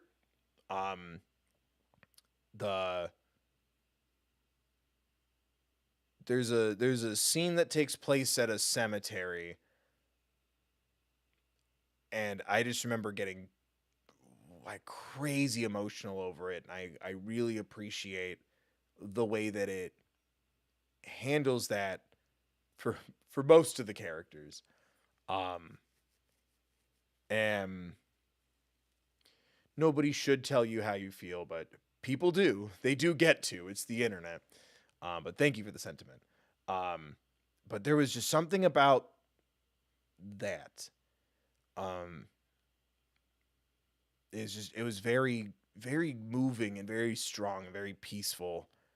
But like, you could still feel like the pain. Like, it makes me, because I never want to be that, oh, it was 3D, like, I never want to be like that. But it made me wish that I could see a performance, because like, I could summon one in my mind's eye, and I wanted to see it play out on a 3D plane for me right then and there. Just that moment, even.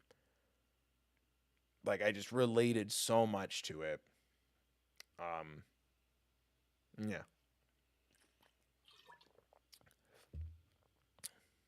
And that was the first time I annoyed somebody with my, and what are we doing today voice. Where, like, to the point where people were getting mad, and I'm like, good. If you don't love me at my, you don't deserve me at my Outlast 1. I like Outlast 1. Nostalgia probably blocks it from going a little higher. But I like the first Outlast. Like I said, it's my favorite of the 3 that I've played.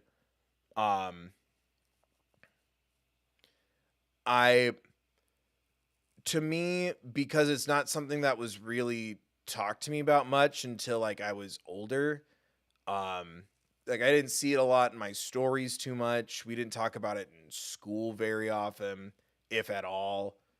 But like that, the mistreatment of like patients and, like, you know, the asylums and psychiatric facilities and mental hospitals, that's something that's like, it hits this like nerve, because I still can't fathom it, and yet I believe it when I'm told it, but it still feels unbelievable. Like, it borders on the surreal line of there's no way, and yeah, we definitely suck and have done a lot of people grave disservices, and yeah, that's, yep. And that, again, that even goes into like witch trial shit. There's a demon in you. There's something about the disservice we've given to, like, just people, like, I don't even know like what the proper term would be here, but like ailments, things that people are working through. Um, I don't know what like the kind term is, but people with certain diagnoses, um, like I don't know. There's the human mind is so fascinating, and yet we abandon so much like abnormal condition or behavior or whatever the kind term would be. And like I know so little about it, and it's hard for me to like stomach, but I also like have never questioned the authenticity of it at the same time.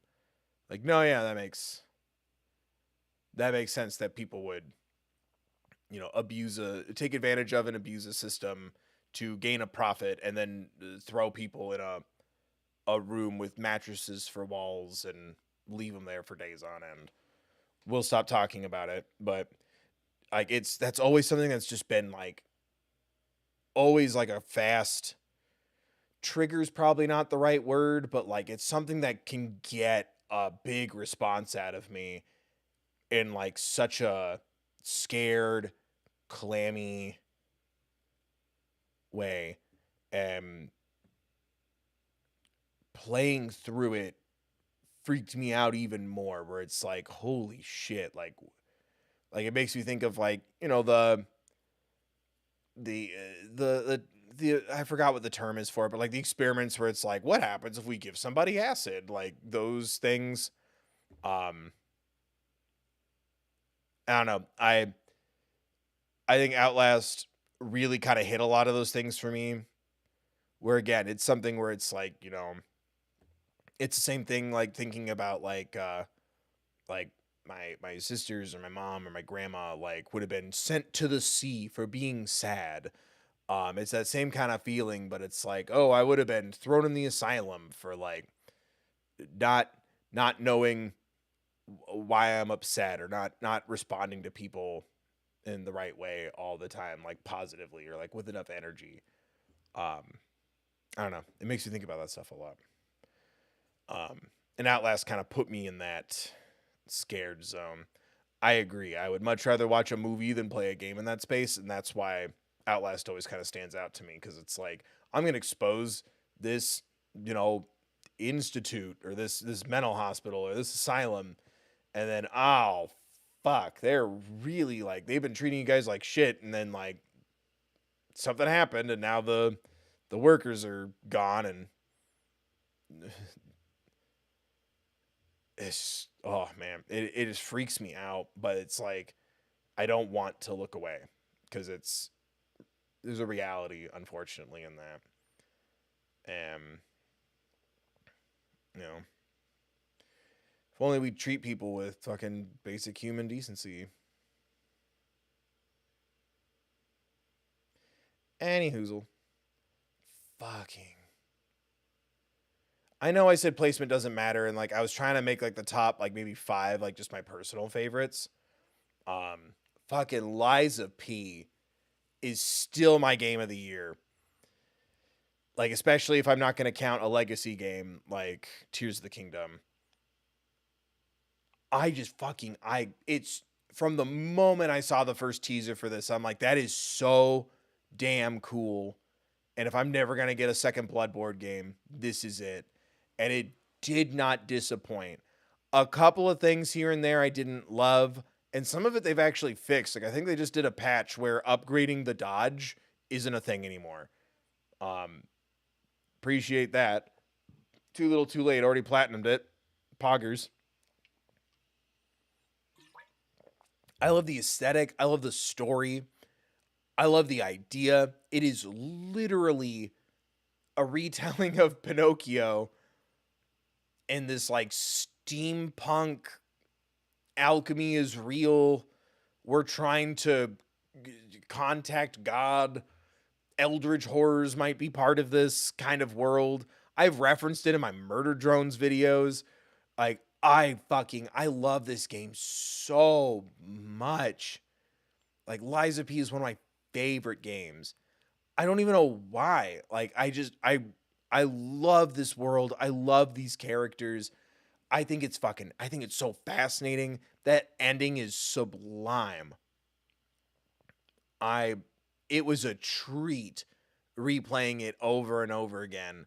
I wish the endings were a little more different. One of them is, and it is dark and dope. It's so good. I really I really hope more people watch the Liza P streams, cuz when that DLC and that sequel comes out, you bet your ass and you will like it. This is my version of pulling up the car and we're going to church. Like I am in control. If you're good, we'll get McDonald's. I God, it's so satisfying and it's so fun to play and it's just cool. I can't wait for more. It is the only time I've never cared about the Game Awards. It's the only time I've ever been upset that a game wasn't nominated for Game of the Year, and it's Liza P. It's up for Best RPG and Art Direction. Vote for it. Like, comment, share, subscribe, donate, become a member. Right? I nailed it. Oxenfree. I like Oxenfree. Yeah. I think it's a good B. I like the mystery to it. I've always wanted to try to get a different ending, or I've thought about doing a silent stream where you just don't respond and I don't talk and we just do it.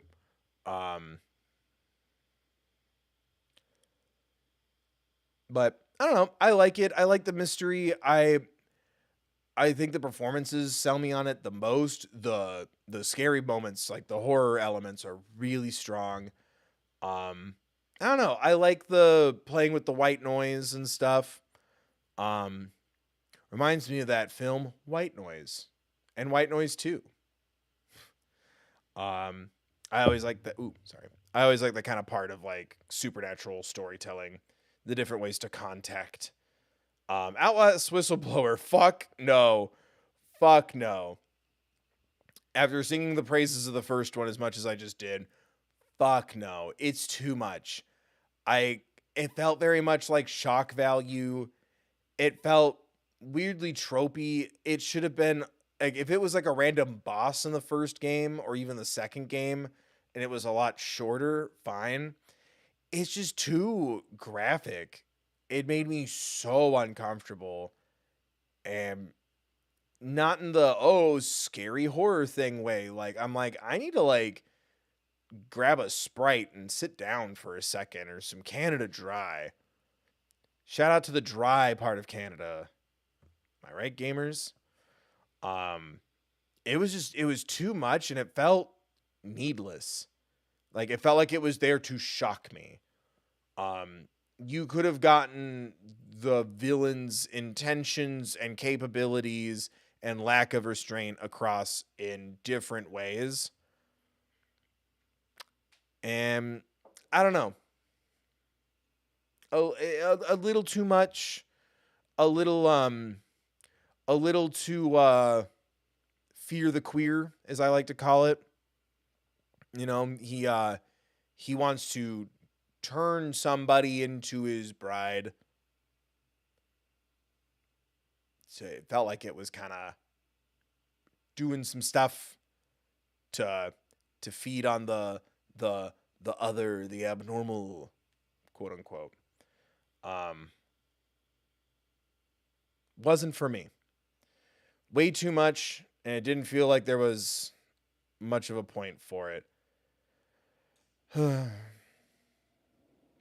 Pokemon Violet.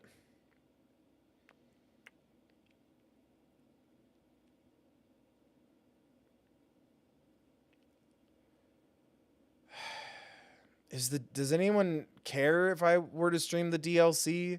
Is it any good? It was I loved the story so fucking much, but like the game was a mess And I'm sorry, we had this argument in the stream, and even playing it separately offline just to see like how I felt about it on my own. It's not as open as advertised. You can't do anything in any order you want.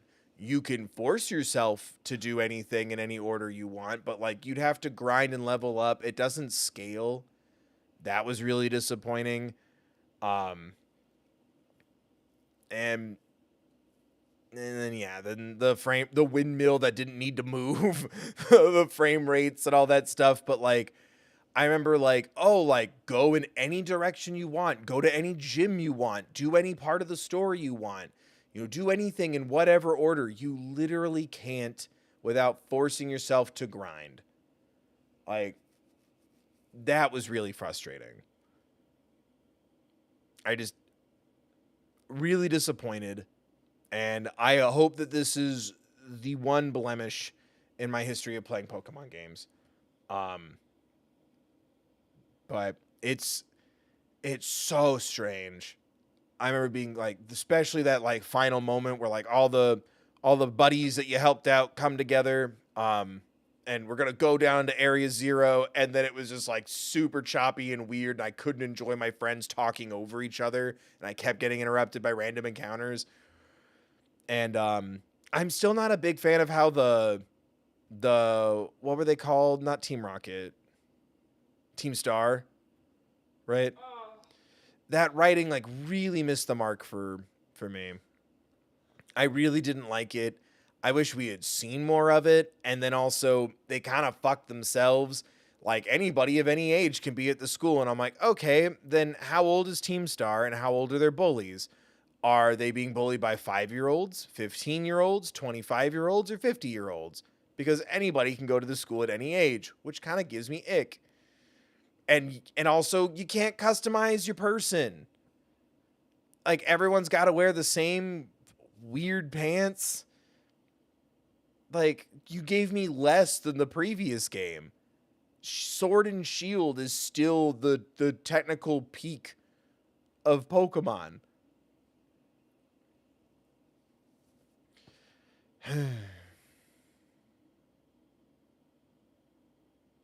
It's such a bummer.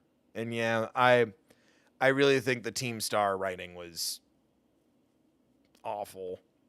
They tried to say something interesting and tried to like talk about something important, and I really feel like they failed. Like, I don't know. It was ambitious.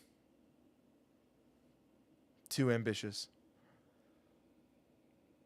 That being said, though, I like Pokemon Arceus. I think that's a good A-. I liked how different it was. I wish it still had a little more, but it was still really fun. And I don't know. I liked it. I liked it was different. I liked that it was like an odd prequel. It was kind of odd to like, oh, you went back in time and you brought your smartphone with you and you can use it to text God. But I liked that it was different. I liked being able to like have your Pokemon outside. That was nice. Did Violet let you do that? I feel like it didn't. Could you walk your Pokemon out? You had a companion? Yeah, because you could make it charge. Yeah. But I liked it because it was just different. Because I also think that was I think Violet could have waited until this year. Because they had just done like Pearl, and then a couple months later was Arceus, and then the end of that year was Violet and Scarlet. And I'm like, that's too many Pokemons, man. Spread it out. And then, yeah, then it wasn't even ready. SpongeBob Power Wash. That was fun. I like the little references. I like SpongeBob. I like Power Wash. It's nice. I like the Separate Ways DLC for Resident Evil 4. I'll put it with The Last of Us. Um, I don't know. I like seeing. I like video games with hot people in it. I liked it. I thought it was cool. I liked getting to do some of the stuff. It was, I think, part of my opinion of it's been really skewed by getting all the trophies. Because, like, holy shit, pro mode on that is a monster. Like, uh. But I liked it, and it was only $10. That's my biggest, like, yeah, this was cool. It wasn't incredibly long, but it wasn't, like, uselessly short. It was like $10 for, like, 6 hours and more mercenary stuff. I liked it. And I think I'm going to put it with the Village DLC. I feel like they kind of forced this idea together. I feel like I'll understand how I feel about this once I know more about Resident Evil 9. Because I'm kind of blown away. Like, they utilized a lot of reused assets. I liked using the powers a lot. I liked getting to play as Rose. It felt kind of redundant to go back to the same locations, but I loved the story so much. It hits me right in my daddy issues. But yeah, I wish we had done some more unique things. And I wish it didn't convolute the story a bit for me right now. Fingers crossed we hear about RE9 soon with Silk Song. They'll hold hands, right, chat?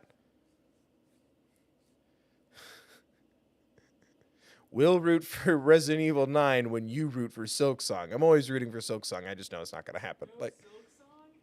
no Silk Song. Like, people are mean. Like, come on. Like, once it's been, I'd say like the mark is about like maybe 3 to 5 years.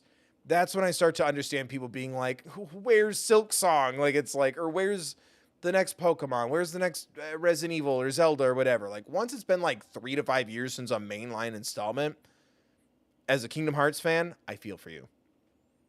Those first 3 years, I'm like, come on. Like, did you do everything in the original game? Maybe there'll be a patch or a DLC.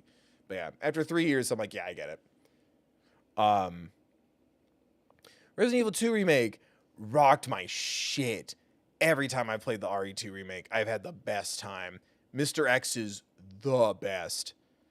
It's so terrifying, and it's incredibly fun. It did everything it was supposed to do. Lift and elevate a Resident Evil experience. Fucking classic. Oh, I did put Rise from the Ashes as its own thing. Look at me. Resident Evil 7's a high B for me. There's not a lot of monster variety, but I like the story. I like how ridiculous it can get. The chainsaw fight and stuff. That last act is really rough for me. Basically, once you leave the bug house after the second boss, after the bugs, I'm kind of like, and then the boat takes too long. But it's a solid B. I like the DLC. I'm great at Evil, Texas Hold'em, and One Punch Man. And I somehow made it through Ethan Must Die. That was miserable. But rewarding. I don't know why I made this a separate thing. Maybe it's because it was recent, but yeah, I'm going to give it a high B. I think it needs a lot of trimming, but I like what it does story-wise for the characters. If I had never known that it was an extra mission, I would have just kept on playing and never would have looked back, and it would have been great. But I like taking a break too. I liked it. I feel like I'll appreciate it more when I've played more Phoenix Wright games, Because, right, Emma Skye comes back. Maya wasn't there. And that was very odd. But we learned more about Edgeworth, and I want to see, obviously, what happens next. But, like, I want to see what the consequences from the story of this case are. It was just so long and a little nitpicky in the case, and you have to watch a VHS way too much. It looks into my soul, but it's still an adorable little boy. Yes, Butt Rock, let's fucking go. Let's fucking go. We're ending strong. We're doing this. We're doing this. S. Sonic Adventure 2 is an S. That's not up for debate. That's a fucking Snapple fact. S. You get Butt Rock. You get Shadow. You get Rouge, my beloved. The music. Playing as Eggman. Fucking you're in space. Rouge. Shadow. Fucking City Escape. Blast and crush 40 while you escape the military pursuit. All bangers. Except for that bitch of a final level. That was awful for me. Spider-Man. God, that was so fucking good. I think Spider-Man's an S.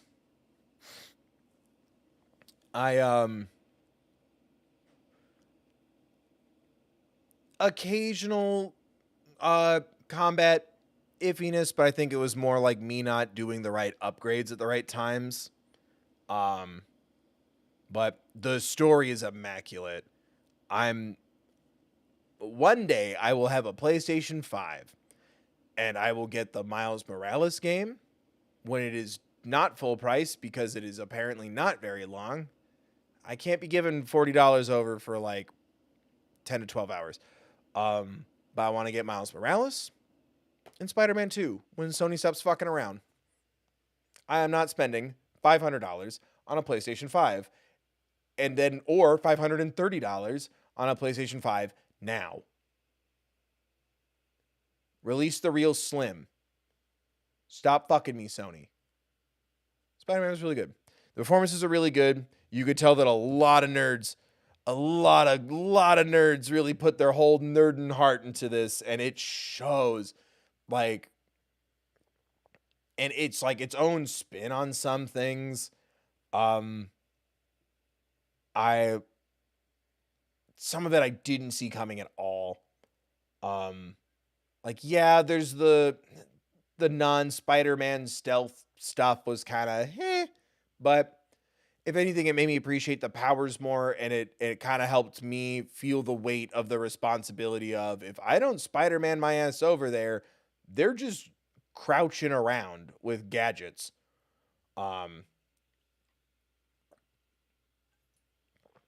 But I loved it. It's everything I've always wanted from a Spider-Man game. This would have blown my little brain in half as a kid. Oh man. What? The bit from dropping Spider-Man hot words. Oh, just saying Spider-Man words. Across the Spider-Verse, Beyond the Spider-Verse, Miles Morales, Andrew Garfield, Kraven, Madam Web. I'm somewhat of a myself. Was it because a trailer dropped? Willem Dafoe. Yeah, it was like, because I named it Across the Gamerverse, and yeah, something dropped while that was happening. Spider-Man 2. Spider-Man. Andrew Garfield, Spider-Man. Mario Party. I like Mario Party Superstars. It's a nudge in the right direction. It's not as brutal as I want it to be. I know you can give them the monthly subscription. Like, I don't want to. You're not going to get in trouble. Like I did on fucking Jack Black School of Rock. I know there's a monthly subscription. Just let me give you $10 for like even just one, but ideally like the first 3 or 4 Mario parties. I want masochism. But it does look nice. And it is harder than the Switch Super Mario Party, the one that came before it. And that was a fun stream, trying to beat a bunch of masters by myself. And then we played a little bit. That was nice. Soccer for love. Sucker for love. I'm so excited for the sequel, even though that company made a game I hate. That's fine. So fun. Like, it's creepy, it's dark, it's sexy. I love those characters. I love those stories and situations. It was fun getting, I think, all the endings. I can't wait for the second one. This game does something to me, and that's fine. This is a judgment-free zone.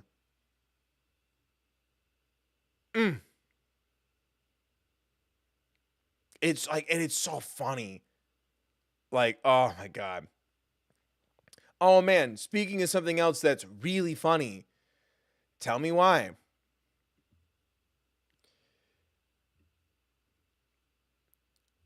Great storytelling. I'm never playing that game again. So upsetting. Like, yay. Trans representation. Trans rights in chat. Say trans rights in chat.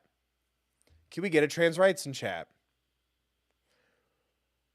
I'm pretty sure this is the first game I played with a trans lead. And it's the most upsetting, like, dark, holy fuck story. And it's from the get-go. And some of the tasks you have to do, like, I remember, like, we're like looking for reports and computers, and I'm like, oh my God, I might as well have gone to work. Like, click, click, click, click, click, click. I can't wait to find another great game with a trans lead, and it's not that dark. But I liked it. I really like what it did about, like, the shared trauma experience and the two different versions, recollections, and experiences of the same memory. Some of the forgiving the lady who was, like, being phobic as fuck was a little rough for me. But the scenery was gorgeous, and the suspense was really strong and terrifying.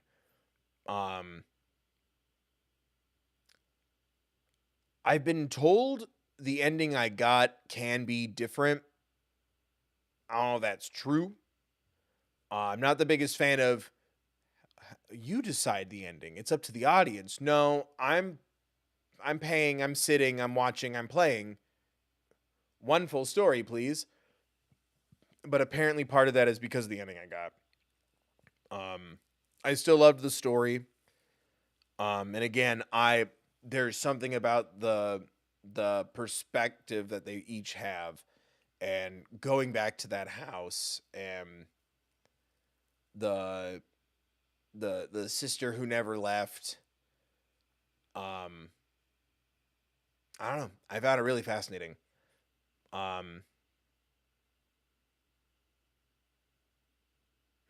I really like Tell Me Why, but god damn,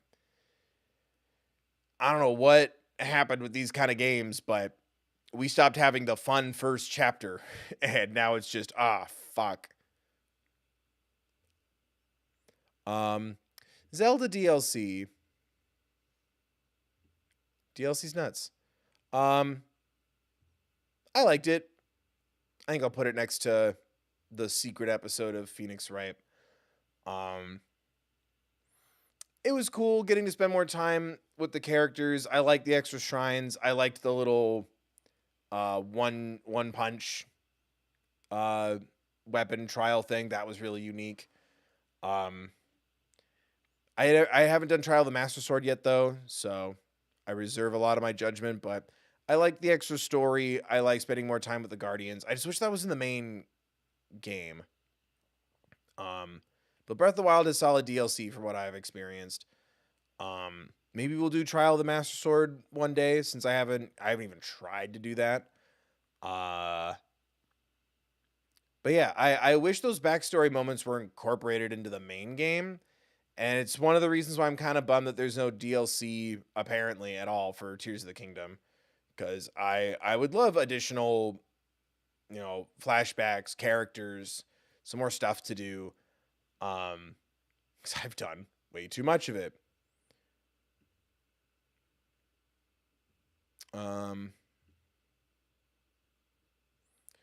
Stick the DLCs over here. Even though Captain Spirit's kind of like a demo. I like Captain Spirit. It's fucking upsetting. Holy shit. I don't even think I've replayed Captain Spirit. That hurts way too much. Like that kid. Like holy fuck, that kid. But it's very cool and very moving. Fuck me. That was the first thing on this channel. Was the Captain Spirit demo before starting Life is Strange 2.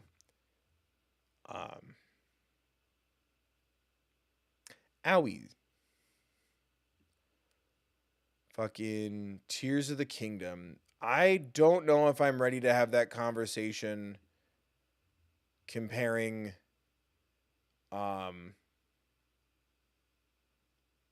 where is Breath of the Wild? There it is. Comparing Breath of the Wild to Tears of the Kingdom. Because I think I like the Tears. I like Tears of the Kingdom story more, but it's Breath of the Wild 2.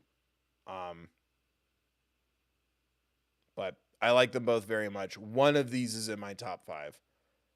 I don't know. I won't get into spoilers, but like I said, I feel like Breath of the Wild, you can do what I like to do and go very story heavy and kind of craft yourself a narrative by doing certain things in certain orders and, knowing what's ahead, connecting certain scenes, getting the last memory, and then, oh my God, I remember Zelda and running off to the castle. I feel like Tears of the Kingdom is more made to, like, that's the inverse. Like it's made to do all the things and then off you get. But I miss having aesthetically pleasing standard weapons, but I really like fusion. I like aesthetically pleasing weapons. Like, that's really my only bugaboo, and it's not even a big one. It's just like, I kind of wish it was like the Master Sword where like you can make it visually go away so you just have a sword. But I also like doing different combos. I like how some of the silly ones look. Alternatively, because I like aesthetically pleasing things, I can make an ugly sword because I'm just low on stuff and use that first and beat the crap out of things. But I love the depths, those fucking scary ass gloom hands. It's awkward that everything has a horn attached to its body. I feel like you could have just made it a bone or something. But I like the reward of stopping for combat, whether you add a horn or whatever to an arrow, or you use it for your weapons, or you sell it later. Because in Breath of the Wild, after a while, if it wasn't, dropping something that I liked, I would usually skip the combat. Whereas in Tears of the Kingdom, I'm like, I should probably fight some things and get some stuff. I like the levels. I love the Goodest Boy Tulin. It was weird that was the only champion that wasn't a repeat from the previous, but I love Good Little Boy Tulin. That scene where it's like, I'm gonna join Link, you're my hero. I'm like, that's me as a child, and I'm dead inside. I fucking love Tears of the Kingdom. The murder of Sonic the Hedgehog is a fucking classic in game literature.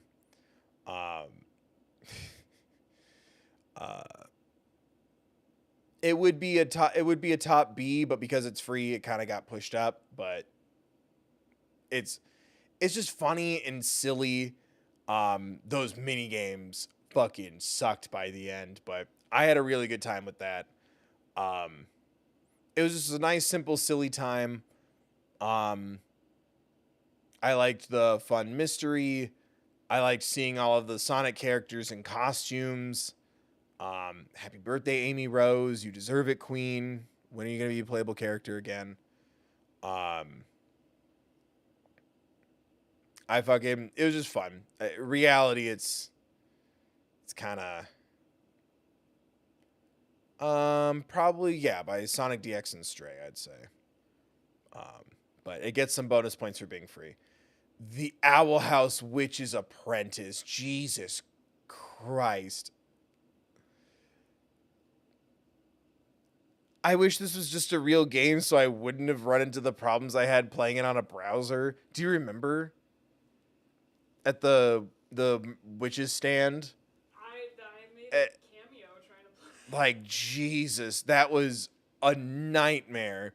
But it was fun getting to play the Owl House game. I really wish there was more Owl House. It was a fun stream. This would probably be a C, but it was a fun enough stream to bump it up to a B. Top of the Bs. It's also my most viewed stream of the year. I think yeah. I think not even Undertale passed it. It's a lot of fun. There's great little Easter eggs. I feel like I played it at the right time, because I feel like if I were to try to play it now, I'd just be like, I miss the Owl House. But playing it right as I was right around For the Future. It was in January. That was a really fun day. This is the most meh season of Telltale The Walking Dead. And if I remember correctly, I don't even think you play as Clem most of the time. Right? Am I misremembering that?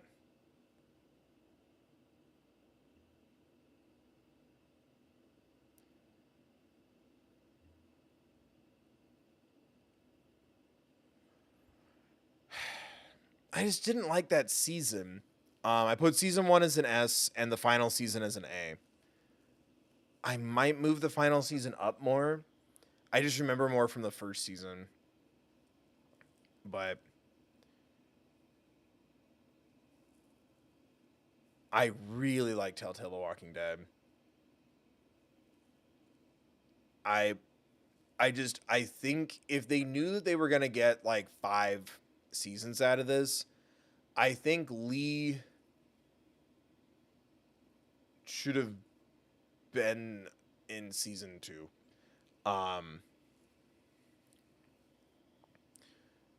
But I think I like the first season the most.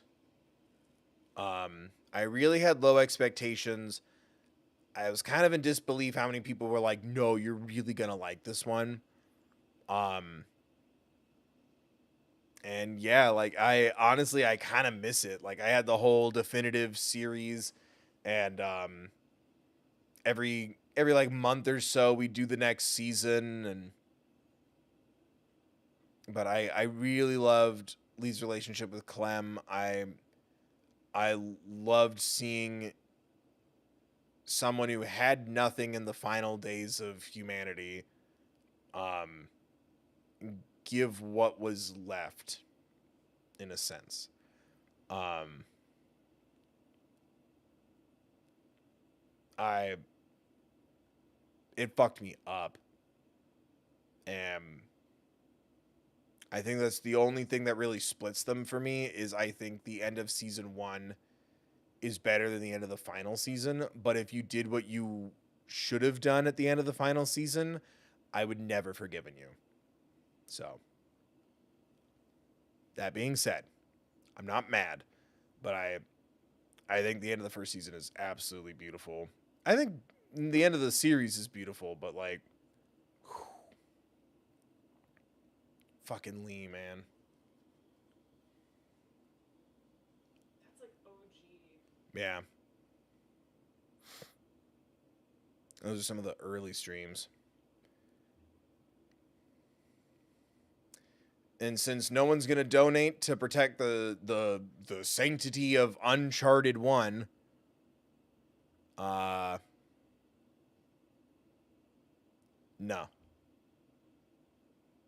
Fuck that jet ski level, man.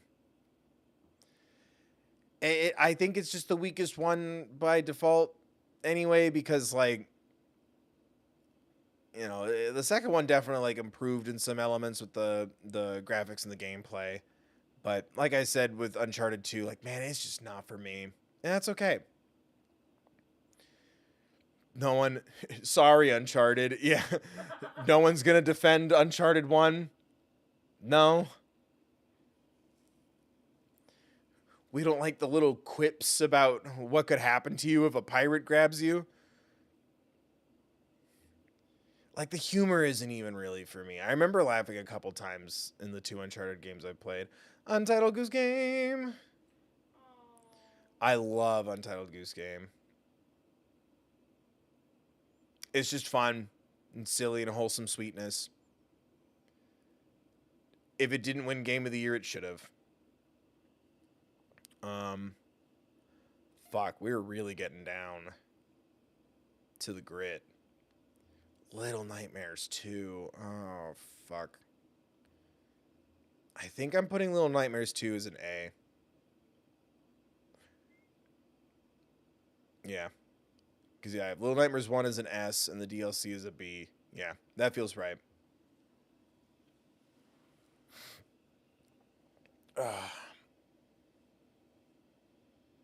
Yeah. I like Little Nightmares 2. I like the design. Most of the twist at the end was like really cool and sticks with me. Those fucking mannequins will keep me up. Right? That's Little Nightmares 2. Because I remember it was in the Resident Evil Village DLC, but it wasn't as bad as Little Nightmares. But mannequins moving really fucks with me, and I couldn't tell you why. It's just a very strong, that's not what you're supposed to do. You know?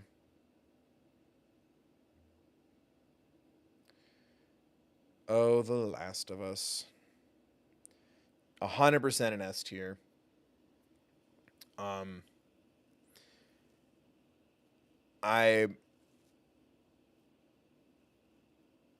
glad I experienced The Last of Us when I did. I think around the time that this game was coming out, I wanted big, silly fantasy escape. I didn't want to think. I didn't want to feel. I was doing enough of that, you know, going to school and figuring out a lot of my shit and exploring things from an artistic perspective, first person. I didn't want to turn around and continue to like feel more at home.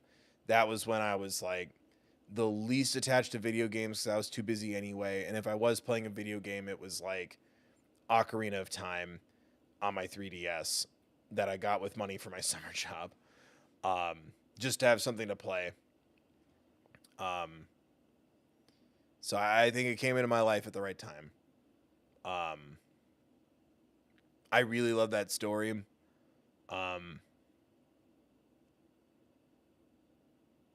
And I don't know.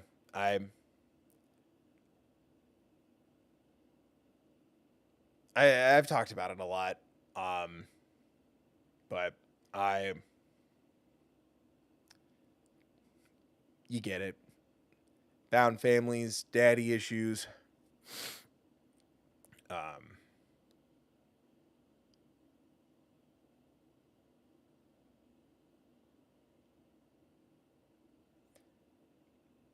Big brother shit. So looking out for a little girl, and then alternatively also being looked out for.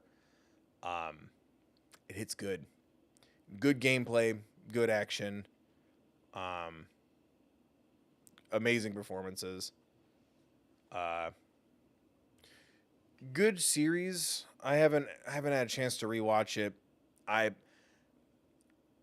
wish the last couple of episodes were a little meatier. It was strange some of the things that they skipped to save time when the first 2 episodes are like an hour and a half, and then the last 2 episodes are like 40 minutes. But whatever, it's still really good. But yeah, I really like that game, and that's another one where I'm glad that I did it as a let's play as opposed to a stream, because I hit the did you know that the watch stopped because of this? Did you know that he called Sarah baby girl? And I'm like, no, that one line I only heard once, and I was like weeping through it. No, I'll probably realize it the third time I play it, though.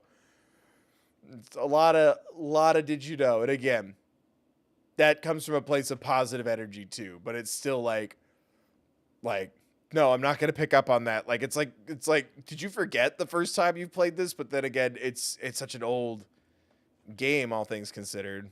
It's been around for a while, so yeah, you probably have forgotten the first time you played it, but it was a lot of did you know? And I'm like, no, I didn't. I can't remember John's name. Did you know I'm Electro? Don't you know? I'm Electro. It's just, I always find that shit mostly amusing and funny. But that one was very funny. Did you know? I'm like, no, guys, I'm not going to know what's in the background. No, I didn't know that the Firefly tags are the names of people on the team. I still haven't seen the credits yet. It was very funny. God, I love that game. Don't think I need to buy the PC version, though. Life is Strange Before the Storm.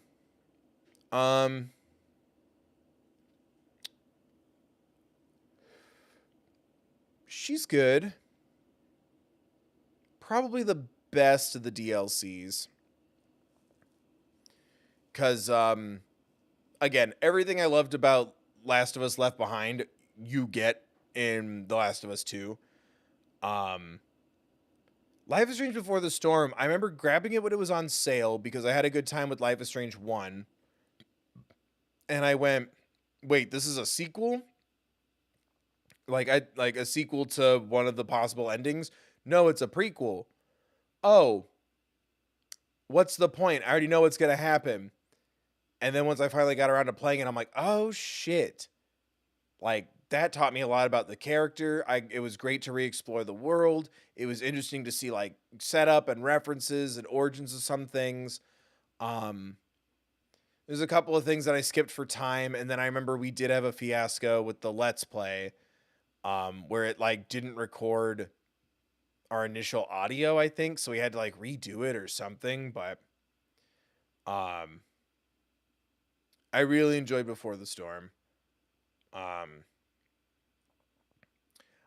There's a strange part of me that almost wishes I had played it first for some reason, but I don't know. I did predict what happens to one of the characters. That revelation, I did predict that. Like, that felt pretty inevitable. But I wish we'd gotten to see that character more active, I guess. I don't know if I'm saying this too coded or not coded enough, but I liked learning about Chloe before Max showed back up, and Rachel, because that is, if I remember correctly, there were still a couple of silly moments from those Let's Plays, but that was always kind of a missing piece for me with Life is Strange 1, is I'm like, yeah, I guess it's sad that a character I like is sad, but I don't know who the fuck we're talking about. I guess it's sad on paper because this thing that's happening is tragic, and it's more tragic considering everyone's like age range. But I'm like, I don't know this character very well, but I'm sad that you're sad. That's just me. So Before the Storm really helped add to that, or alleviate the issue. adding a solution. What remains of Edith Finch?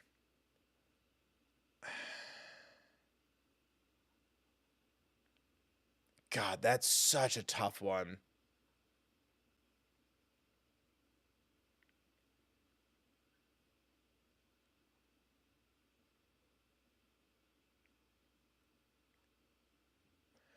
I really liked it. I have a feeling, based off of the shitty things people have said on this one, this is last one, but this is another one where I'm like, what did I do to like piss so many people off? Like, oh my God, he doesn't know where he's going. No shit. This is the first time I've ever played it. I'm lost in the crazy kooky house. That's what's fun about it.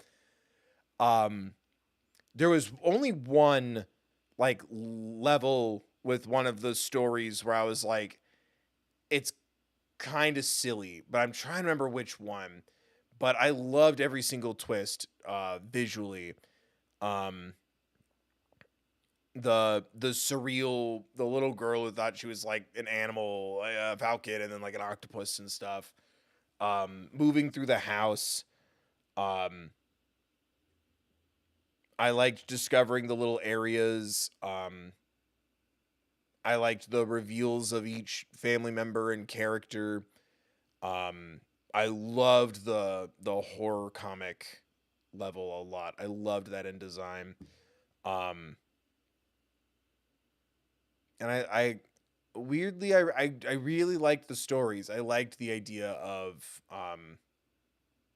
you know, the memories, the ghosts. I thought it was going to be a lot scarier than it was going in, and then it was like, oh, like the in some moments were, but like it was like, oh, the scary spirits, like that vibe energy I was picking up on. It's like it's the old memories and old haunts and ghosts of the people who've inhabited not only this house but this world. Um and what they were feeling and experiencing, um and like kind of whether it's a window into their experiences and an actual part of their life, or a window into their psyche, or just a moment in time. It's such a beautiful message about legacy to me, from what I remember. But I really liked it. But yet I I wish I had more happy comments, and the reception from it seemed weirdly negative. But it got like randomly a bunch of traction out of nowhere. I think What Remains of Edith Finch just became a popular YouTube game for a brief minute. But I was getting a bunch of views on it. I'm like, why is everyone watching this? And it was like, he doesn't even know where he's going. And I'm like, nope, that's how it works. If I could predict the future, I'd be making a lot more money. If anything, I'd be blackmailing my audience. I will tell you how all your favorite shows ends unless you donate right fucking now. Um, but I really like What Remains of Edith Finch. And yeah, it's also, I think it speaks to how disarming the whole situation is, because it is like very it's very unexpected in a very, it's everything's hidden in a very nice way. Because again, I was like, I was ready for like, oh, answer me these questions 3 or the ghost will get you. um but I don't know, I really liked it. It made me wish my family was wealthy enough for houses, let alone big cool fancy ones with secret rooms. But it weirdly reminded me of like the last like truly, I guess, childlike sense of wonder I've felt in a long time. It was when my grandpa was passing. I'd kind of made this joke um, to myself and then wanted to say it out loud, and it got a good laugh out of my grandma. But I just sat there and like legitimately thought to myself, like, you know, he just passed away and we were all kind of processing it in our own ways. Most people doing it unhealthfully and unkindly. And I just kind of had to take the brunt of that. But I kind of joked to myself, I'm like, now's your chance to tell me if there's treasure somewhere. or a letter to me with a map in it. Like, I don't know why. I had that kind of thought. And after a couple days of keeping it to myself, I'm like, this will make grandma laugh. And I remember saying that to her and I made her laugh. And What Remains of Edith Finch kind of gave me that moment back a little bit. Um, oh, Resident Evil 3 remake. You're fun, but you're short-lived. Um, it's definitely my least favorite of the remakes, but it's my favorite concept. But I don't know if it's I don't know if it's intentional or not. There's some very graphic visuals in it, and I've always wondered if there's like a deeper meaning or if I'm just extrapolating a deeper meaning about uh, surviving, people not believing you, loss of one's autonomy in Resident Evil 3. And considering how much was edited out for the remake, all those beats are still there. And I'm wondering if that's proof that those are moments one would be encouraged to emphasize or what. But I really like Jill Valentine. I really like the story of Jill and Nemesis. Um, I wish this one was longer, but I also only paid $5 for it, so I'm not mad. But I bet you some people were. I liked Resident Evil 3. It was dope. Oh, the OG Resident Evil. Come on, baby, we're almost done. Come on, baby, we're almost done.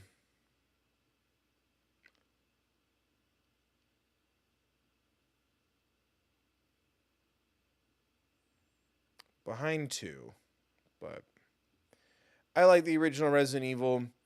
I really appreciate that it kept a lot of the, you were almost a Jill sandwich. I like the goofiness and the bad dialogue. I love the ridiculous visual of the obviously video game character's head photoshopped into a live action photo. But I love the story. I kind of miss the intimacy of the very first Resident Evil because kind of 7, but not really. None of the other Resident Evils really do this where you're more confined in one, because 2 is Raccoon City, 3 is Raccoon City, 4 is a large portion of Spain, 5 is most of Africa, 6 is, I don't know because I haven't played it, but I know it's a massive location again. 7 is this massive plantation and then mine and then swamp and then back to the plantation house, or farm. Maybe that's a better word for it. And then 8 is a village. But 1 is just this big, creepy ass, scary mansion with a courtyard and like a little guest shack and a laboratory underneath it. Like, it's confined, especially compared to the others. And I don't know. I love the original Resident Evil. I like the remake. I think it needed it. I think it helps. And I hate tank controls. I'll do my best. I will always do my best. I hate tank controls. It's to make it scary and unsettling and challenge you, and it's to make you stressed and blah. There's other ways to do that now. We can achieve a lot in entertainment, let alone in video games. It doesn't need to be tank controls anymore. It pulls me out of it. I feel like I'm playing a game. I can be immersed more in whether it's first person, over the shoulder, or third. A good analog, good movement sucks me into that world. But oh my god, I didn't finish Skyward Sword. Why is this on here? But it's I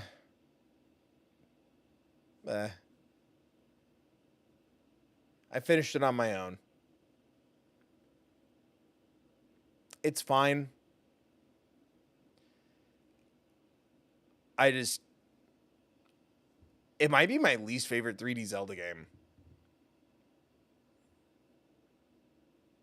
Like, it has a lot of merit, though. I like it more than Detroit and Outlast for sure. But I really don't like Skyward Sword. It's fine. Um, after a while, I kind of grew to love it. Um, Playing it on handheld mode instead of with a controller really helped. I like the story. I like the art design or the art direction. The controls are just ass, and like it's too many repetitive things, and I think the Master Sword takes way too long, and the Highland Shield isn't part of it. It's just kind of a bummer. But I love the final fight with Demise. Most of the boss fights are really good. The characters are what sells it the most for me. Groose and Zelda predominantly. But I'm glad they've kind of, while keeping things fun and fantasy, elves and kind of cartoony, I'm glad they pushed away from that, because like it was Wind Waker, Twilight Princess, and Skyward Sword. Like everybody looked like the the bad guy in Spy Kids, like the Play-Doh faces. Like all the features were all over the place, and like it it felt like something went wrong. In some of those games, it wasn't every character, but every once in a while there was like designs where it was like, huh. Floops, Fooglies, yeah, thank you. Thank you, Citrusella. But this was like one of the last ones where I'm like, the faces and stuff are like still kind of freaking me out. Like it's like, do you want this to look cartoony or realistic? It kind of makes the tone uneven for me. And that's something I felt in all three of those games. Like Wind Waker, I'm like, this is fun and cartoony, and like my people have all been murdered and I'm the last one. The wind, it's blowing, and I'm like, wow, this really doesn't fit the cartoon vibe. And then shields will shatter, swords will bleed. In the end, will the hero triumph? And then like people's like eyes are on their lips and their nose goes up to their forehead, and I'm like, what are these people? And I'm like trying to fish and find a cat. I'm talking to squirrels as a werewolf, and I'm like, what's happening? There's always been a big imbalance until Tears of the Kingdom Breath of the Wild. And it was, I don't know, Skyward Sword, I think it's I don't like motion controls.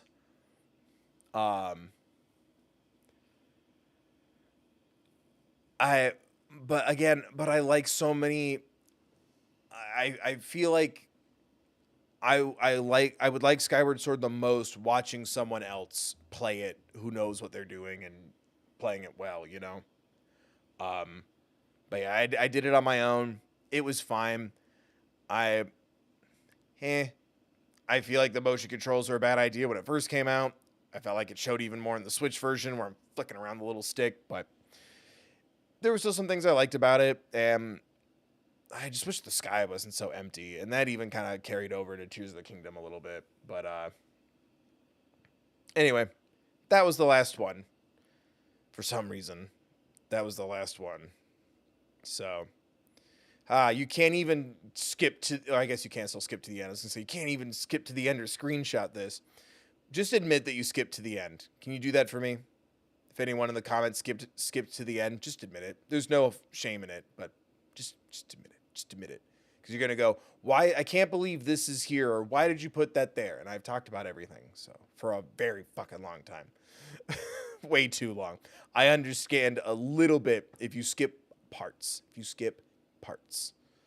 But yeah, I'm not going to do the rows in order because it has been 5 hours and I need to sleep and film tomorrow. I need to try to stand the music of Scott Pilgrim. But I feel like this is a pretty solid list. I'm kind of perusing it. Yeah, Kingdom Hearts, Bloodborne, Lies of P, Sucker for Love, How to Have a Boyfriend, DDLC. Yeah, Celeste, Undertale, Mori, Deltarune. And again, Deltarune should be considered in parentheses, assuming everything's still great by the end. I'm sure it will be, but it's still like I don't feel it feels rude to judge something that isn't done yet, but I guess I watch shows episode by episode or season by season. But I don't compare it to other things until it's done. But yeah, I'm pretty set with this. Like honestly, 1, 2, 3, 4, 5, 6, 7, 8, plus the 4 that I've actually like quit. That ain't bad. 100 games, and I hate. I guess also Skyward Sword 9, and then the 4 that I've quit on top of that. So 13. I have a 13% fail rate. 14, 15, 16, 17, 18, 19. A 19% fail rate. Because I'd say C, it's like, Robeson, thank you for another 2. GG indeed to you. Looks like everyone's starting to tap out for the night. So I just want to say thank you guys again so much for 100 games. Every single donation, click, membership, watch and comment and all that good algorithm stuff, every single dollar that's gone into the channels has stayed there. I'm still yet to be in the green after a year, but all these games I pay for with AdSense, the donations, the members, and if there's something left over, it helps me pay off equipment or a little bit of bills, specifically the internet bill. That's the fucking truth. So a big thank you to all of you. Like, yeah, some of these games have been like gifts or store credit, but that's how I pay for the games, is from the AdSense, from the streams and the donations and the memberships. So thank you. Thank you so much for everything you do. I do my best, and I still feel like I'm not great at streaming. But I hope you guys enjoy it. It means a lot to me. Let's show my favorites instead of my least favorites as we leave, huh? It still means a lot to me. Just the support, the patience, the days where I'm having rough days, the joy when we're having good days together, when we're blasting through games, when we're kicking ass, figuring stuff out, laughing at glitches or bugs or missteps, or shrugging off a setback, getting invested in stories and trying to piece things together. The people who wait until I play a game that you're actually interested in. I don't know. I appreciate all of you. This has been, and still is, just something like, oh, I'll do it for fun on the side and hopefully it'll make sense. Otherwise I'll have to pull the plug. And so far, so good. We just need to get it all in the green. But, that was like my biggest rule for starting the second channel, is like, it can't overtake the main channel. I don't want to stress out about it more than what I'm going to do naturally. And if it doesn't make sense, I can't be spending money on video games when I'm not making any money off the main channel. And we've at least been able to cover games and slowly pay off equipment and stuff, which has also helped because this is the same microphone I use on the main channel. So thank you again. But I don't know. I hope you guys continue to enjoy. Like I said, I keep working hard to improve the streams when I can. Working on my own streaming skills and stuff. Making sure that I take notes on equipment when it's not doing well. Upgrading things when I can.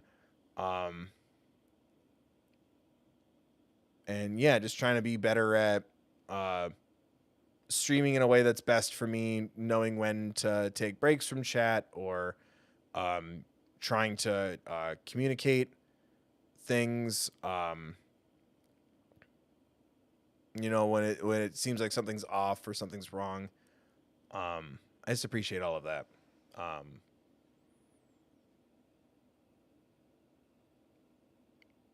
Game recommendations? Not really. The members chat lately. Comments are nice, but you also have to actually watch stuff. I feel I've kind of stopped doing that because I feel like too many people have taken advantage of just the vague concept. Won't watch a video, just leave a comment and then click off, and I'm like, that kills everything. And if that keeps happening, then there won't be channels to even consider or look at a recommendation for. So I don't know. Watch a thing, especially if there's something I've done that's like related to it, you know? But yeah, lately it's been memberships.